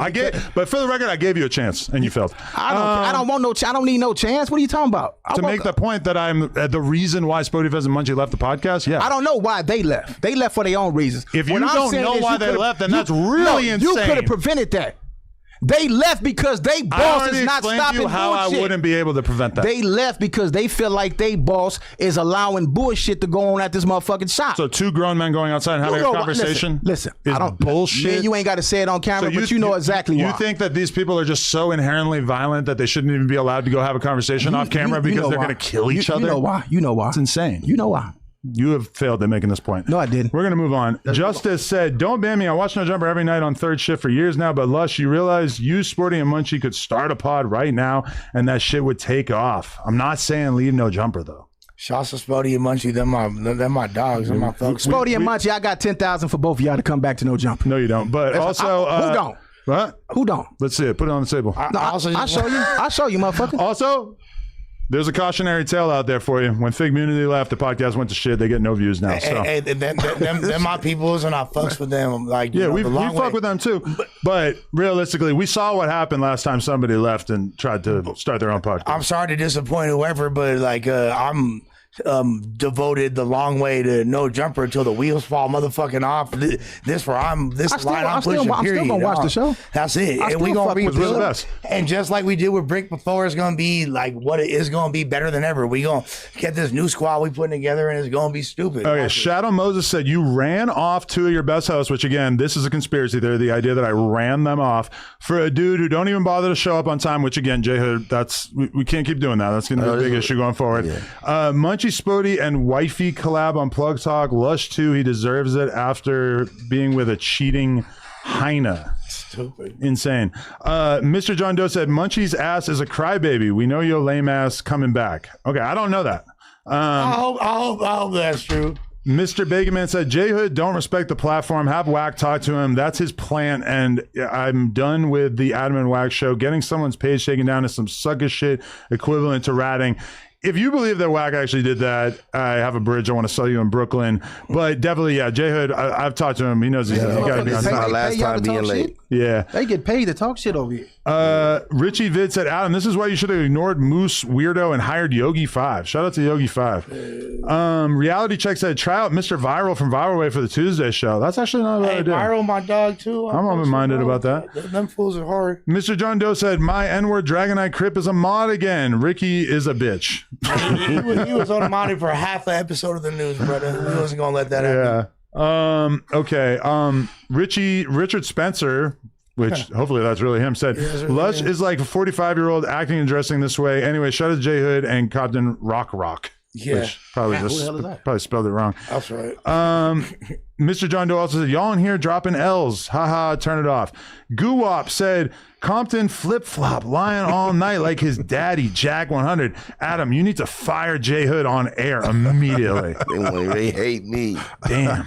No, they hate me so much. I'm watching High or something said Rick Rock is definitely an officer or he's an extreme Wack sympathizer. Ask him about when Wack put it out there that he got a warehouse lined up for $40K. How are you not mad about Wack potentially cutting your water off? Watch this. Y'all see this badge right here? Don't go to jail because I'm going to handcuff your girl to the headboard and fuck her brains out. If you ever come on here again, you got to stop doing the whole I'm going to fuck your girl thing. That's what I'm doing. That shit gay. I don't give a fuck what you talking about. That shit weird. No, what's gay is you talking about penis all day and looking at man's penis. This ain't gay. So I said something that you actually do, and then you said something that I don't do. Let me say something. Listen to me. So I said something you actually do, and then you made something up. I fuck with you. That's bad podcasting. I fuck with you. I do fuck with you. Okay. But telling me what I'm fuck with you too, but I'm just trying to help you be a better podcaster. But you got a few ticks to work through. But you telling me what I am and what I'm not gonna do. It's cool. I don't got to come. I'm not telling you what you are going to do. I'm telling you what you should do. Okay, but I don't got to come here. So being I know you probably won't ever come back, but I'm just saying. I don't got to though. I know, but I'm just saying that like the thing of like always talking about how you're gonna fuck everybody's girl, it comes off super weird on the podcast. You talking about fucking men? What are you talking about? Not today. Is anyone else scared to introduce Compton Rick Rock to their girl after today? Yeah. I'm just saying that like you might think it comes off cool, but it comes off weird. No, it comes off weird is when you be talking about man's penis, man. So again, I said something you actually have been doing the whole episode, and then you made up something. No, I didn't. So when someone hits you with a reality check, you can't hit them with some fantasy. You can't take it. You talk about penis all day, man. No, sometimes I make gay jokes, sure. No, but that's different than what you do. No. You talk about you just like penis for real. acting like you're a Casanova saying you're gonna fuck everybody's girl. I do. That's strange. God forbid you go to jail. You don't want your bitch bouncing like a lowrider on Common Rick Rock. As soon as you go to jail, but the best podcasters, the best podcasters are the ones who are actually willing to like take advice about. I'm not a podcaster. I keep telling you that. But if you're ever, but you've expressed interest in doing podcasts going forward. No, not podcast. The whole like, I'm gonna fuck your girl. I'm gonna fuck your girl. Man, that's part of my character. Weird, if you fuck your girl podcast. Look, yeah. You gotta saying it's unbecoming. You gotta respect my character like I respect your character. If you sit on here and talk about penis all day, I'm not changing for nobody. If you don't like it, then fuck it. And you could say like, if I was going on your podcast, you could tell me like, hey, the gay jokes are a little too much. I wouldn't care. I'll let you do your thing. So you're saying that if you had a podcast and I came on, then you would not in any way tell me what you liked. Come on my show. I thought you didn't have one. I got a little setup. Come on my show. Well, as long as you're not going to talk about you're going to fuck everybody. Nah, but I'm gonna let you do your thing. Come on my show. I came on yours. You come on mine. Smackpack said, Adam, a live podcast on a Wednesday. What the fuck you think is going to happen? Why not do a weekend, nerd? J Hood, you a lame as fuck. Lush, you a 304. Adam, get your OGs back. What the fuck that means? I didn't know that a Wednesday would be prohibitive because we always did weekdays for every show we did, right? I don't think we ever did like a Friday night. Normally, like, like a Thursday, venues are going to have like musicians on Friday nights. Nah, but we did the last one we did at the Novo was on the weekend because me and you interviewed Jim Jones on Saturday morning the next day in Jewel's. Oh, okay. Yeah, whatever though. Okay. Dragon Eye Crib, I just found Rick Rock's number in my girl's phone. Oh, see, I told you, man. Come on, man. I told you, bro. K Blow and said, Lush, bring Spoety and Munchie to a meet and greet. Give the supporters what they want. Yeah, we for sure finna run a meet and greet this coming Wednesday, Brody, next week. Yeah, let's do a meet and greet instead of a podcast. That sounds awesome. No, not that. C Hustle said, Adam, you gotta step your content game up and stop relying on a shit show for views that don't translate to real life. Yeah, I mean, nobody is trying to rely on a shit show for views. Just sometimes happens sometimes. QN Hannah said, should have did it like a showcase and pay to perform. You would have made the money back ASAP. That sounds like the worst thing ever. And I hate showcase hip hop culture more than almost anything so ever. This is going to be like Kill Tony. We just like, you suck, dude. Get off stage. It's like probably the worst idea I've ever heard. Joe Mack said the live show won't sub because the viewers aren't in LA. That's completely false. Our number one demographic is LA. Also, J Hood got to go. He too new to be that late every week. Tell him it starts at 3, so he shows up at 4. We should tell him it starts at 3. Given how late he was today, it wouldn't have mattered if we told him it started at 3. So, yeah, we definitely got to try to start right at time, especially at a time like this when we're in a little bit of a state of chaos, man. I do feel bad for J Hood having to be in the group chat with us. Speaking of dick talk, though. Oh, what? Man, like, what did you say, homie? Now he's gonna act like I denied having Hey, I talk about dicks. Okay. Dicks. 909BK Baby said your membership hurt momentum for ticket sales. 100% not true. That's a completely unsubstantiated conspiracy theory. Also, Lush got to quit the fake confidence. We don't believe you, and Rick Ross is an embarrassment to his hood. Yeah, I'll try not to be so fuck. Damn, they're going I don't care about that. Yeah, I mean, I'm a podcaster now. You being fake confident about girls is weird. I'm a podcaster. Sure, yeah, I'm fake confident about girls. Gregory said, Adam, you know $64 tickets were too high in this economy. I considered, but that's too steep. I actually didn't even look at the ticket price. I thought it was lower than 64. Yeah, that is kind of stupid. I ain't gonna lie.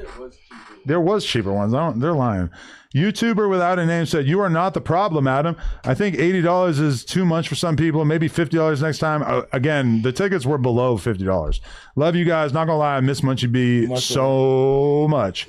Yeah. Dragon Eye Crip said, having a live show on a Wednesday at 80 a ticket, which again, fake, sounds like a shot issue. It makes you feel better, Adam. I heard 80% of the audience at the FMW live shows were family members. Yes, we all remember that, although for sure T-Roll is gonna forget about that when he talks about our live show.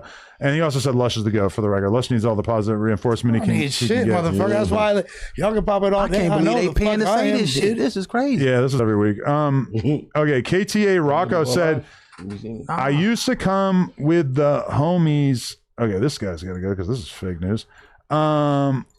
So KTA said, I used to come with the homies. You done let Rat/Jack 100 ruin your show. Again, fake conspiracy theory. Everyone doesn't glaze and believe everything that Rat and Jack 100 say. Sounds like you and the co-host. Fire the fake Pyru to the moon. Can't call him a fake Pyru. Official Brian became a member. Shout out to him. K Blowen said, dude, deadass got an officer outfit on. That's how you know he fucks with whack. And Adam, why do you give Luz shit about being late? Ask for apologies, but when J Hood shows up, it's crickets. I have talked to both of them. Just because I'm not doing it on camera doesn't mean that we're not doing it. Also, I should know better, bro. Like, I got like you. Yeah, he's been here a lot longer. I told Luz today, I'm like, you got to be a fucking role model to other people on the podcast, man. I'm him. I got to be him. Jimbo said Tubi saw that trash ass shit and sold their entire company so they didn't have to buy that bullshit. That shit was bad. Where's the mayor at, man? This guy ain't it. So Jay Hood or Compton Rick Rock, they're saying you're I don't care. Whatever. Derek said, Jay Hood, what's your workout program for the gym? I'm trying to buff up heavy and get in better shape. Do you work out right now? Yeah, all I do is be on the treadmill, but I'm finna get all the way in the gym. You should ignore the treadmill and just get swole. So you're just naturally kind of. I mean, you got a little pot belly, but I feel like if I was you, I'd be more focused on like just building muscle. Yeah, no, as long as I do my 500 push-ups every night, I need to just really run. 500 is insane. 500 push-ups? I feel like you would be better off just benching. Yeah, no, 500 push-ups, that's like fast. Do that fast. But that's like quick 10 sets of 50. But that's like a ton of reps of like really low weight. Yeah. Push-ups work everything, though. Push-ups work everything. Not really. I don't know. It's just something I do. Push-ups work your legs? No, it take me like 5-10 minutes. Bench don't work your legs either, though. I'm saying like I know. Upper body take me like work. 5-10 minutes. Go down there. Push-ups work like a pretty limited set of muscles, though. Yancey said, Adam, if you love dark humor and the darker the funniest, then why is jokes about your family off limits? Just say everybody has a line. You can be funny without being disrespectful. I mean, yeah, I don't think jokes about like people's kids are funny, and that's why anybody who makes jokes about anybody on this platform's kids is off limits. And I would say that people's girls, especially if the girls are not public figures, then that's like off limits as well, for sure. Like, I think dark humor still necessitates rules, for sure. That's not like an endorsement of like blanket full throttle free speech. I've never been claiming to be a free speech absolutist ever. Q and Hannah said, I did a web series in Sac in New York about the streets called Pack Q's. That's cool. D-React said, this Tuesday show has to be the worst in history for No Jumper. Like, is this a Rick Rock interview or the Tuesday show? Shout out to Rick Rock and cast. That was an interesting shout out after completely slandering us. Although I would probably agree. This is definitely probably one of the worst ones ever. This fool be in like the comments all the time. So he's a fan. But I think he's probably pretty accurate. D-React said, watch this chat. He's about to turn this up and get a whole bunch of clips because it's so dry. He wants Rock to crash out. Do you? Is he talking about me? What? I'm just reading the donations. If I don't think there's anything wrong with reading the donations. Arm 1977 said, Rick Rock really the type of guy to be pushing 40 and still starting his sentences with, when I grow up, I'm gonna do this. Brother, you are grown. That's a good one. That's a good one. That's kind of. But he only gave you $7 for that, though. I'd be feeling that way. I'm watching, said, Adam, the fuck are you talking about? Kai Cenat can't tour overseas, bro. Wow. I mean, I show Speed as an example, which for sure you can't say that he's not, like, he's actually bigger overseas. He said, Snoop is a global icon. Kai is more so popping in the U.S. and more popular countries. I can argue Speed is bigger than Kai. For sure, I think Speed's bigger than Kai. He is. But for sure, again, like, that argument was for sure settled when we had that conversation earlier. 4X's hand said, Rick Rock is like if Spoetyface and Wack had a baby. I bet he's got a diaper company, too. Damn. I was cold. Juju Rose said, Adam, you couldn't find anyone else? Shouts to Juju. Listen, we're trying out new characters. Rick Rock is working through some of his I'm fired, TikTok, his ticks. But you know what? Maybe unpopular opinion. I did enjoy the banter. I don't know what other people thought. Arguing is always good, but I mean, he is kind of a Spoetyface in the sense that, like, as soon as he gets proven wrong, he just keeps going anyway. You notice how quick I've reverted when I got proven wrong about the blood thing? Hey, you know what, Adam? That was growth. That was growth, homie. Literally, as soon as I saw it, I just said, "Okay, I was wrong." That was easy. No, you didn't. You said, well, technically. Yeah, I mean. I still think that there's some. You admit that you're wrong. Well, I did, yeah, right away. Hey, but you away. Pretty quick. This is a step in the right direction. He wasn't even glimpsing in the direction of I'm wrong back in the day. Yeah. What are you talking about? I always have been. That's so important to me to admit when I'm wrong. Nah, you I do it quick as fuck. I fucks with that. You can find an example. What's your example? Nah, you always say you're wrong. Zone Out Zone said, my dad and I would argue all the time about how I would one day become a well-known comedian. but he would not think people would like my kind of comedy because it's too soft and corny. What is this, your fucking diary? Like, what does this have to do with us? He's just, my dad told me I wasn't going to make it. Yeah. You're going to make it. Yeah, that was funny. Shout out to him, though. I'm sure you were probably like forgot a sentence in that. Scrambled Greg said, Tam was the female host that you needed. Fine, smart, articulate, and relatable. The chat loved her too, and you let her go for some dumb shit. I mean, let's look at the responses to that. Yeah, nobody agrees with you. All the responses are saying you're wrong. Are they talking about? Is he talking about Chunky Barbie or something? No, he's talking about Tam, which is why he started the sentence with Tam. Lush, get your head in the game. Yeah, she got you. She got your mind going. Yeah, he's still thinking about her. Chunky. What if we found out that Lush kind of got caught cheating with Chunky Barbie? Yeah, that's really what happened, guys. She sounded kind of interested in your little pink dick. Kind of. This long ass tan thing. That definitely ain't long. Let's Crash Out said he ain't wrong. You got Lush bringing 100 Crips with a cake. Wag bringing a lot of members. Gumby Hell and 607 Unk had 20 members. I mean, these are situations that we were very upset about when Lush caused a bunch of Crips to show up here for no reason. That was upsetting. Oh, with Tiny Hand, with Travis Porter. Yeah, Whack obviously got an earful when he brought... well, actually, you can't blame Whack for the fucking loose cannon beating because he didn't actually bring those dudes. Whatever.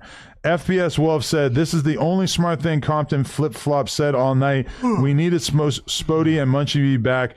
Pay them more to bring them back. It needs to happen. Again, I've been trying to get them back from the very beginning. I'm not going to get on my hands and knees and beg or anything, but you know we've been trying. Reality Check said, bring the Tuesday Squad back and give J Hood a Wednesday show. Again, I actually I laid that idea out to the former hosts and didn't really get any feedback on them. So yeah. Gregory said, this turned into a good podcast. It took a while, but Rick Rock turned up. Appreciate that. DTE Clip said, we all know you afraid to let the real talent outshine you. You working with the enemy trying to take pages. Tell Whack let you off the bot farm. I hope you ain't talking about me because you're going to get blocked accusing me of taking people's pages down. Yeah, that is not true. DTE Clip said, Rick Rock showing his true colors, naturally a hater, one episode and gone. LOL. Who was that? That was DTE Clips. I never heard of that guy before. Downtown England. Derek said, Adam, you def cut the cameras before when Wag rushed Flacco on live stream. Y'all turned the cameras away from it. We didn't forget. You pick and choose what to show. This guy apparently thinks that I'm actually the one operating the cameras, and even though I wasn't even there that day. So that's interesting. These are the people that I'm expected to take advice from, is people who think that I'm the guy running the cameras when I'm not on the podcast. Ain't from the G said, this crack rock guy seems incompetent, keeps interrupting, and isn't funny. If he wipes the side of his head, his haircut will disappear. Spody gone now. For extra coming back. You got to love Adam. That was a good one. I like that one. JRV said, Adam, I'd rather watch the No Jumper News instead of the new Tuesday show. Shout out to Uno. Hey, we are in a time of transition, working on figuring out who are going to be the Tuesday show hosts. So thank you to all the people out here. How many we got? 4,000 people watching. Pretty solid. Think I'm in a Gang said, Adam definitely ruined the Tuesday show. You allowed Jack 100 to put two of your popular hosts in a weird situation, which, again, completely not true. And even Munchie B would not say that. So it's interesting how popular this conspiracy theory is. And before you say that it's not true, Wack has been talking about this on Clubhouse. Okay, just because Wack talks about something after the fact doesn't mean that it actually was conceived of by him. So again, you are having a hard time dealing with the fact that your conspiracy theories are not true. And then Paper Chaser said, all LA Gang members only work out their upper bodies. They skip leg day walking around like Johnny Bravo.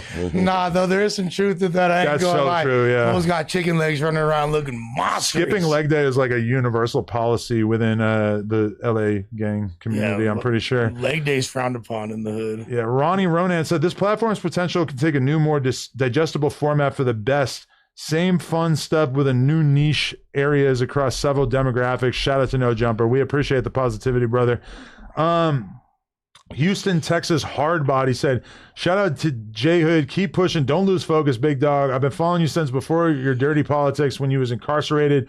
Your messages reached me at a dark time. Streets and gangs ain't it at all. Real shit. That's right. Much love, much love. TT Battle King said, Adam is not an expert. That's what you hired Lush for. I will say Lush is more of a hip-hop expert, has more of an encyclopedic knowledge than me.